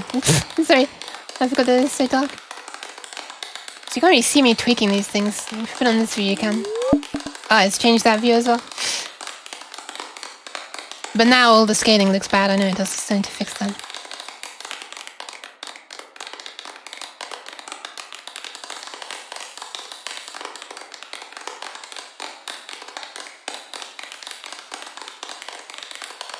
Yeah, I think in general this is just the... Now, there are loads and loads of different pitches, but I think the problem is there's not...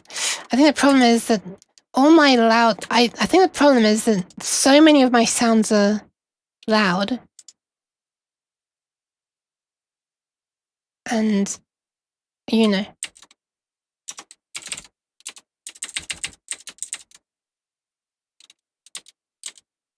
It shouldn't be.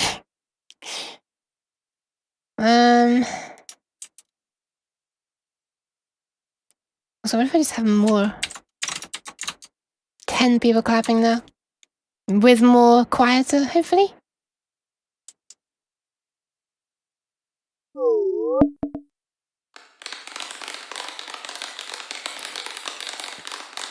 That didn't sound like 10 at all. What the hell? I think the problem also is that we're reaching possibly the limit of the number of sounds that one audio source can play. I might be wrong though. This is just going to sound worse and worse. If we did, let's just do 100 because we can. I want to hear how bad it sounds. Is it just going to be like constant buzzing because it's just only doing it at 60 frames a second, right?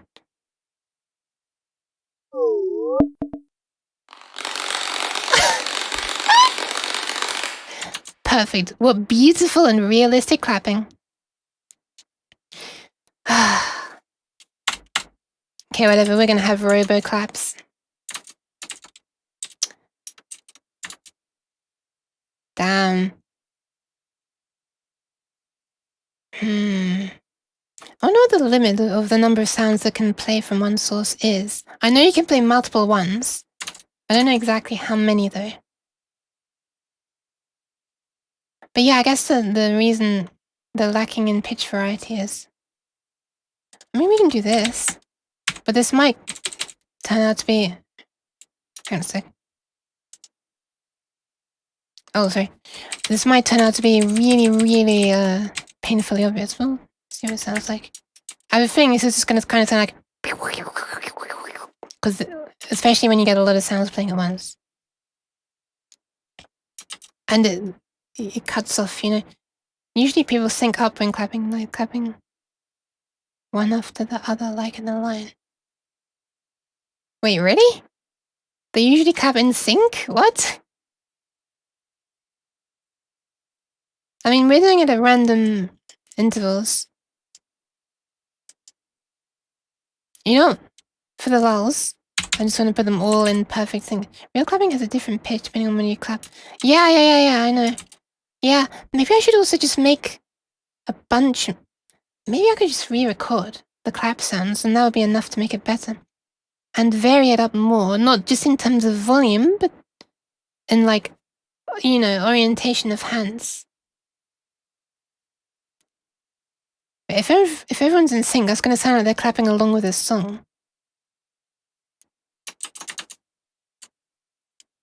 So this is not going to sound in sync. All I've changed here right now is the pitch variation.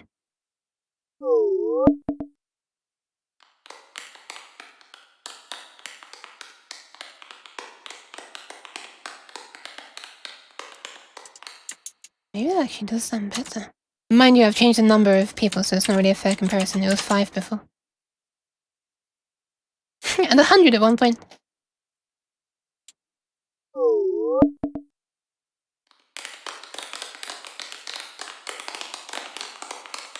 That might actually be better already, to be honest. How far can we push this? Mind you, each person should have their own pitch, right? Shouldn't just be totally random. Okay, each person's gonna need a pitch, so we're gonna need to choose a pitch at the very beginning. Let's do it here. Pitch, I guess. Because their hands aren't gonna change size and stuff. Should get the number of viewers and have that many hands. Yeah, that'd be pretty cool. But it's gonna be based on the number of emotes that people spam, so, you know, maybe only one person wants to clap and everyone else wants to punch me, so in that case, we should probably let the other people not have their punches turned into claps. Mind you, you know. Yeah. cheese, I mean, that already does sound a bit like a clap, huh? Okay, so this one's gonna be the big one. How small can we have? Like, you know what? Let me do something. Let's load a clap.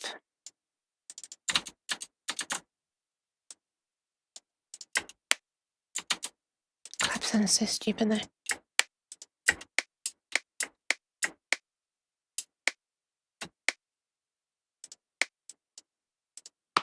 Just want to see how low we can take it without it sounding ridiculous. Wait a minute. Ah, yes. I love it when people clap to me. Alright, so...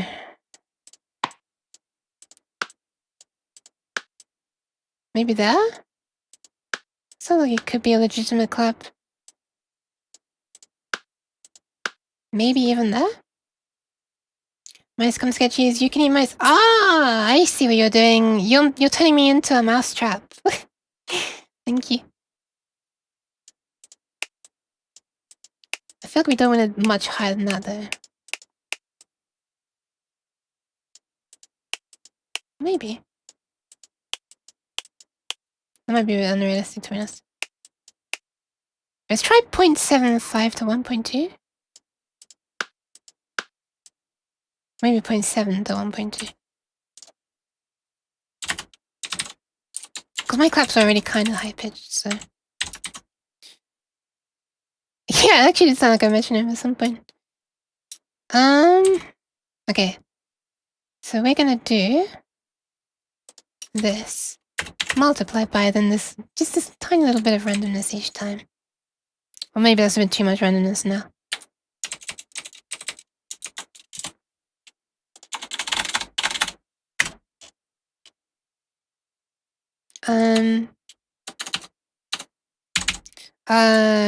Choose overall random pitch. You could say that it's like simulating the differences in hand sizes and orientations.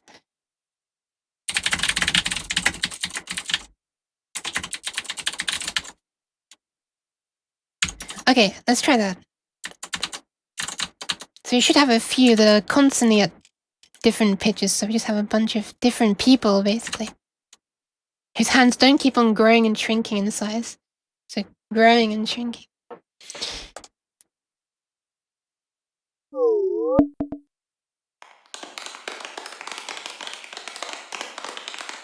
know, it's not that bad. I think that the weirdness might just be that it's going on for so long as well. maybe have the fade in last much longer and the fade out as well. So that we're actually changing volume more over time.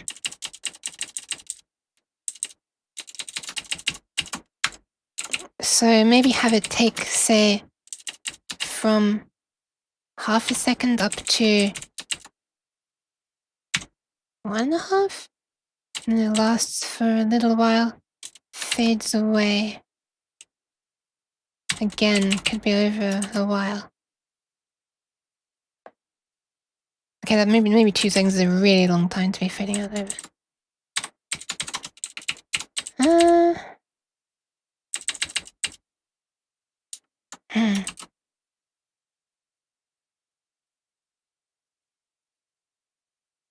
Wait a minute, was I changing this one all the time instead of the other one? Yeah, I was. Oops. We don't want it to be a long delay before starting. We do want the fade in to take longer than that. We do want there to be some fade every time as well. Alright, let's try that. So now they're all fading at different speeds as well. Should be some more variety. I mean, they were before, but now the range is bigger.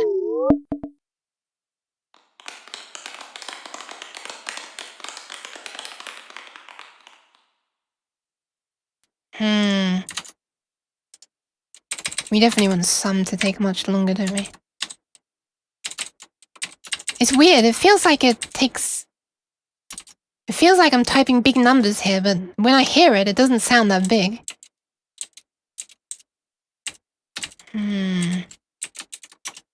Also, I just realized I keep on forgetting to change this so that you can actually read stuff. I'm so sorry. So maybe just taking so long is just a little bit unnatural. Lasting for so long, you know? Let's try that. Unity reloads, and there we go.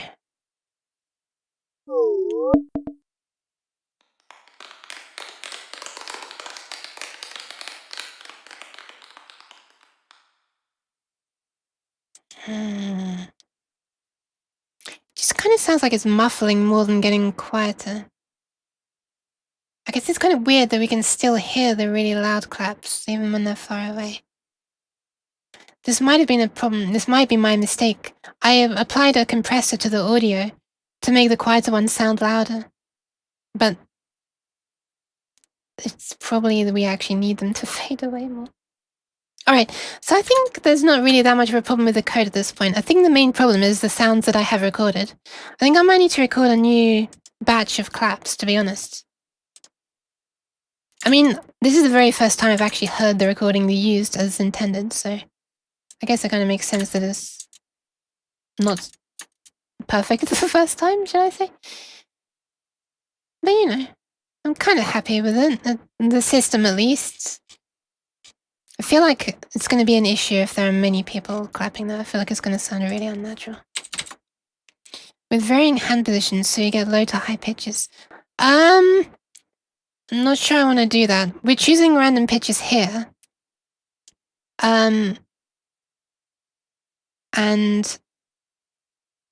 I kind of want each person to have their own hand pitch. I don't want each person's hand to like be changing size. Because if you have just one, we kind of want all the pitches to be kind of similar, you know? If one person is doing it. I just want it to sound like the same one person.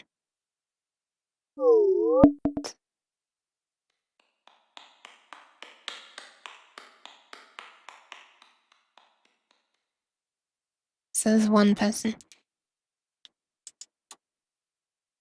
I mean, all those sounds are quite different. It sounds quite different when you just have one going, right? But yeah, yes, Trinkle, they're all different. So if I load them all up, I have to use a different version of Audacity that can actually manage this. If I put them all in one at a time, which takes quite a long time. I mean, thankfully, I'm not having to drag them one at a time. Can you imagine? Can you arrange them end to end? Boop, boop. Then it sounds very amusing. It sounds like this. I'll never get tired of hearing this.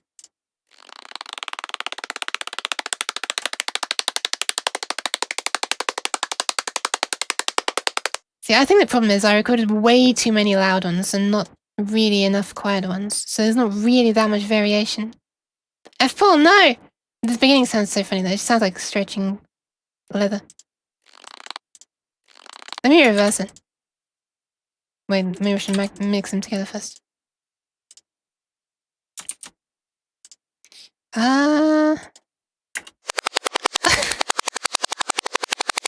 My ears! Why does that hurt more than the other way?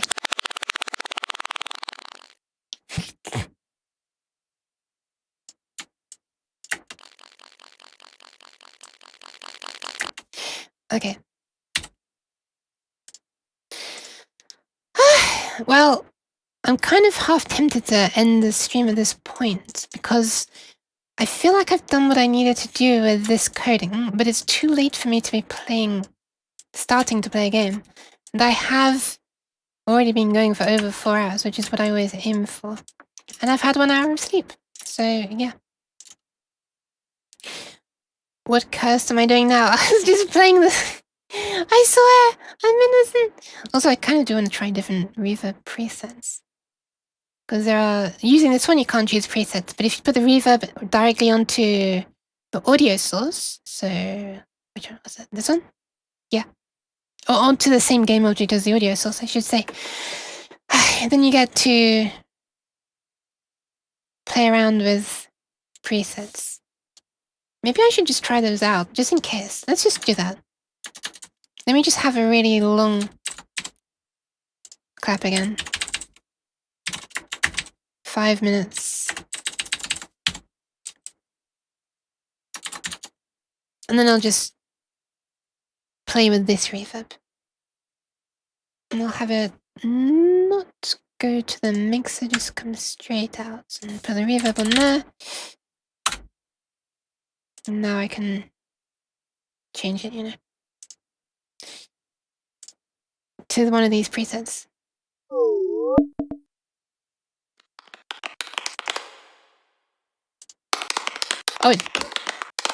oh no, each one has its own... Okay, this isn't gonna work very well. Each one has its own instance of a reverb, it seems. Oh god, this sounds so bad. Yeah, it resets every time it plays a new one. Ah, damn. Is it actually only being able to play one sound at once then? Because I thought you could play multiple sounds. If it's only being able to play one at once, that would make sense that it sounds really bad once it gets, you know, a load of sounds trying to play at once. Maybe I could make a kind of a little collection of audio sources, like an array of them, and it just sort of cycles through them. So that, you know, if the first one's in use, it uses the next one, otherwise it uses the next one, etc, etc. Maybe I'll do that right now. Maybe I should do that actually. So right now, oh my god, my voice is dying after I've been streaming for so long. But right now I have, you pass in a reference to this one audio source into the script, and it uses this one audio source to play everything. Maybe I won't do that. Maybe I can't switch over to my code. And instead I'll just make my own array in here.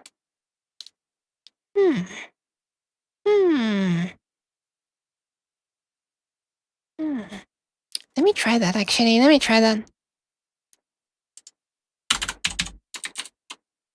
Our own... It's gonna be a bit like a ring buffer, right? Our own... Ring? Can you call it a ring buffer? I guess it is. Buffer of... This is kind of... It's like a buffer of things that have their own buffers, whatever. Audio sources.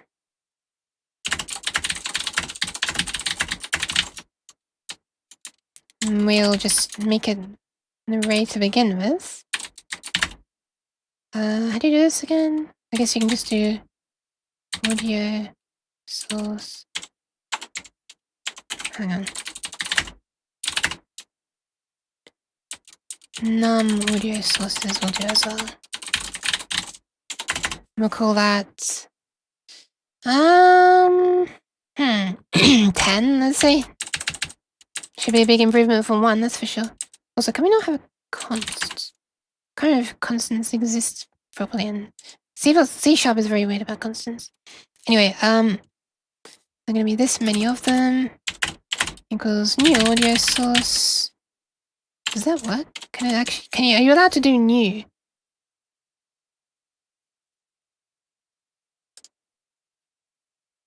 Oh, hold on a sec. Wait, you can't do it through, you can't instantiate the array that way, can you? Oh god. Well, you can do a list of them, right? Right? Okay, whatever. I'll just do it this way and I'll... Hold on. Num audio sources that does not exist? What? What? What? Hang on a sec. Am I... What?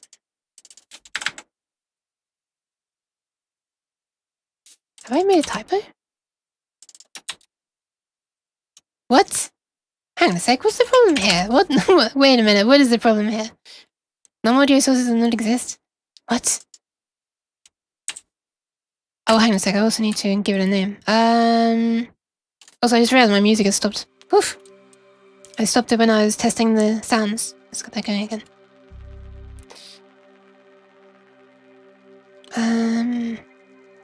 Kind of prefer this view because you can actually see the music that's playing though, but I know it's like really hard to read.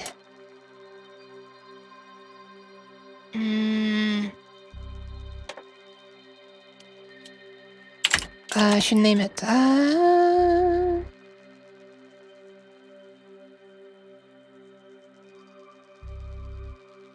Audio sources, I guess. Or even just...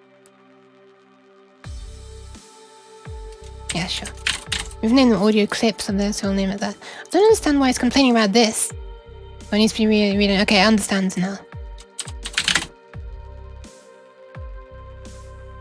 Race size cannot be specified. Try initializing with a new. Wait, what?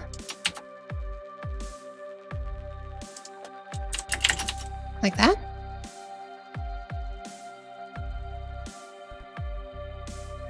What? I'm confused. I am confused. Cannot be specified in a variable declaration, and then once... Where would you pass in the number of flipping... Hold on a second. Stack Overflow, help me! So see, I understand that it probably wants me to do something like this. And then like, there's like a number somewhere. But I don't think that's how you do it, right? And you can't use it as literally a 5 in there either, because that would mean something else.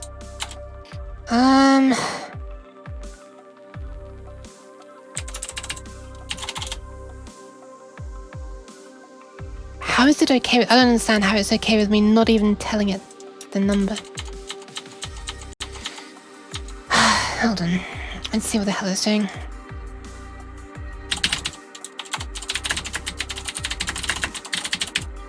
Command modes.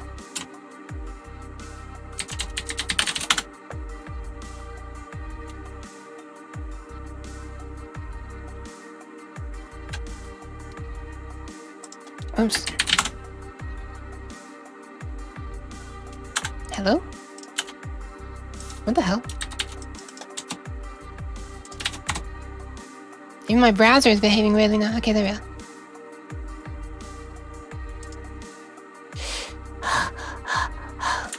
What? I have to enter. Ah! Cheese. Ah, stop. No. Cheese. No. No. Why is there no Cheese. cheese? No. Cheese. Oh my god, the cheese just... Cheese. Cheese. God damn it. Cheese. Käse.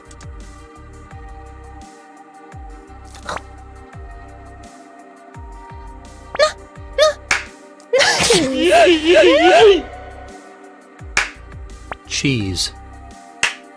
Cheese. I'm not even on the screen. The cheese. Oh my god, it's going crazy. No. Okay, I saw what happened there. The cheese kind of... Yeah, it did go crazy when I was being yanked and pulled back, but it's kind of strange that it does that, isn't it? Because I'm never suddenly jumping to a new position. Ah. Thank you for the pats. Less thank you for the cheese, but I'll let it slide, I guess.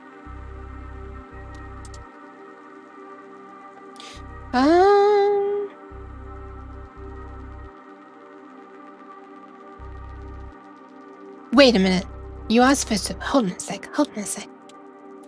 Really? Hold on a sec. Are you saying that you can do this? You literally can do this. Cannot apply indexing with to an expression of type audio source. What?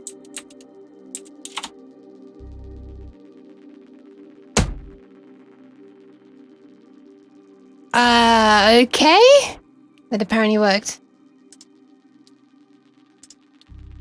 Alright, anyway, so we're gonna initialize them here. So maybe I will still keep one audio source over here, in this section over here, which you can't really see, this section. And that's used as like the dummy one to set up all of the setting lists. I'm not quite sure how you'd copy them over though. Well, I only really care about the output, to be honest. Okay, so what is this type? Audio mixer group. Right, I might as well just do that instead then. So instead of passing in the this audio source into there, we can just pass in the mixer group into there, and it makes a bunch of audio sources itself. So an audio source is like a speaker, basically. It can play a sound. Alright, let's try that then. So instead of this, we'll do public mixer... what's it called? Audio mixer group, we'll see. What was it called? Sorry. Audio mixer group. Wait, what? Is this not a standard Unity type? What the hell?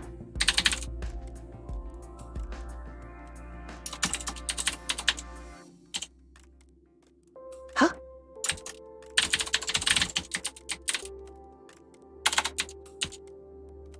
What is this? Why do we know? What? What? Really? Can you not define your own, or is that not a thing you can use?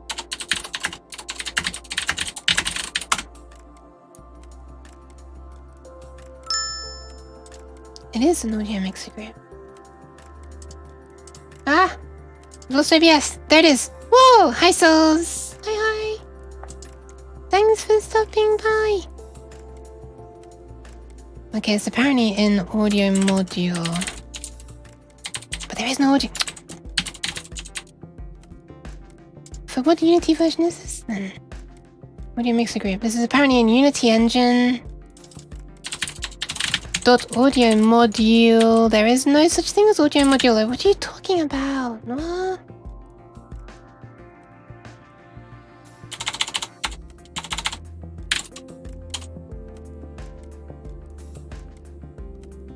Am I being smooth brain here? What is this?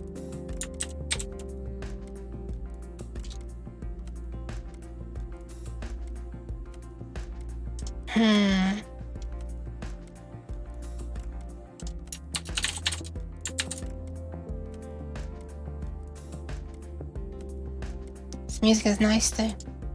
Makes it sound less like I'm failing.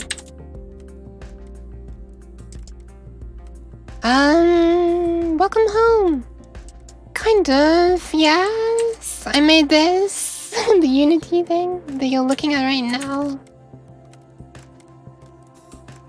I mean, that's the reason I'm vtubing, really. Because it's a way to, you know, try to use my hobby as a way to entertain people. Though what I'm doing right now is not particularly entertaining because I'm struggling to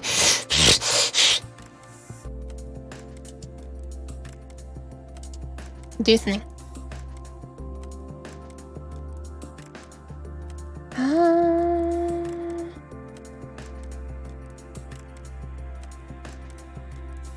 Someone's trying to do exactly what I'm wanting to do right now.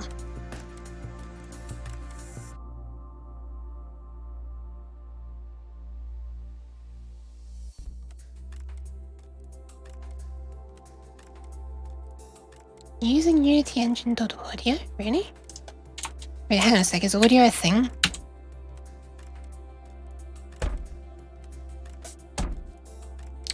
There it is.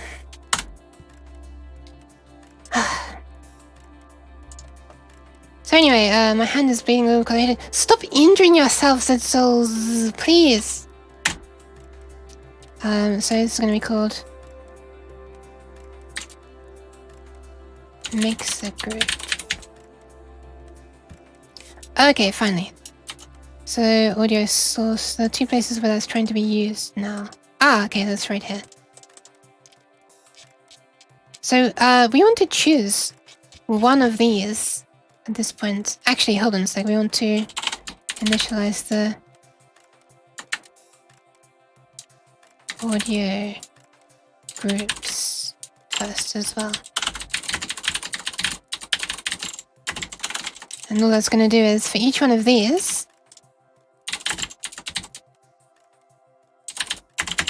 what? Oh. And this, oh, stop doing that. Less than num audio sources in K++. So for each of the audio sources, all it's going to do is set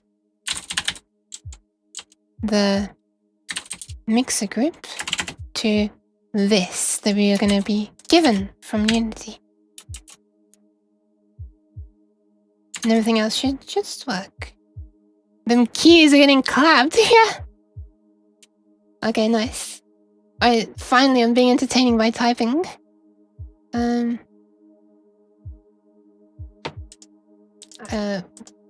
What? There we are. No, where's Unity? Oh, there it is. Oh my god, Unity, please.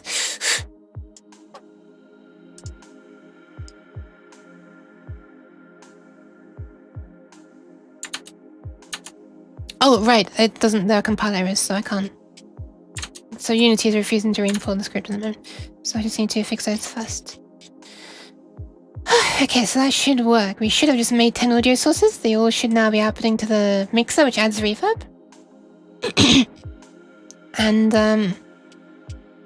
now we just choose one. And the one we want to choose is the one that's going to be used the longest to go. So we need to keep track of what the last one used was. So, last audio source. So index of the last audio source, which is just going to start at 0, let's say. Actually, let's call it ind next audio source. So the next one it's going to use is index number 0, the very first one. Yeah! No bunks! No, Drazen, please don't talk about it. It makes me feel physical pain.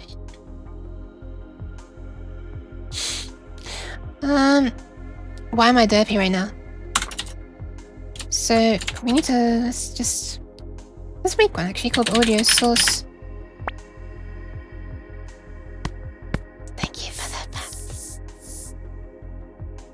Pat. So the audio source,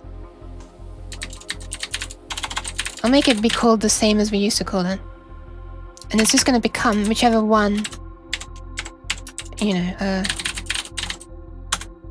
is at that position. And then we can control it. So this is choose the next audio source to play a sound on. And once it's done, well, we can do this immediately actually. Just increment this. We can actually just do if this is less than the number of audio sources.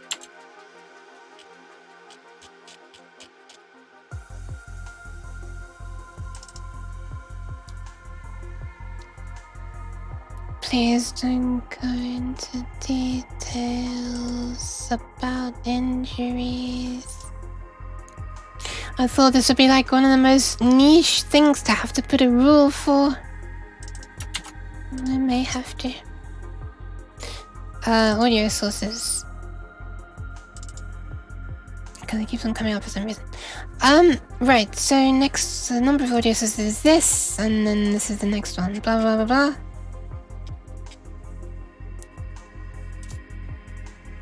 So if this current one is less than, we can actually just do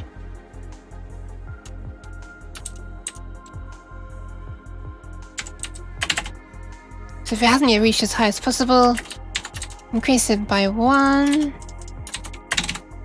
Otherwise, reset it back to 0. Oh my god, it's gonna just fit.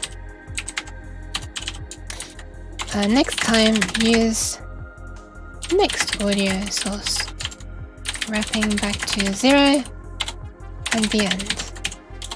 Okay.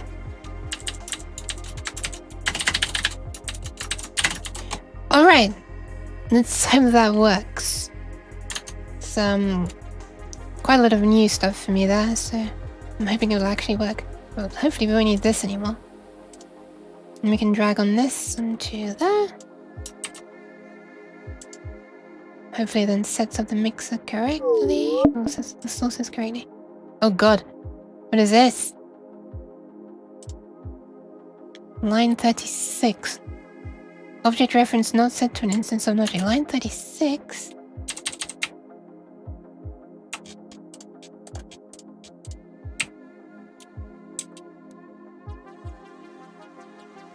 What? Oh, so then you have to do new? Do you seriously need to then do new even though I've already got new up there? There? Sorry. Oh my god! This is meant to be a calm thing.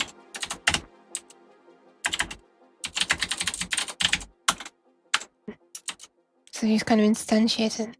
A new expression also. Isn't this absolutely bizarre that you can do... Audio source should not be instantiated directly. What the hell? Well, what am I supposed to do then? Does Unity allow that? Unity doesn't even complain about it when I'm on here, to be honest. Why though? Why? Wait, what happens if I try? Oh, hang on a sec, I haven't reloaded this.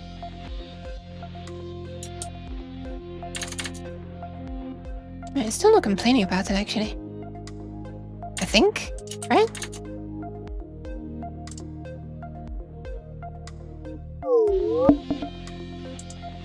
Why are we getting this error? What the hell? Blah blah blah, save. Switch over. Okay, now it's actually updating.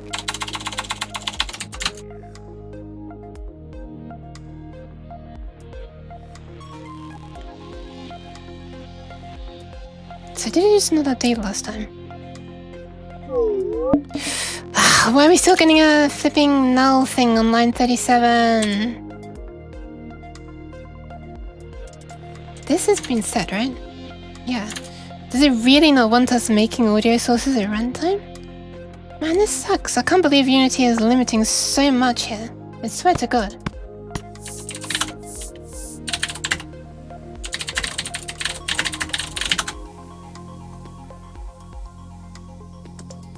Just having a quick look.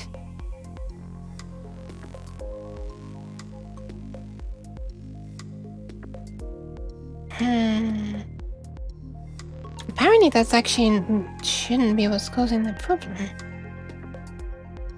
Oh, hold on a sec. Oh, you just use...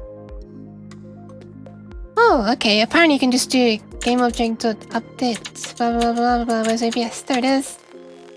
Apparently you can just do gameObject.add components audio source. Does that work? Yes, fair enough. Because I'm never gonna change that array of things. Wait, am I not? Is that gonna work? Is that really gonna work? I'm setting it here, right? Why is it wanting me to make it read-only if I'm changing it?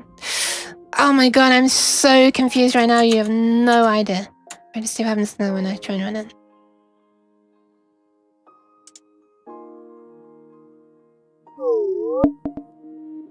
No error.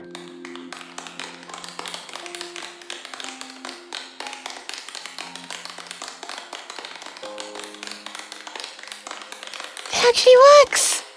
Look at that! It's using each one in turn! Look at that! It added these 10 sources and this is gonna go on for 10 minutes or 5 minutes. So... okay, so that works. It actually adds the audio sources to here. Alright, nice. Why sure? Nice, okay.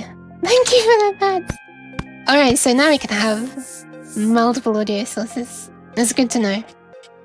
Still sounds a bit crappy, but now I know the problem is not because it's only being able to play one sound at once. Maybe, not sure if that's a good thing or not, but they're all going through to the same one thing on the mixer there, which is adding the reverb. But I think that's not too bad. Too bad a way of doing it. I mean, I was going to be adding the components anyway, so, you know. I just thought they wouldn't be visible on the object like this. Alright, well, I mean, that kind of works, right? I think that's it. I think I'll probably leave it there for now then. That was the last thing I was thought of adding that could maybe make it sound better. It doesn't really. The problem is really just the sounds. Need to re-record some claps. Good at clapping those cheeks, I mean hands. Okay. I have a feeling I might just end it there for now then. My brain is becoming a little bit fried. But it already was a little bit fried because of an hour of sleep. Okay. In that case, I will end it there for now. Yeah, I know, I yes. Clapping of the hands. It's the hands. The hands. Not the other, the cheeks or the other cheeks. Clapping stream? No, I'll do that off stream. I need to do it off stream because I need to do it when my room is not really hot from my streaming computer doing hard work. Because when it gets louder, there's some sort of, you know, the fans and stuff. It gets a little on the louder side. You can't hear it right now because I'm gating it. Not actually. Thank you. I'm kind of hot, like I was saying. Thank you. Yeah, because when I'm doing the claps, I'm gonna need to have some very quiet ones in there as well down the bottom end. Streaming computer only good for Windows. Yeah, man, I'm not looking forward to summer streams at all. Thank you for the pads, even though they're going through my head for some reason. Oh, because I was wrongly calibrated. I was like this. I don't know why the pads are going through my head. My idea is to buy a Quest 2 and then buy a PC, wait for the Index 2 and then buy Index 2. Index 2? Oh my god, yeah! Right. I'm kind of curious about that as well. You know, they kind of, what is it? They apparently patented a bunch of, yeah, they painted a bunch of, holy things like, thank you for the pads. They patented a bunch of things like a new lens things that should work with glasses and like just automatically be able to focus, or no, work so that you wouldn't even need glasses, right? And then they can focus at different lengths and a whole bunch of things. Apparently a whole different kind of lens that shouldn't have the so-called God rays. Also, I can stop my hands from twitching right now if I just turn off the eye tracking.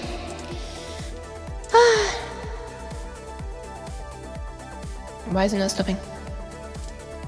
Oh god. I can't stop it. Okay, yes, there we are. Look at that.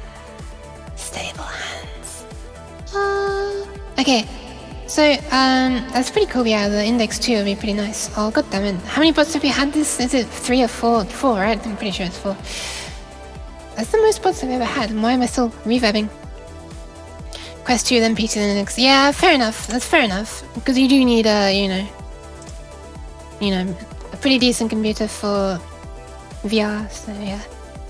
It makes sense that if you're wanting to do VR stuff, then start with what you can start with. Yeah. I'm looking for the Index 2 as well. I don't feel like I need to jump onto it immediately. Not that you'll be able to, because, you know, it was 5 months between ordering the Index and it arriving, due to it being always out of stock. So, you know, it's probably going to be like gold dust. I tried beep last time on stream, but it didn't get me any followers and viewers. What? What is Twitch censoring? What is Twitch even censoring? It always sounds so much worse when censored, which is just how censorship works, right? That's why things are bad, because oh, you put the stars there. God damn it. Oh, viewers on the star, right?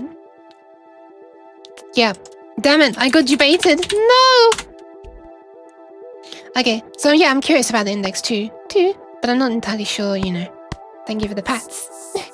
That I'll jump on it anytime soon.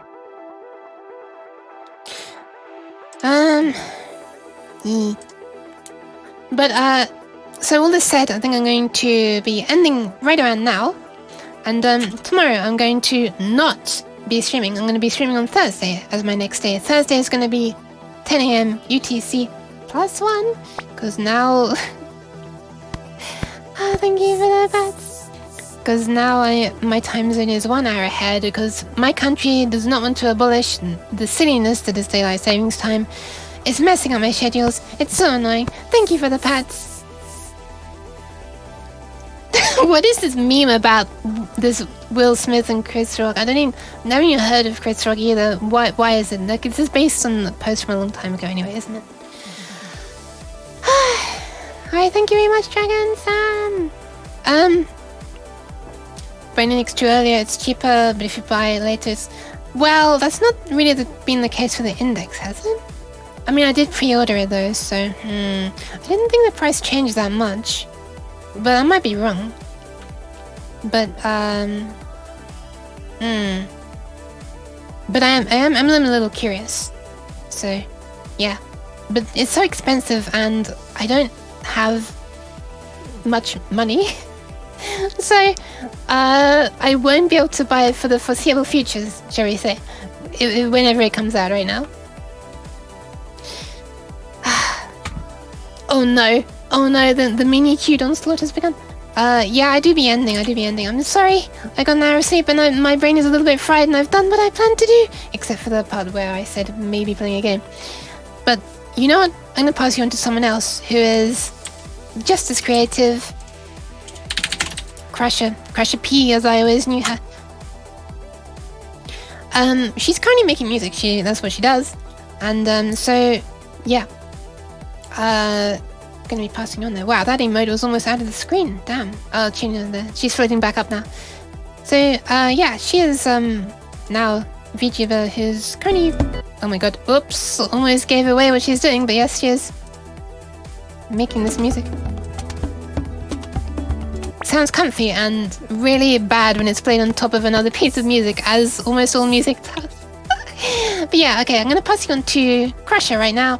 I'll see you again. Cheese. With cheese on my face on Thursday, the 31st, right? I think there are 31 days in March, yeah. At 10 a.m. UTC +1. And then I'll see you again finally on Friday at 8 p.m. UTC +1. My bats are adorable. And, alright, no more mini building. Well, no mini building at all, actually. But that's gonna be all for now. Thank you very much. I'm gonna try to rest. Gonna try and eat all this Kaiser that's on my face right now. And, yes, thank you all very much for coming. I hope you somewhat managed to enjoy it. Next time I won't be coding, don't worry. But that's all for now. Bye.